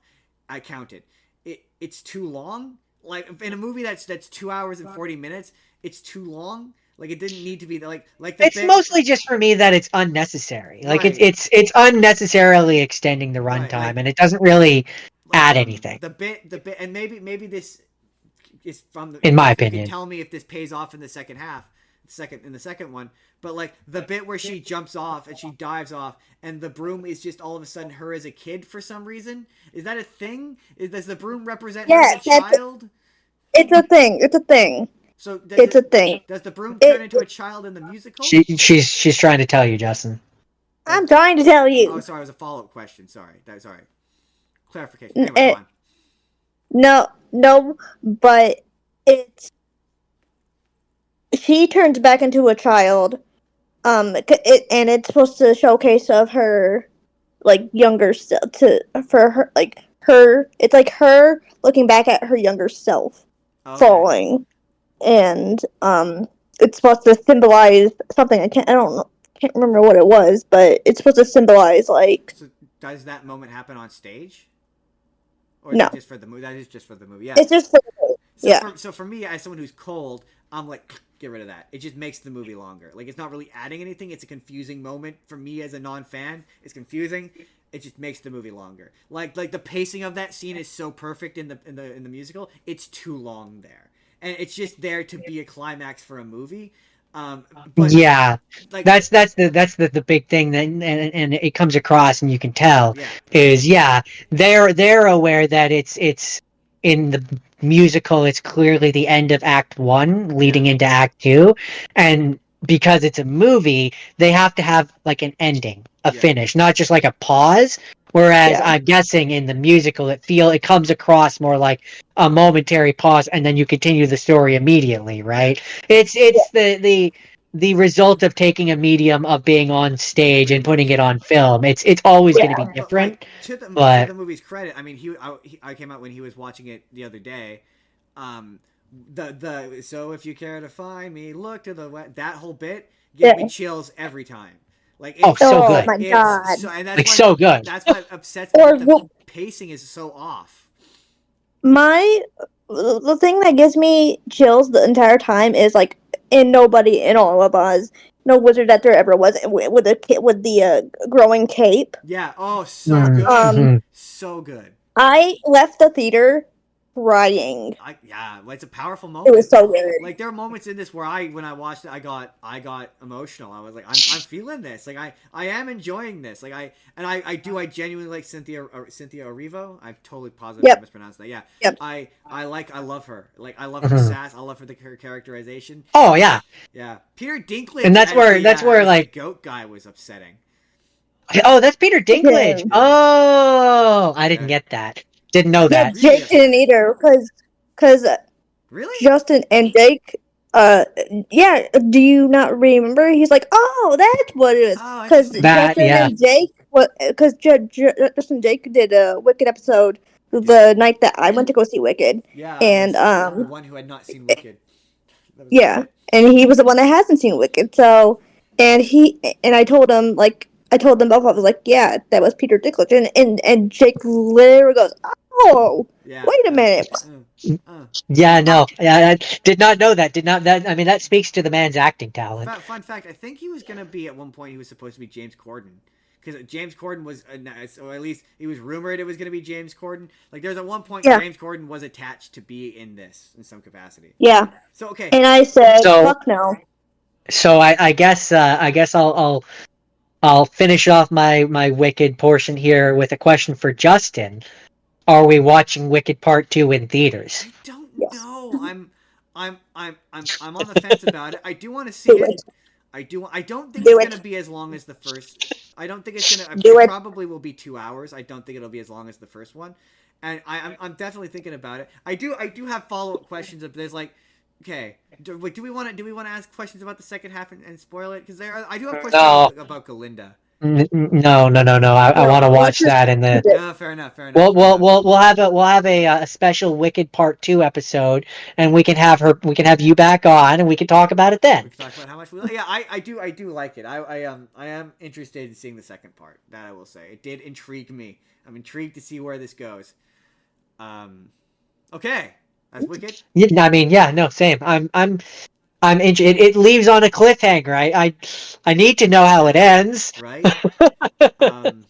Okay, so that I guess that's Wicked. So finally, we're gonna talk about Jagged Little Pill. This Nice. this is your favorite musical of all time, right? Be nice. Okay. I guess well, Be kind. be kind. No. Oh, that's from it. Nah, that's a That's a line. This was the thing that started part of your Broadway world. It was the first episode you ever did was talking about this musical, right? Oh. Remind me? Yep. Yes, okay. Yep. I fucking love this musical. It's so good. It's legit. It's good. It's a really good jukebox. It does. Okay. It's really really good. I really really love it. The performances are really good. Just if I any criticism, which is minimal, it's just that it's a jukebox musical, so there's a lot of times where these songs weren't really written to be part of a story or a narrative. So there's times where they don't really fit, but then there's other times where they really, really do. There's also a really weird. Okay, you would know this better than I. Did Alanis Morissette write the story of this? And was she involved in it in any capacity beyond the music? No, but Diablo Cody did. Diablo, okay. Because there is a very... And she wrote 2 of the songs. Yes. She wrote 2 songs for that production. Yes, she did. Predator is phenomenal. It's really yes. good. It's a harrowing moment. We're gonna get back to it because I have to explain to Jordan the story of Jagged Little Pill because he doesn't know it. I refrained from telling him too much about it. So I'm uninitiated. The other moment that was before I jump into the story. The moment for me that was really weird. When they eventually you know the song Ironic, Jordan? Not by name. Isn't it ironic? It's like rain on a summer day. It's a free ride. On your wedding day. Oh, that's what it was. When you're on your wedding day. I'm so bad with that. I'm just trying to get the rhythm so he gets that dun dun dun dun. And who would have thought? It figures. Sounds familiar, but I probably would recognize it if we had the actual. Yeah, I was gonna say if we had the actual singer. But there's a character who's like, it's just like, none of that stuff is actually ironic. It's just a bunch of bad stuff that's getting worse. And it's this really weird meta moment, and then one of the main love interests is like, I like the lyrics because the framing device of her singing ironic is presented as this character has written it as like a poem. So she's like, it's a poem. Okay. I can't remember how exactly she describes it, but she's like, so I'm like, so a song, and so yeah. So sorry, go on. But that's the joke though. No, I get that. That's the joke. Yeah. That's the joke though, because even the classmates are like, but it's not. Yeah. It's not irony. The idea is they're in this class where they're learning how to constructively criticize stuff. And yeah, so eventually one of the main love interests, this is the scene where he gets introduced, comes out and he's like, I think it's brilliant. I think the thing is brilliant. And I'm like, if Alanis Morissette wrote this, it's a little narcissistic and a little self-indulgent. Just a little bit. But no, it's very okay. So the plot of this is basically, it's about a seemingly suburban family, a perfect suburban family. It begins with her name is MJ, named after a lyric in one of the songs. She is writing a Christmas card and she is presenting her family as being perfect, and she says how she's gotten in a car crash and she's healed herself with the magic of goodwill and holistic medicine and exercise, and her family is perfect. When in reality, she is addicted to pills. Her husband has a porn addiction. The daughter, who is adopted in black, has a girlfriend and is a lesbian that they don't know that she has. and the only one who seemingly is completely perfect is the brother, who is gotten into Harvard. Have I gotten anything wrong so far? You got everything That right. sounds right. And so sort of the inciting incident of the play is the kids go to a party. And did I miss anything plot wise? I don't think I did, right? I did you talk about how Steve Healy is the dad and he's like kind of a workaholic? Right. So Steve Healy, yeah, he's the dad, and he's the one who's addicted to porn, because his wife won't have sex with him. Which, you know what? Fair enough. Steve, as an aside, Steve is like the best character in this because he's just a legitimately good guy who like didn't really do anything wrong. Like he kind of does everything right, and he has a moment at the end where he apologizes a bunch, and I'm like, I don't really think you did anything. I mean, to be fair, she's like, I'm the one who's addicted to anyway.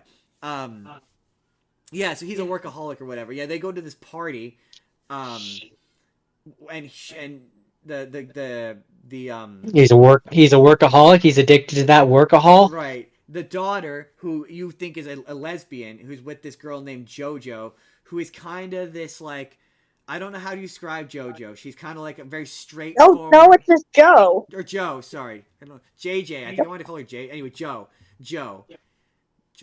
Joe is a very like straightforward kind of character. I don't know how to describe her, but she's Straight laced. No, like she's kind of sassy, kind of. Her whole bit is she's non-binary. That's from the original. She's supposed to be non-binary, so she dressed in masculine clothes, and her parents, her mother in particular, is constantly trying to get her to dress like a girl. That's the whole bit. Got it. And she is in a relationship kinda with the daughter, who again is black. With Frankie, yeah, Frankie is the name of the daughter, and I'm glad. See, this is why I'm glad you're here, because I would have had way more difficulty doing this by myself. Yeah, she's with Joe, and they go to this party. They're invited to this end of school party, and the brother's name is Nick. He's head of the football team, right? Not All-star. All-star. Everyone loves. No, not the football team. But yeah, the football team. Is it? It's either football or basketball. It's American. Sports ball. He's doing a sports ball. He's doing a sports ball. Yeah, everyone loves him, and he's gonna go to Yale or Harvard. I'm pretty sure it's Yale. Harvard. It's Harvard. And the Harvard. the mother spent all this time working to get him into Harvard, like being on him. So he's like the perfect golden child. They go to this party. That becomes important later. They go to this party, and that she bonds with this guy that she met in class who defended Ironic.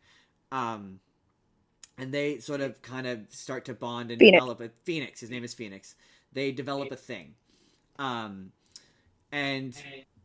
the brother connects with his best friend and a female childhood friend, and they sing a song about all this stuff happening at the party, and it cuts to the next day, and they're now at school, and these pictures have been passed around of Bella Fox. Yep. Yeah, and they're of her shirt open, and it looks like she has had sexual intercourse at this party, and but she was SA. Right. Well, you don't know what's happened at first initially, and the sister and Joe are they're like looking for a cause kind of people, like they want to protest. That's kind of their whole deal. And so they find out they're like taking pictures of her without her consent violates her consent. We should go talk to her and see if she's okay. And so they go check on her, and that's where you find out that she was raped. Sorry, YouTube. Was assaulted at this party. I was just gonna say SA, and you went right for it. I went right for it. You have to, man. It's that kind of story. And yeah, you find out that raped. You find out. I don't know. Is it in that conversation where she reveals that it was the best friend? That's that we. Find it was Nick's best friend. Nick's best friend, but is that initial conversation? She reveal it there or later on that it's Nick's best friend? It's implied. Oh well, Trying to remember. I think it was revealed there, but I think it wasn't implied in like the beginning Right. And stuff. so they It find was out that she. implied at the party. Right, yeah, no, it is there because like Frankie goes back to the house and she goes Yeah. looking for Nick, and that's where Nick reveals, or eventually eventually Nick reveals that he watched it happen, he saw it happen, basically. Yeah. And he didn't say And he didn't anything. say anything, and the mother is not JJ is not particularly supportive, and she tells him that she shouldn't. And her whole thing throughout this is she's been taking progressively. So she has a song early on, Um, or she has a moment yeah. early on where she goes to the pharmacist to try to Yeah. get more pills, and she's already been to 2 doctors and they won't give her any more pills. And she has this song which is really well done. And I think it was the original. The thing about watching bootlegs, slime tutorials, Which slime tutorial did you see it was though? Did on. you see the? I found it Did you, through I found it through Google Drive through a Tumblr.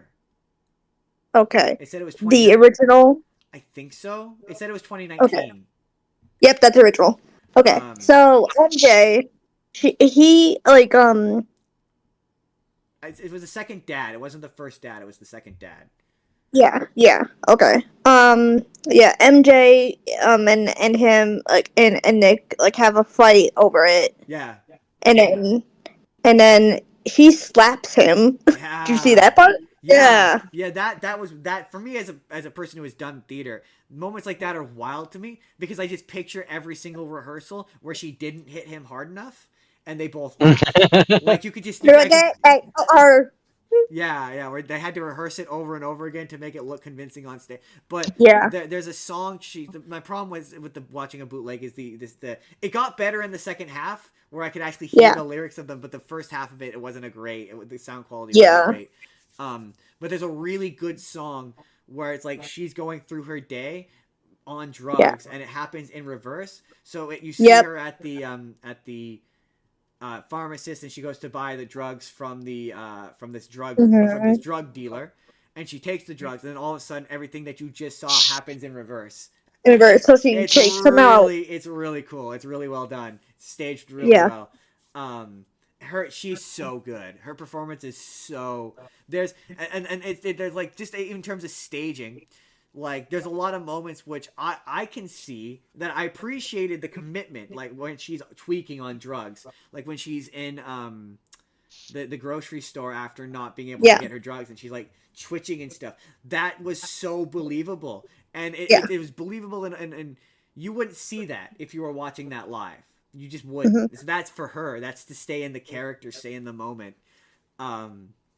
My favorite thing though of that whole entire everything going backward scene, the jump rope guy, jump Yeah. roping Oh, backwards. so good. That it takes skill. So good. And yeah, so I can't remember when you find out. Okay. Do you find out about what happened to MJ in college before or after Frankie and Phoenix do the do? Before, Before. I believe it's when Catherine, You're right. when Sorry, go on. it was when Bella goes to talk to MJ and she's in the kitchen It is. making. It's in the You're right. It's in the second half of. It's in the second half because the second half opens with they're in marriage counseling, and that they come back and Joe walks in on them, and that's as they're getting back from. You're right. Okay, so at the end of the second half. Sorry. Or no, I think like that happened, and then her and her parents are walking home from like the therapy session, and then Joe says the famous line, and he was wearing dog tags like a douche. Right. Yes. That's Lauren Patton, right? Yep, Lauren Yes, Patton. yeah.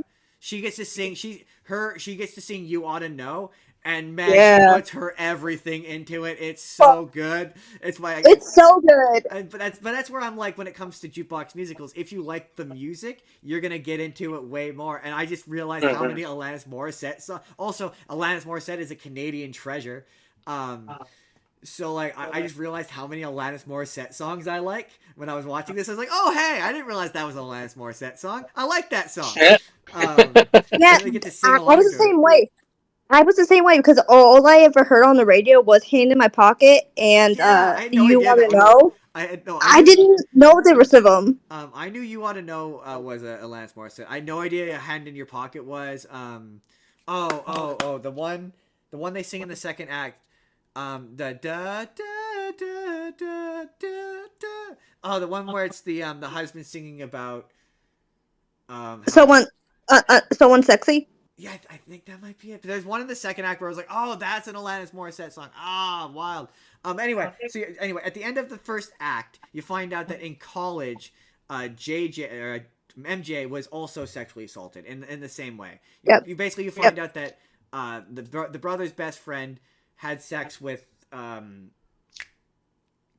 Bella Fox. Bella Fox. Had sex with her while she was unconscious, basically. And the same thing happened to MJ when she was in college, and she's basically telling Bella Fox to push it way down deep and bury it and pretend it never happened, and you'll just eventually move on with your life. No one will believe you anyway. Victim not helping victim kind of stuff. And she's telling there's a really eventually the brother confesses what happened, and there's a really just upsetting song going through what happened at the party, which like culminates in this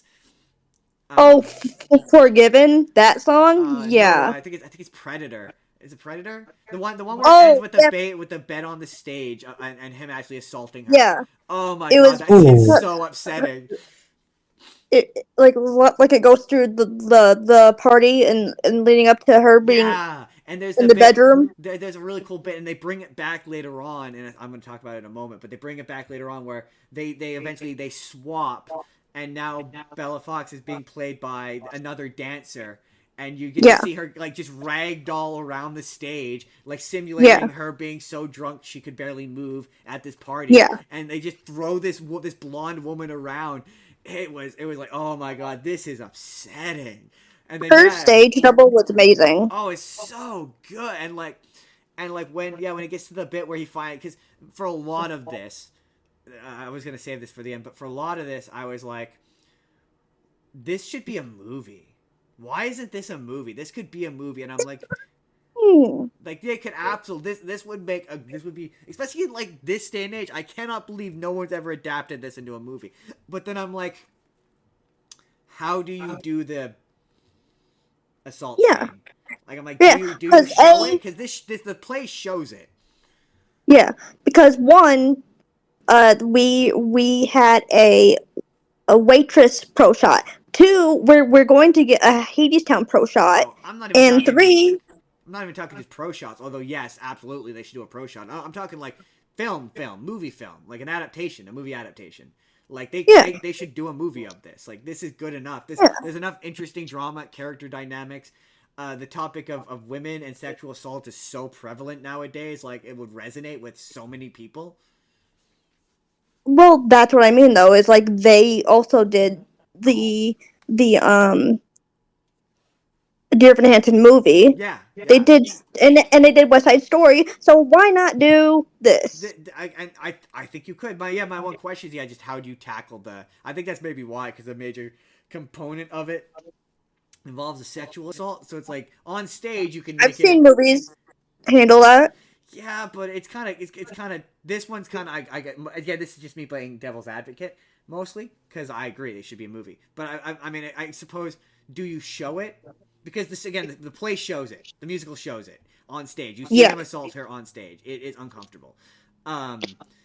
In movie language, they would probably allude to it without directly showing it. Probably, yeah. I guess that's the only thing that they could do. because otherwise, just from what you're describing, it But would probably be too graphic. It cuts back to the mom and the son because this is him telling her what he saw, and it turns out he stood there and watched and then just walked away. And she gets pissed and she's like, "What the fuck?" Basically, why didn't you do anything? And she like starts to have these flashbacks. Oh, and also there's been this sort of running plot throughout it. Her and the husband haven't had sex in a year. They're not connecting. She's not, and she's again addicted to these pills, becoming more. She's trying to taper off of them.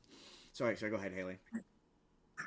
I was just gonna add to what you were saying was like, yeah, like where she's like, yeah, she's like, what the fuck, and she's like fighting with him, and she's like basically chasing him, Yeah. and then like she pushes him, and he fights back with like yelling at her, and then she slaps him. Yeah. Well, yeah, that's so she's basically like, why didn't you do anything? And he's like, I would if I could go back. I would change every blah blah blah blah blah.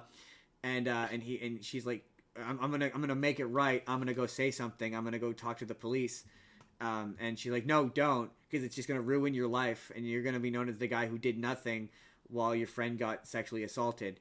And he's like, no, why are you getting mad at me for wanting to do the right thing now? And she's like, because you didn't do the right thing then. That's what mattered, and you fucked up. But there's like, her life is ruined. There's no sense in ruining your life too. And yeah, that's, I think, at that point you had already, she has a song where she sings about how she's basically said, or she has a monologue, I think is what it is, where she's basically like, yeah, I thought, where she's talking to God. She's at a church and she's talking to God. And she's basically like, even forgiven. When it happened to me, I thought that it was your plan, and I thought it was what you wanted, and I like justified it to myself, basically. And yeah, and so then what happens next? Sorry, we're going through this. Then the daughter Frankie has this whole thing where she's black, and the parents tried to raise her as though she was like, didn't really draw attention to her race, which has made her resentful, and she runs away.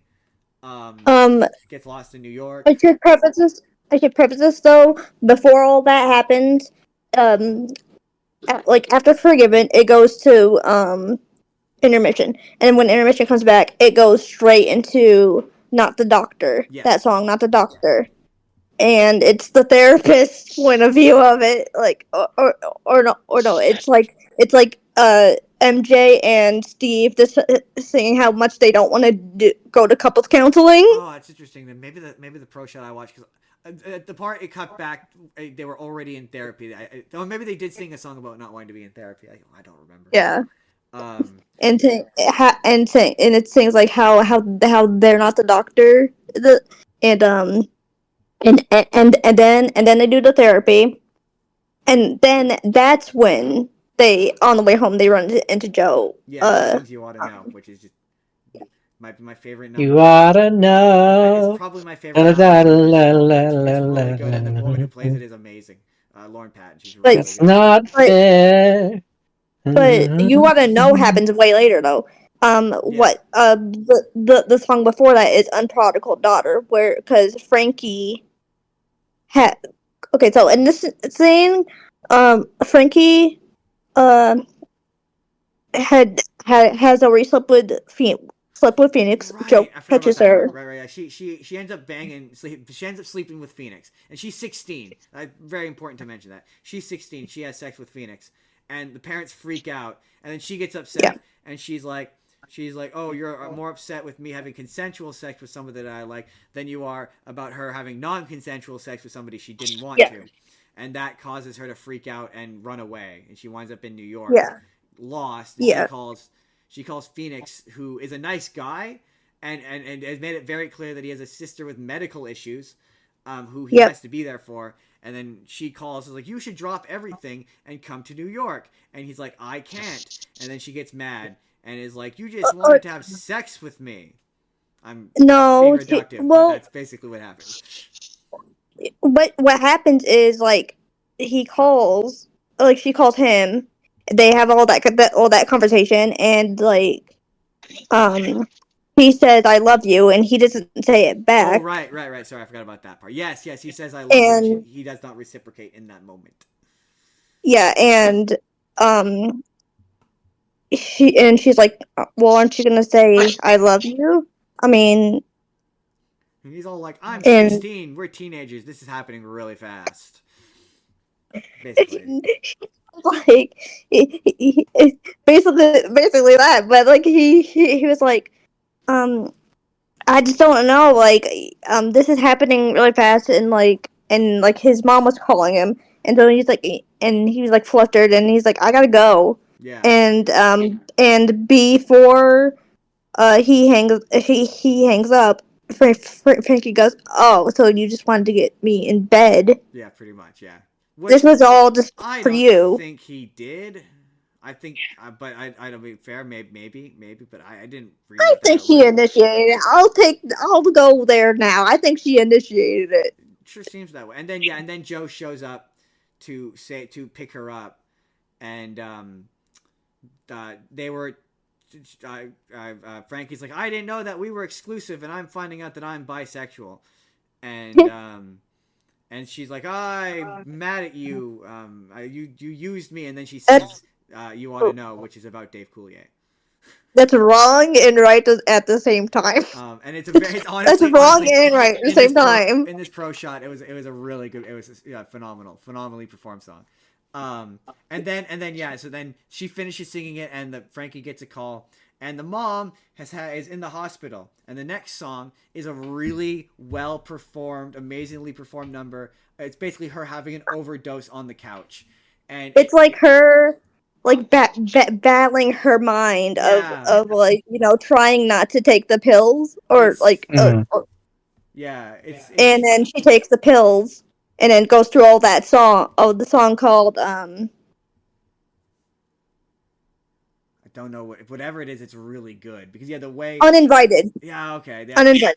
It's really good. It's represented as her, and that's where I'm like, this would be really cool if you did this in a movie and you made it really trippy and psychedelic. Yeah. And like, there's a moment. It's her on the couch, and she has a body double, and the body double is her, and the body double lip syncs everything she says. So it's like this part of her is singing to her, and it's just a white couch in a black void. And I'm like, this would look great in a movie where it's just a black void and a white couch, and it's you CGI the face onto this body double, and this would be so good in a movie. Like that and then like, this would be a good movie.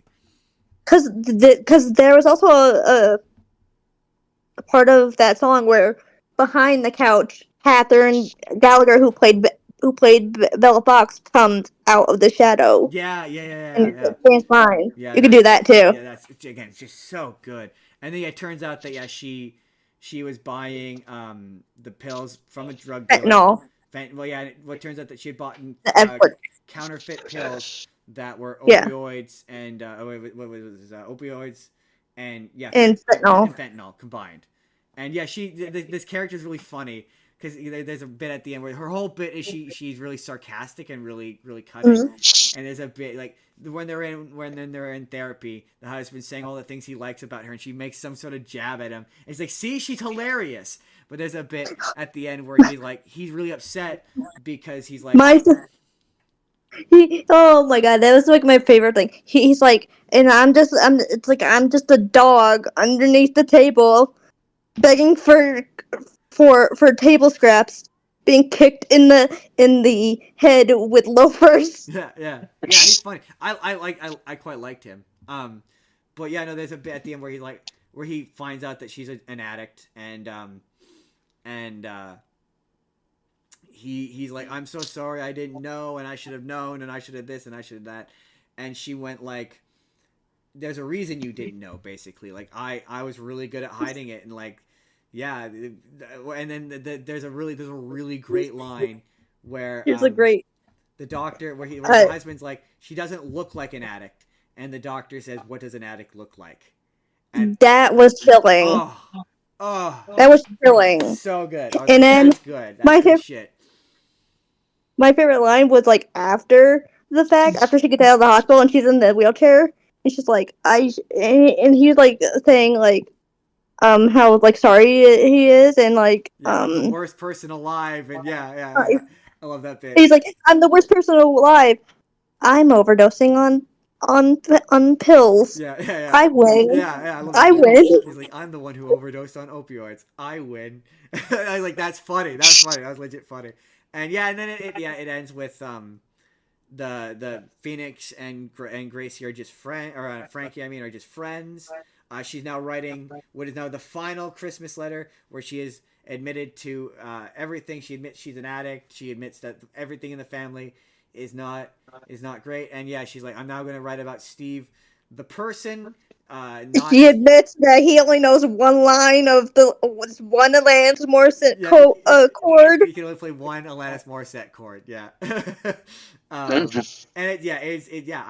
like, this is really good. I understand why you like this. This is really good. And yeah, I love it. I would absolutely vote for a movie. I'm like, you could make this into a movie. There's some elements of it that you Lauren, might have to change, but you can make this. Jukebox musicals do super well. Like, you could totally do this. Lauren Patton sent me a playbill. Oh really? Oh, it's okay. A signed playbill. So she's the one who's your friend, right? No, Sean Allen Krill, the one that played Steve Hailey, is my friend. Really? The dad? Yeah. He's the second Yeah. dad is your friend. Yes. Wow, he's really good. So he was in the bootleg I saw. He's really good. Yeah. I mean, if you ever talk to him and tell him I said he's really good. Like, he's really good. I was so thoroughly impressed. I loved his character. I like, he did, as far as I was concerned, he did nothing wrong. Also, that's not the second dad. The bootleg you saw, I'm gonna guess, is from the original broadcast, which is not the second dad. No, the first dad, according to Wikipedia, there from the original run, there's two dads. I'll pull it up. Because I clicked on his picture and I'm like, no, that's definitely the guy. Hold on. And to be fair, this is according to Wikipedia. You are the expert. I trust you more than Wikipedia. But according to Wikipedia, okay, so according to Wikipedia, this blew my mind. I thought this was a weird connection. Idina Menzel is MJ in 2017, and then it becomes Elizabeth Stanley. Michael Park. It says Michael Park was the first Steve. I mean, technically, but that was out of town tryouts. Oh, okay. So he was in for the main Broadway run, is what you're saying. Yeah, Gotcha. yeah. Okay, that makes sense. Okay, that makes total sense. He's really good. But didn't you interview Lauren Patton for your show though? No, I'm trying. It's not working. No. Hey, fair. And she's also really good. But yeah, I thoroughly like this. I would totally watch it as a movie. I was surprised. I will confess. I went into it a tad cynically because I was not expecting much, but I was blown away. I was like, I did interview the Joe that was on tour. oh, neat. Yeah, that's cool. Yeah. I would vote for him to be the dad in the movie because he's really good. I really liked him. I think that's it. I think that's we ended with the good stuff. Haley, I have to tell Jordan what's next week.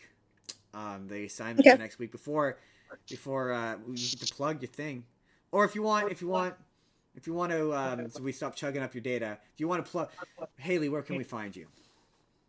You can find me on YouTube, TikTok, and Instagram, and Facebook. Excellent. At Party About the World Podcast. Yes.